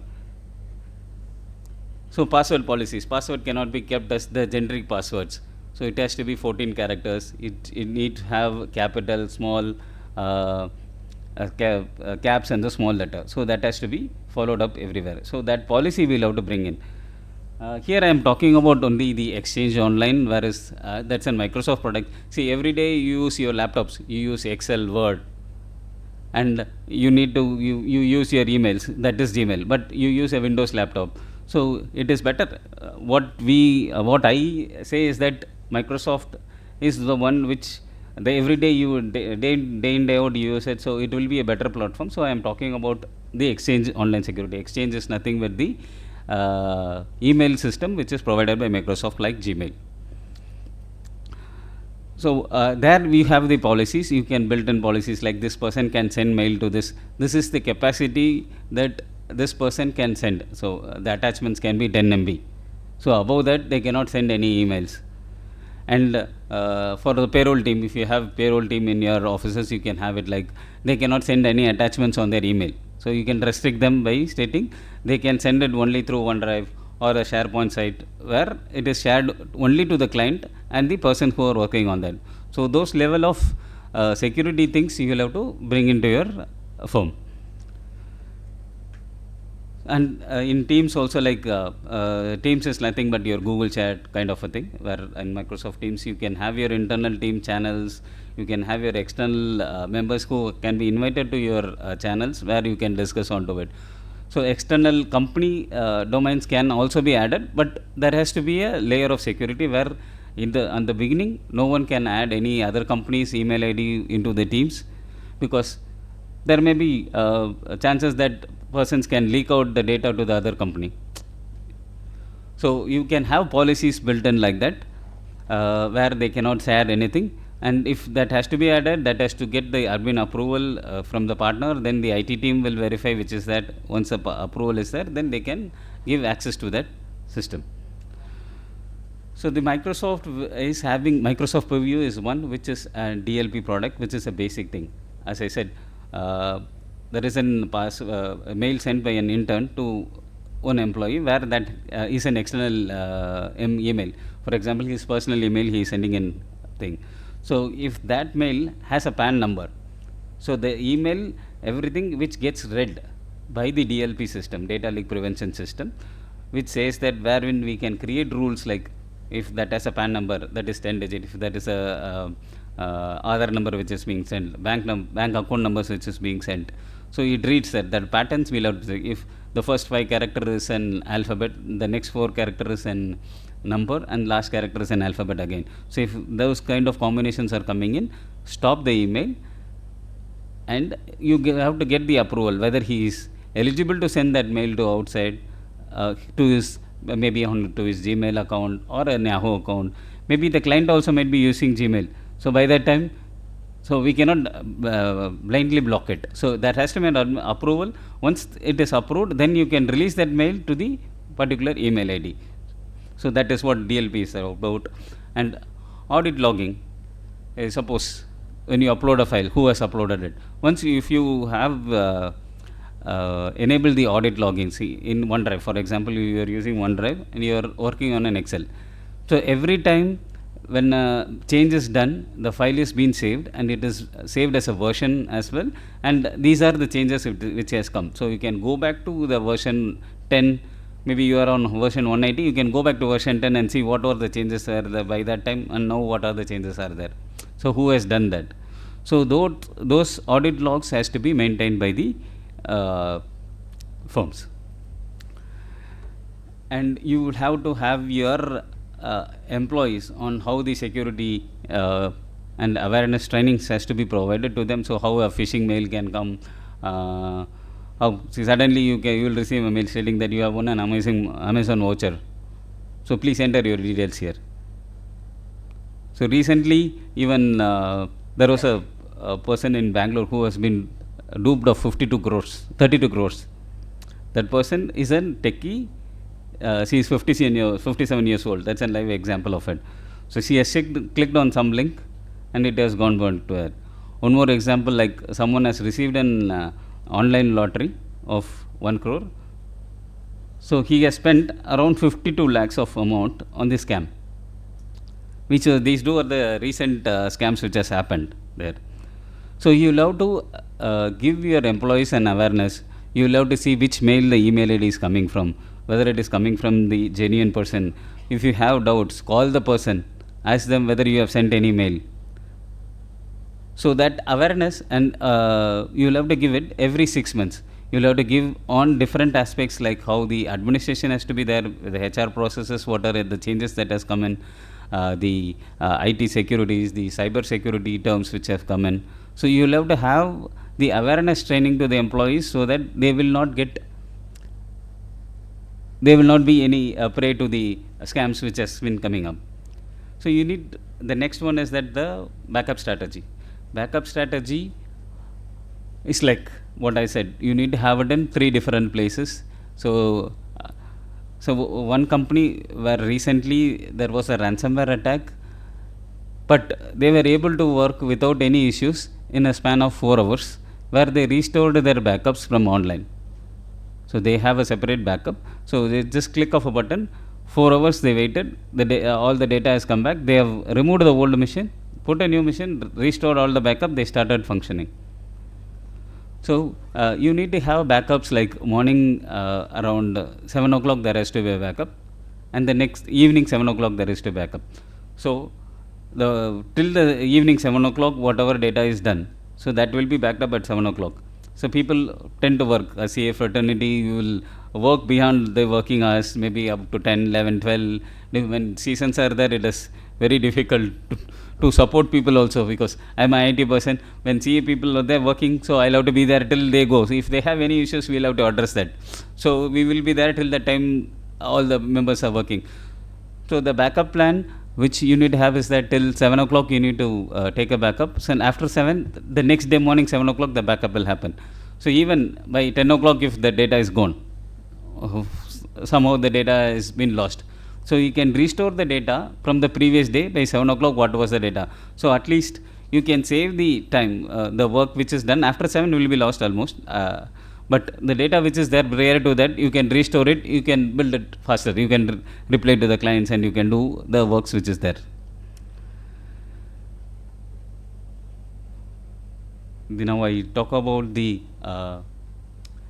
phase 2 of what you have to implement. The phase 1 is a must. You will have to implement it at the earliest. It is good to have, it is not good to have, it is must to have. So good to have things which comes in the other slides now. So the first one is like the Azure AD identity protection. So Azure, Microsoft Azure has an identity protection, what is called an Entra ID, where you can have your own policies and rules. Like you can block the systems, like the pen drive can be blocked onto it. They cannot send these things. They cannot use any other websites. So that comes in the web filtering where you have to implement it. So privilege identity management. See, there are 10 people in my IT team. How can I give? Or you are outsourcing the IT to a different person where they create the email IDs on your behalf. They take backup of your emails on your behalf. So there comes in the privilege identity. So how much time you can give access to them? You don't have to give them the entire thing, like any day, any time they can access it. So you will have to fix a time. So from this time to this time they can access it. You create an email ID, you give them 2 hours time. So within the 2 hours time, they can create the user, they can put whatever policies are there if you are outsourcing it. Even though if you have your in-house team, that also not any time, every time the senior person will do it. Maybe the juniors will do it. So they should also have a restricted time, like 6 hours they can access it. They can take the backup of their email. So email backup of an employee, which is approximately 50 GB of an employee email if you are taking backup, it will take 4 hours from the email system to get downloaded onto your system. So you can give 6 hours for the employee. So for that, this privileged identity management will come into help play. So where that person has to request, so I need this access for this purpose, I am creating this request. So the senior person should approve it. So once the approval happens, from that time to the approved time, the user will have access to that. So after that, he will not have again access. So if he requests, then he has to again raise a request for this. Then the approval has to come in. Then it has to go. So these things are tracked, and audit log is also being maintained. So whenever if you are having an ISO certification, the next year renewal, the people will come and ask you that where is the audit log for this. So there will be any audit log which is maintained for all the everything whichever you are doing it in Microsoft things. Microsoft Business Suite, which has all these functions, but they are pay as per use kind of a thing. Like if you need this feature, you will have to pay this much. If you need this feature, you will have to pay this much. First you will have to maybe you will have to first think about your budget and start planning on the implementation of one by one things into it.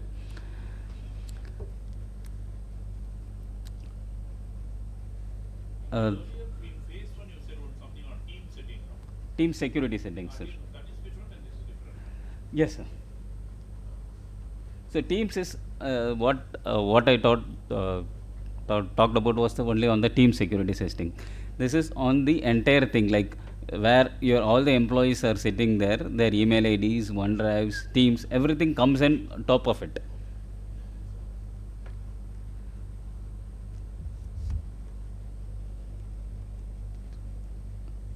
So next thing is on the security information and event management. Again, I'll bring you to an example.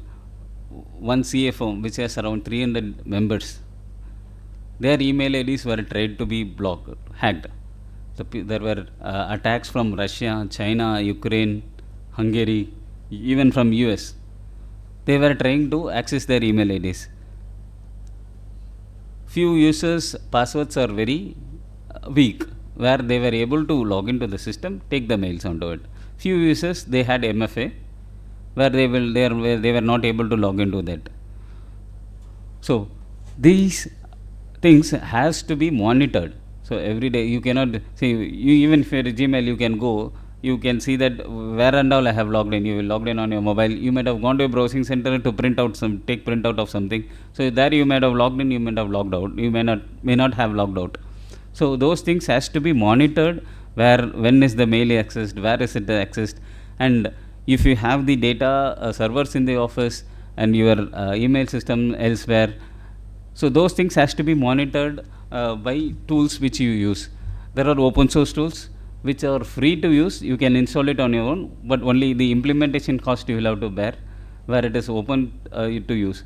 See, one such product is called Wazoo, where you can monitor your Office 365, your Active Directory logins, who is all logging in from where the person is logging in, and you can have email alerts created. So is this person's email ID is being used in password spray, like brute force attack. Some 100 passwords are tried to be they are tried to log in. So those type of things has to be captured, and there has to be a mechanism to store the data, and it has to alert the IT team so that they will have, okay, this person, so go and check with that person what is the security measures they have, if he is having a low security password. So they'll have to have it as the high standard ones. So apart from this, you have Intune, where Intune is a product of Microsoft only, where you don't have to have these policies. If that person has to be enrolled, and this is what is the system, the Windows has to be Windows 11 professional, and his system should have antivirus, he should have a mobile authenticator. So whenever he is trying to access it, so that has to authenticate. So that is a different solution if you don't have any in-house Active Directory server where you can create your users and passwords. So Intune can be used on the cloud itself directly, where you can give the policies like USB blocking. They cannot open any websites, only these are the websites they can open it. So those are the type of things will come in the Intune product. And on this one, security and information event management, you need to have your own tracking tools to do what is happening in your environment. So that is called SIEM, that is security information event management. So advanced threat analytics, I think that will be a too boring subject if I start talking about the threat analytics. So as a part of the SIEM thing, so you will get know who is accessing, what is it. So the next step is that why they are trying to do it. On the IT part, the IT team should work on the things like who is trying, why they are trying, how that can be protected. So those type of things can be covered in the advanced threat analytics topic. So that is a part of the IT. So I don't want to give you gyan on that because it will be too boring if I talk about that. Phase 3, you can start planning for your SOC 2. Once you do this phase 1 and phase 2, you will have the capability to get the ISO certifications. So once you say that my firm is an ISO certified firm, the clients will have the more trust on you rather than with the smaller firms which doesn't have it. So of course, if you have a 40-member CA firm, where you can go for this, where 1 or 2 people are there, it is hard to go for the ISO certification where you don't have the enough resources for it. For that services, at least 5 to 10 people are there, you can go for the SOC 2 type 2 certifications, where it will give you much more credibility, where when a client sees, okay, I'm having a 10-member CA firm, but I have these kind of certifications where I follow all the rules and regulations of the ICAI, the governments, whatever it is. So that I follow it. So when you have that, you will be, the clients will have the trust and they can start giving you work onto it. So once you do all these things, you will have to start what are the gaps which are there. maybe if you have all these things, then you can talk about this. If you don't have anything, so at least you can start preparing for the phase 1. So what are the things which we will have to have it, and what are the risks which are involved and how that can be treated, and what are the security policy documents has to be built in the how do you create the security environment. So this file person cannot access this and he has tried to access it, that has to be an alert.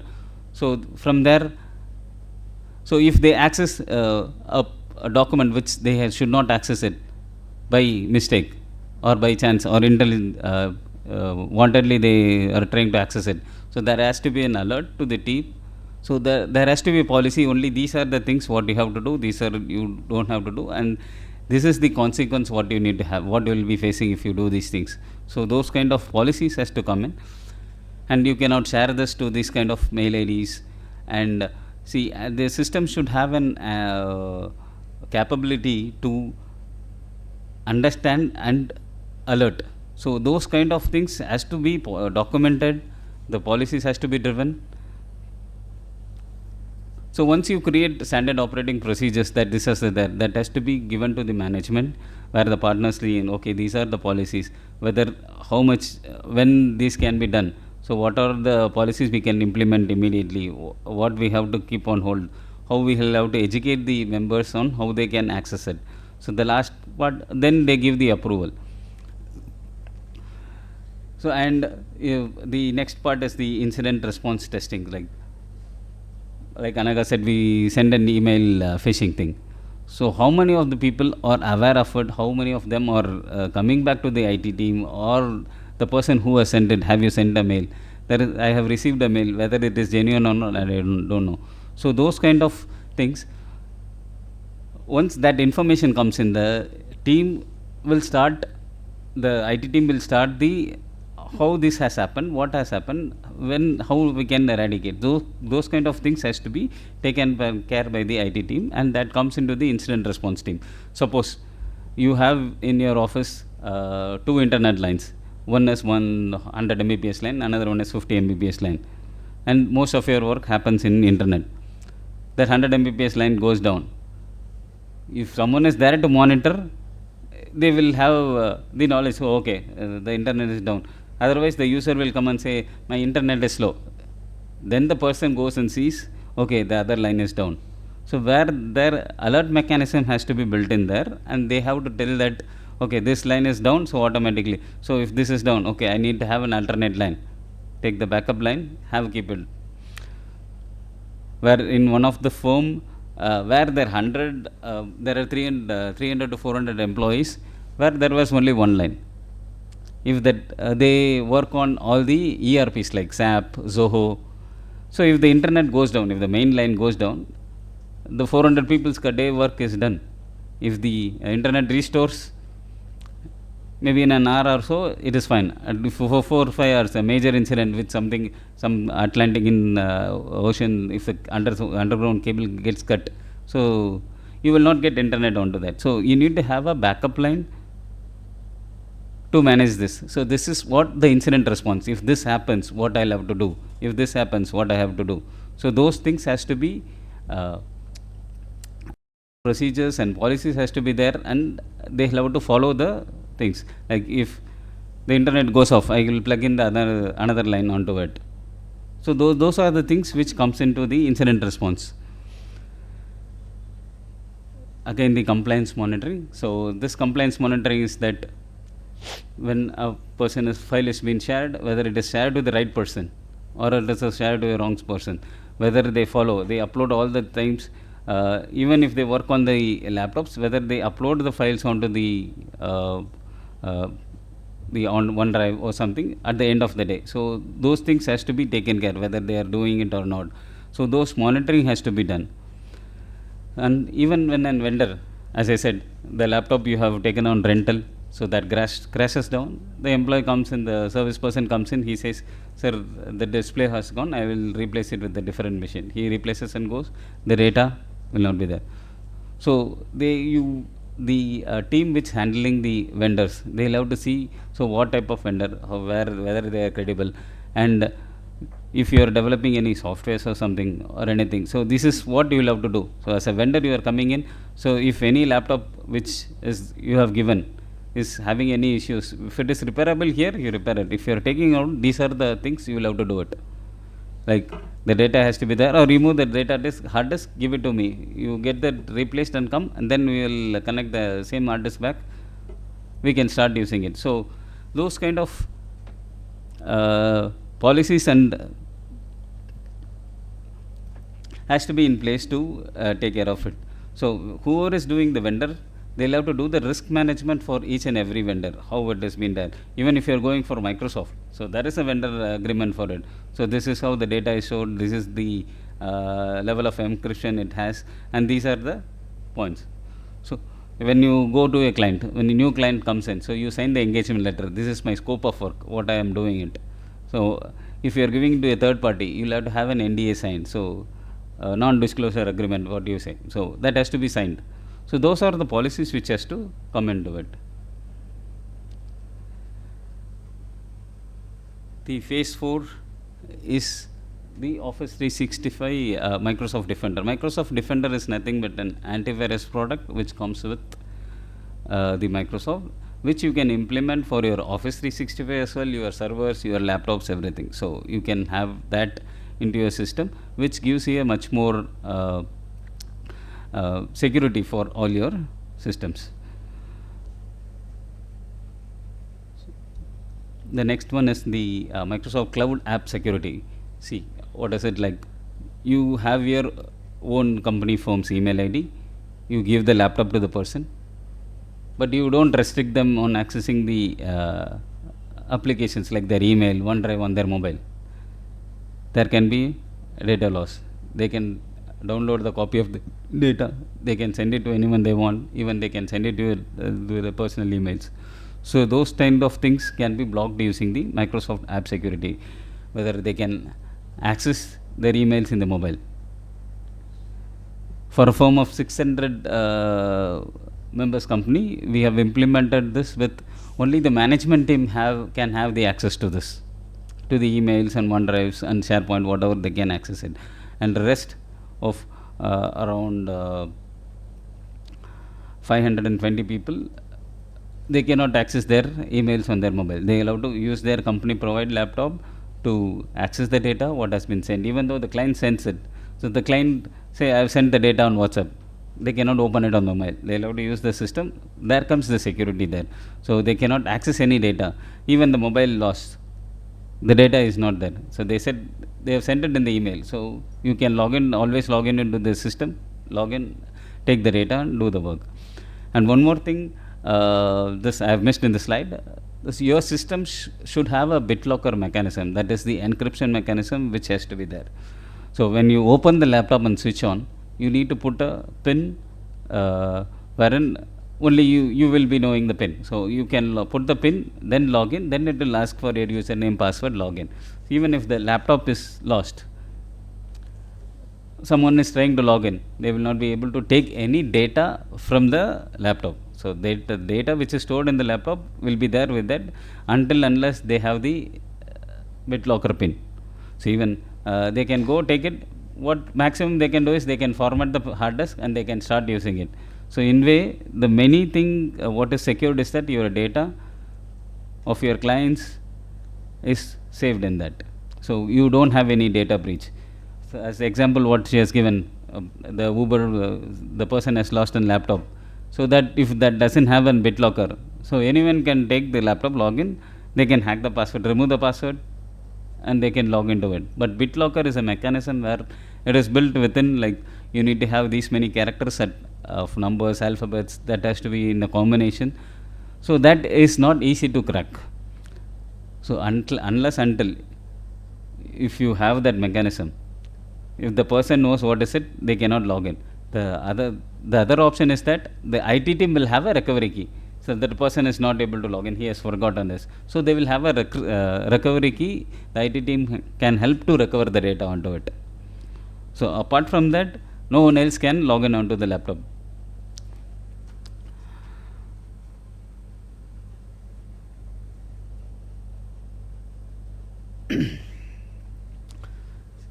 as you know, as he has talked about the DPDP Act, which has come in now, which has been recently published. So the information protection labels has to be done for it, for each and everything, what is confidential, what is non-confidential. So Microsoft has a product called information protection tool, which when you classify this data is, first you will have to do the base work, like PAN is an highly confidential one. My email is a confidential one, highly confidential. So those labelings has to be done. So when depending on the labels, the DLP system will work. The data loss prevention will work from the information protection labels what you create. So when you have to specify, classify, this will take, the phase 4 is the final stage where once you accomplish all the phase 1, 2, 3, then you come to the phase 4. So this will take time. So you'll have to classify the data, you'll have to feed into the mechanism there, then you'll have to create the policies. So this information protection labels helps with you in the DLP of this one. Then comes in the endpoint detection and response. So endpoint detection is nothing but on your laptops, as you say. See, there is a product called Securate. That's an antivirus product, which has the capability like you can block all the websites from accessing from the company laptops. You can say blanket block, and then allow what are the government websites they can access. They can access only bank websites if they are onto accounting, doing accounting for the client. So they can access only these kind of websites. So those kind of things will have the security feature where you have all the client's data. So these endpoints has to be protected, and you can say that these are the sites that is called the web filtering which comes in there. They cannot use their pen drives. If they use it, immediate alert goes to the IT department. So someone is trying to access it. Someone is trying to access this website which is not allowed. If they are trying to log into their personal Gmail, their personal Gmail should be blocked onto the mails. Only the company emails they can access onto it. If the client has an email, so you are blocking the personal Gmail, but the client has a domain in Google. So there you need to whitelist that particular client's domain. For example, that Ramesh & Co has there in Gmail. So you can say on the Google controller, you say that only this company can, this email ID they can access it. So that is a feature which comes in with the endpoint security. See, most of the CA firms, what I have seen in the earlier days, they don't even have the antivirus installed on their systems. They will have their basic Defender security which comes into the Microsoft. So now the technology is evolving. The hackers are doing so many things how they can hack into the system, get the data. So once they get the data, they encrypt it and they will ask for the ransom. And they sell the data onto the black market. They sell the data onto it. Insider risk management. This is one thing which I just wanted to tell you one thing. Like, you are screening your employee when he joins it. So after that, he has a friend in another CFO.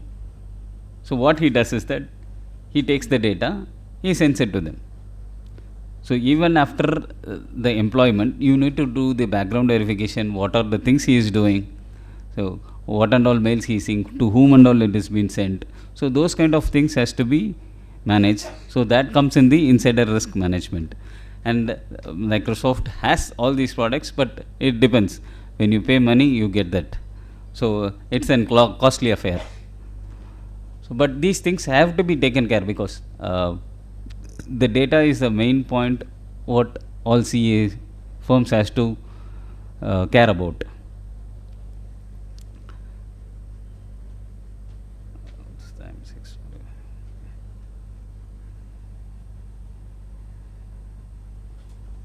So how you can see your metrics? So once you start, so what are the things you have implemented? So first, all the CAs in your firm should have their email IDs, and they should have the appropriate Microsoft licenses assigned to them. And then MFAs has to be implemented for all the 100 users, all the users, 100%. And the client folders should have, so only this folder, these persons should have access, and not everyone. And these things should have access to the backup admin who has to take the backup of it. So the backup admin, the partner who is doing it, who is taking care of that client, and the team which is working for that particular client should have that access to that. So those kind of things you will have to bring into that. So once you do that, once you do all the 3-4 phases, so you will have you can see your success matrix like this. So who can implement this? If you have in-house team, you can do that, or otherwise you will have to outsource a team who can help you out to do these things for you.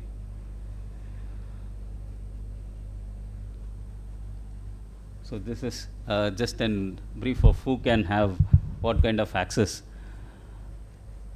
Like a senior partner, he will have all the access to the client data. And what is the authentication that is required? MFA is minimum requirement for them, so they will have to have it. The client scope is all assigned to them, and the audit logs has to be captured for all the transaction what has to be done. So which tool you can use it to have it as the Microsoft 365, and what are all the CAs can have access it. So they can have access only to the particular assigned clients. And what and all they should have? They should have the authentication mechanism, what scope they allow to work, only within the team they can share it. And even for that also we need to have the audit logs for it. And what are the tools available with them? They have their email, Microsoft Teams, SharePoint, and OneDrive. And what a CA assistant should have? The CA assistant should have, should have only the assigned, a client will have 3-4 things, like if you are doing audit, you cannot do anything else. If you are doing accounting, you cannot do any other things like taxation, consulting, corporate law. But if you do audit, you can do all other things except accounting. So for a team, for a client, you are handling the 4 departments. So in that 4 departments, you have 4 folders where this person, and these are the persons who can access these things, folders. For example, tax team thing, only these tax team members can access. So the audit team, they will say only these things they can say it.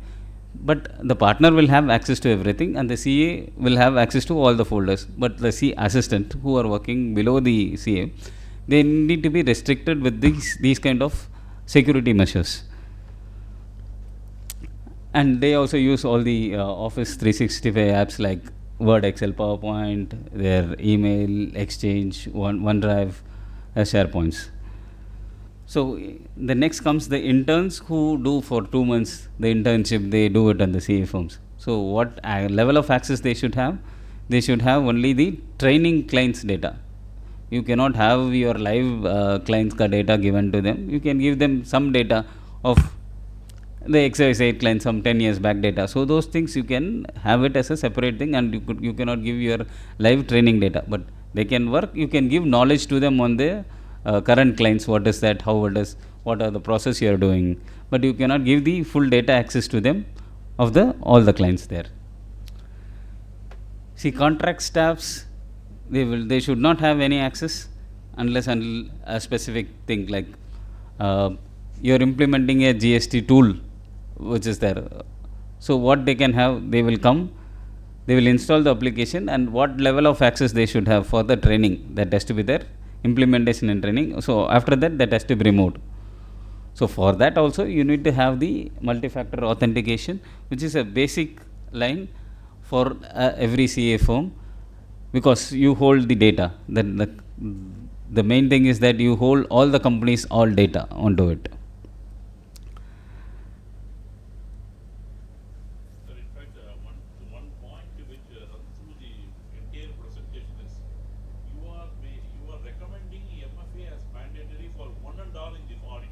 Yes, sir. For one and all. Yes, sir.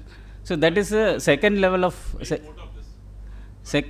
is a second level of security what you add. So you have your password. You can have your password as a 40 character, But now the mechanisms, the hackers are having a mechanism where it can generate n number of passwords and try to log in with that. So even if they try to log in with the password, so the next thing is that you need to have an MFA. When MFA is there, they will say that okay, once if the password is also there, it will ask for a second authentication. So that peeps up on your mobile. Oh, I have not accessed it. Okay, I can inform my IT team. So this I have not done it. Someone is trying to access my account. So This comes without any big investment or with it doesn't comes without without it, with some minimum diligence and willpower, we should be able to implement it in a phone size of 100 people say. Yes, sir. It comes with the basic license itself of Microsoft. And if you want advanced things, like there are different like P1, Entra P1, P2. So those are all bigger things where the conditional access, all this comes. But MFA comes with the basic license what you procure. There is a lot of attrition. Then what will you do? People stay for 2 years, they go away. Attrition is very high nowadays. Because now the firm also, the ICAI also has come up with 2 years of internship, the articleship. So the workload is for the IT team and the security. So whenever a new employee is coming in the induction, they will have to say these are the policies. This is the minimal set of training what has to be given on the induction itself. That this is the policies. This is how you do. IT training has to be given. This is how you will have to use your email. Where you will have to use it. How do you use it? These are. On this MFA, is it an easy process to disable it and reset it again? That Go away, he comes. He goes away, he comes. Is it possible to yes, sir. disable and reset it peacefully? Yeah, it is. But the IT admin will have the feasibility to do that. Even if, for example, you are having iPhone today, tomorrow the next version comes in, you are coming in. So you can always go to log into your account. You can say that this is the new mobile I have purchased. So you scan the QR code there on the new mobile. Then the old mobile you can delete it from your email account. So it is you can also change, or the IT team which is there, they can also help you to do that. It's a easy process. It's not a big Darwin's theory kind of a thing. It is an easy process. Anyone can implement that. But that requires the the IT team has to support you onto it. If you don't have an IT team, when you hire it, they can also help you out with that.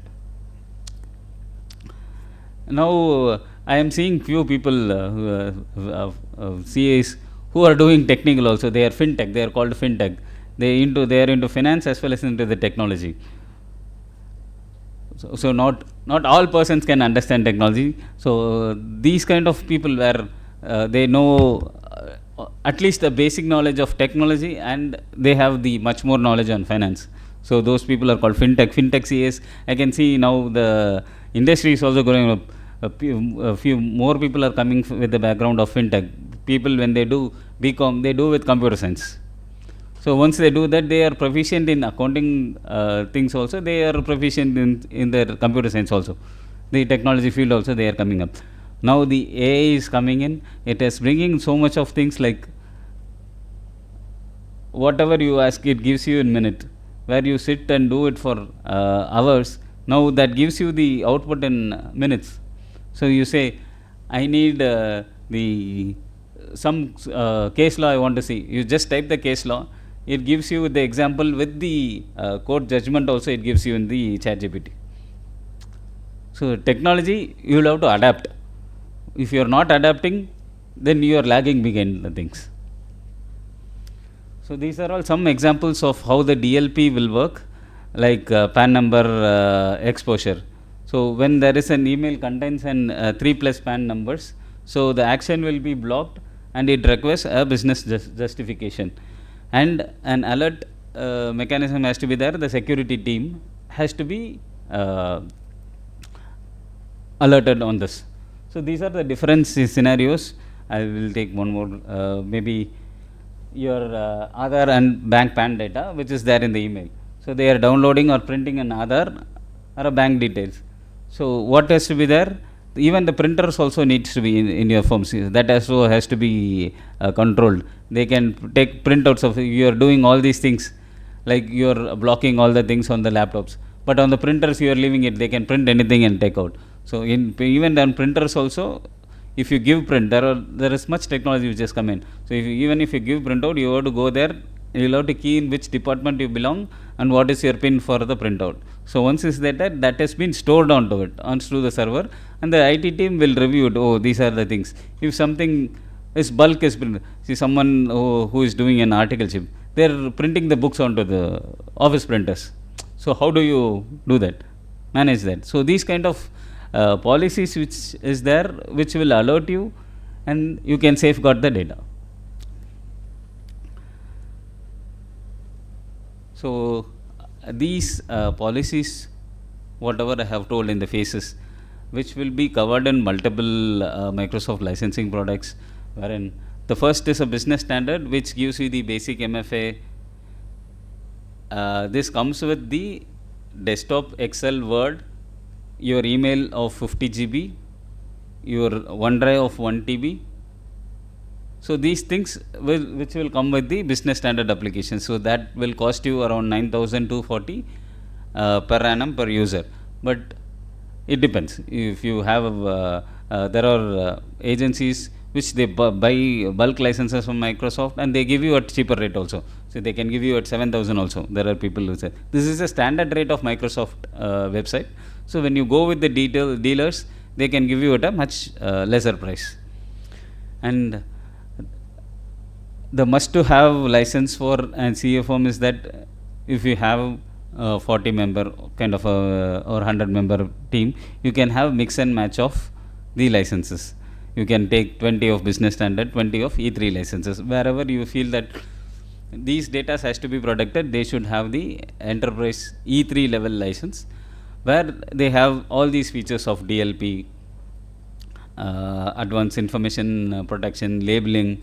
All those will get covered in the enterprise E3 plan. So actually, in addition to the Defender, you are suggesting antivirus, no? In addition to that. So if you are not having an antivirus on your system, then you should go for Defender for Office 365. That is what I was meaning. So Office 365, whatever you store the data in the cloud, whatever you access, your emails, your OneDrive, that's been covered with the Office 365 Defender.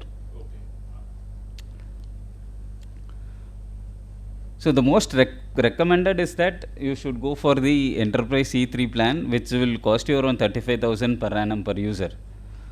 So in case if you are not going to, it is not affordable, you need to plan for at least some 5 E3 plan and 10 and the remaining with the basic standard thing. And you can take add-ons like DLP add-on, Intune add-on. So those are add-ons which comes at for which will not cost you like 35,000. Then that might cost you around 3,000 per year per user.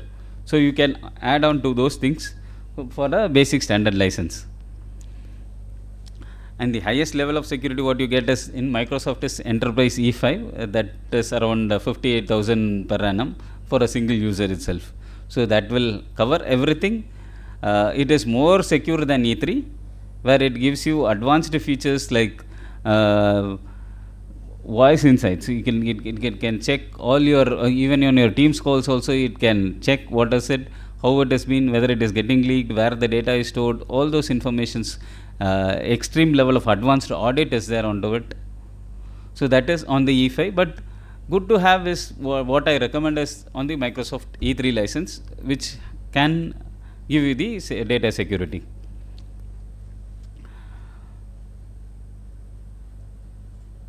So when you go for this, if you plan to implement it, so you can do the assessment. What is that the current thing what I have, and what are the things that has to be filled up by me. So that assessment and implementation will cost you around 5 to 15 lakhs for the this solution what I am telling you. So then a backup solution you need to have separately. So there are products like Veeam, Dhruv, Indian companies like Dhruv, Backify, AWS and Azure, where you can store the data, and that will cost you around for if you take 100 GB of data, so the cost is approximately for 450 rupees to it goes up to from 90,000 to 1.2 lakhs per year. So it depends on the volume of data you have it. For 100 GB, it is 450 rupees per annum. So it depends on the multiples of 100 GBs, whatever it is. And the monitoring tools, security information event management tools, which I am telling, Wazoo is a free one, wherein there are other products like Splunk Cloud, Microsoft Defender, which is around 30 to 60K per month. But Wazoo is a free solution where you can implement, but only the implementation cost, and you should have what alerts you want, it has to capture. So that an IT expert can help you out on these are the things you need to have it, and these can be implemented. So for that, these things can be used. For the governance and DLP, you should the Microsoft has DLP products that is called Purview, which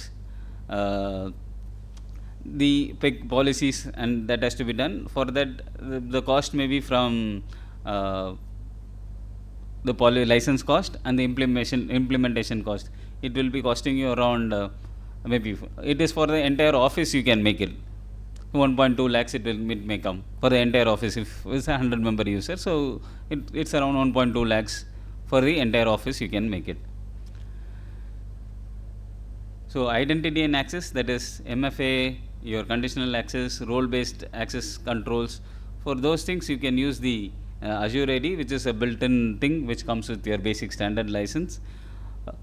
It is made maybe for from 300K, that is 3 lakhs per annum. If you have a 10 member thing, if you go for E3, you will have it as 3.5 lakhs. If you are having a member of a normal business standard license, that is 7,000, you keep it an average. If for 100 users, it is 70,000, 7 lakhs for it. So 10 members, 100 members. That was the comparison to it. So the next steps for your CA practice is what is that you have, and what is the budget for this implementation, what are the things, what I can improve it, and you will have to identify an implementation partner who can do this for you, and you can start the assessment of Microsoft 365, you can implement all these things. So that's what I have. If you have any questions.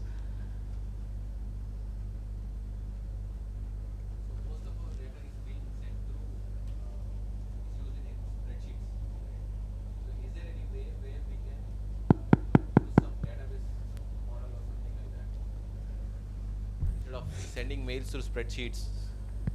The safest way is like you can share that files using OneDrive where no one can have access. See, even on OneDrive there are security measures that has to be taken, like anyone can when you share a file, anyone can log in, only this person can log in, these are the persons, or anyone in my firm can access this. So that is the security level what you have to build in your firm. So when you share a file, only this person can access it. So you don't send the data in the email. You are saying, I have sent a mail, there are queries which is there, please answer to that. So the data is been in the secure platform wherein Microsoft is having end-to-end encryption. So the data cannot be broken unless until it has been explicitly shared to the external user. This can be done to the external user also?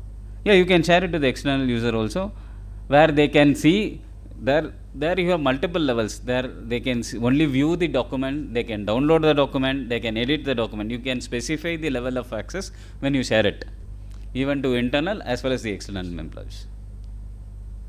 Today what is happening is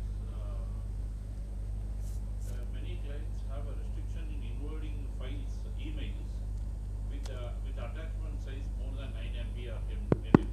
The mail itself does not log in. So in such cases, the files are being sent on media shuttle. So you should. Media shuttle is okay or not okay? Those things are not secured platforms. If you have a license, that is a subscription on that platform. For example, you say WeTransfer. So if you have a subscription onto it, then your data is safe. If you are not having the subscription, you are using the free model, you are sending it. So if that just goes in 2 seconds only. 2 seconds only. They will have their infrastructure, so that's how they attract people to use their product. So once you send it, so once you see, but a copy of the data, whatever you send, which will be there. They will say that after this day, this has been deleted. Yeah, there is an auto deletion which comes to change that. They say that, but there will be a copy of the data which will be there, which you might not know or I may not know. They say it is deleted and the link will not work, but the data can be there with them.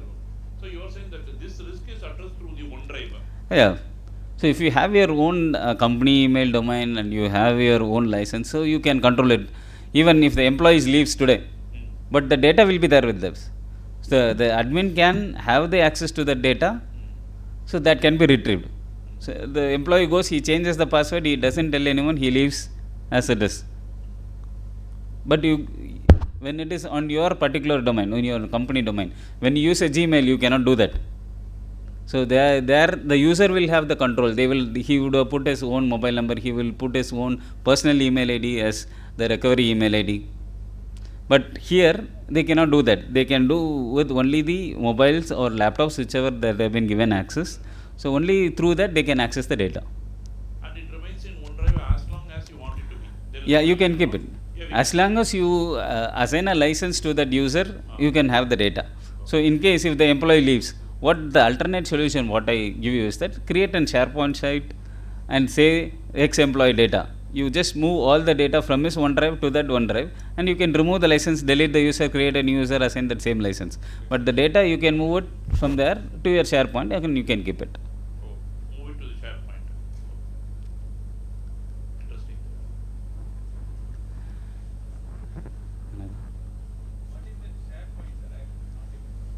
So SharePoint, where is your OneDrive data license there? SharePoint is a site where you can give it access to only to your user. You can create an external sign. These are, even you can have your company domain website on SharePoint. So that can host, that can act as a multiple thing. You can have it as a file storage. You can have it as a website. Your internal team trainings, you can do it with the help of SharePoint. It is just like a website kind of a thing where you can control. Yeah, it is linked to Microsoft. No, it is the same license what you have it. See, if you buy a 10 license, Microsoft gives you 2 TB of SharePoint site, 2 TB of SharePoint site, 2 terabytes. So when you increase the number of licenses, they will give you additional TBs. So if you buy 600 licenses, you will get 12 TB of data. So once you are nearing it, they will automatically increase it depending on the usage, because you are paying for the license cost. So obviously they will increase the size when it comes into it.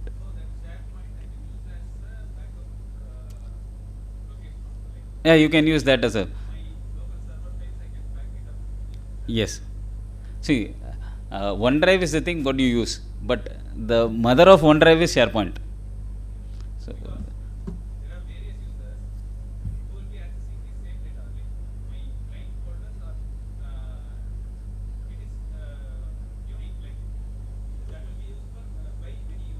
right.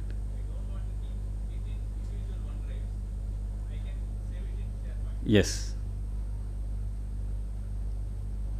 And you can give the these many people can access this, these many people can access this. You can have the security control, and even though when they use, for an example, Excel is there, when a letter A is added to an Excel, that will be saved as a version there.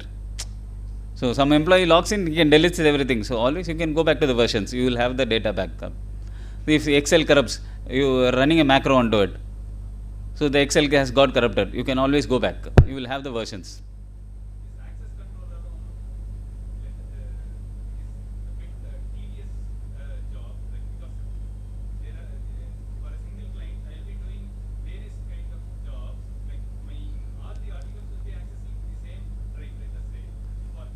See, how you have to do is that the company name folder, inside that you need to have your teams. Right now what we are having is inside that we have ES, financial year. Inside that we have teams. So every time I create a folder, I have to restrict the access. That's what that becomes a very That is the challenging job which an IT person has to do. But see, when you come in with the good practices. See,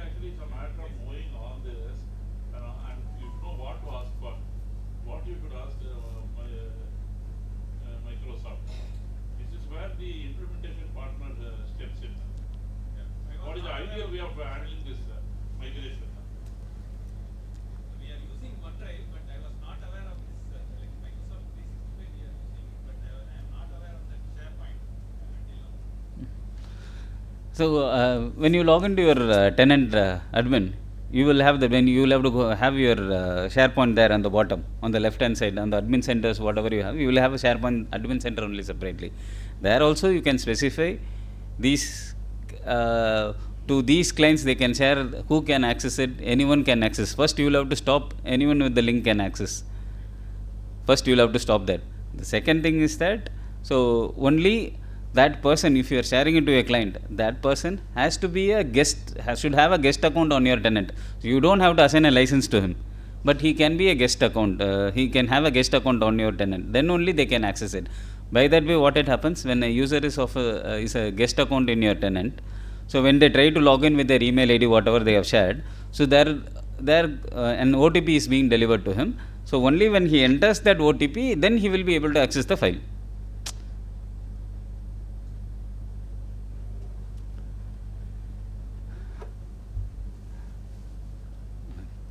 Can give the thanks out. Thank you. Again, extremely grateful for this opportunity, and thank you for the lovely introduction, sir. And thank you for being such a lovely audience as well. If you have any more questions, our email IDs are in the checklist that we have shared out. You can email to us or call us, so we'll be we can help you out in the implementation part of it or any other queries that you may have. So thank you, sir.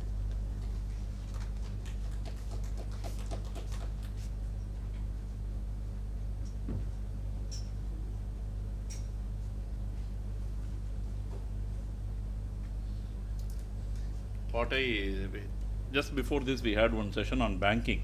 It was a wonderful session. We are carrying the same feeling in respect of that. So I would like to start on the same note only. That is, next time we go to office, we see our desktop, laptop or servers, we feel we have become wiser. Really, from the heart I am saying you that. So, see what we are trying to say is that today cyber crime, cyber security, they are all in the headlines. It keeps coming everywhere. So in this context, we have to thank both the speakers for telling us about the risk identification and the risk mitigation measures. Quite useful it was. The presentation was also quite lively, simple and informative. So the implementation phase which you had mentioned, 1 to 4, it really gave us an overview rather to tell us we got an awareness on this. It was quite technical but quite easy to follow. So we are also thankful for sharing your hands-on experience. Please join me in conveying our acknowledgement and appreciation to the speakers. Thank you on behalf of SIRC for this unique, wonderful session.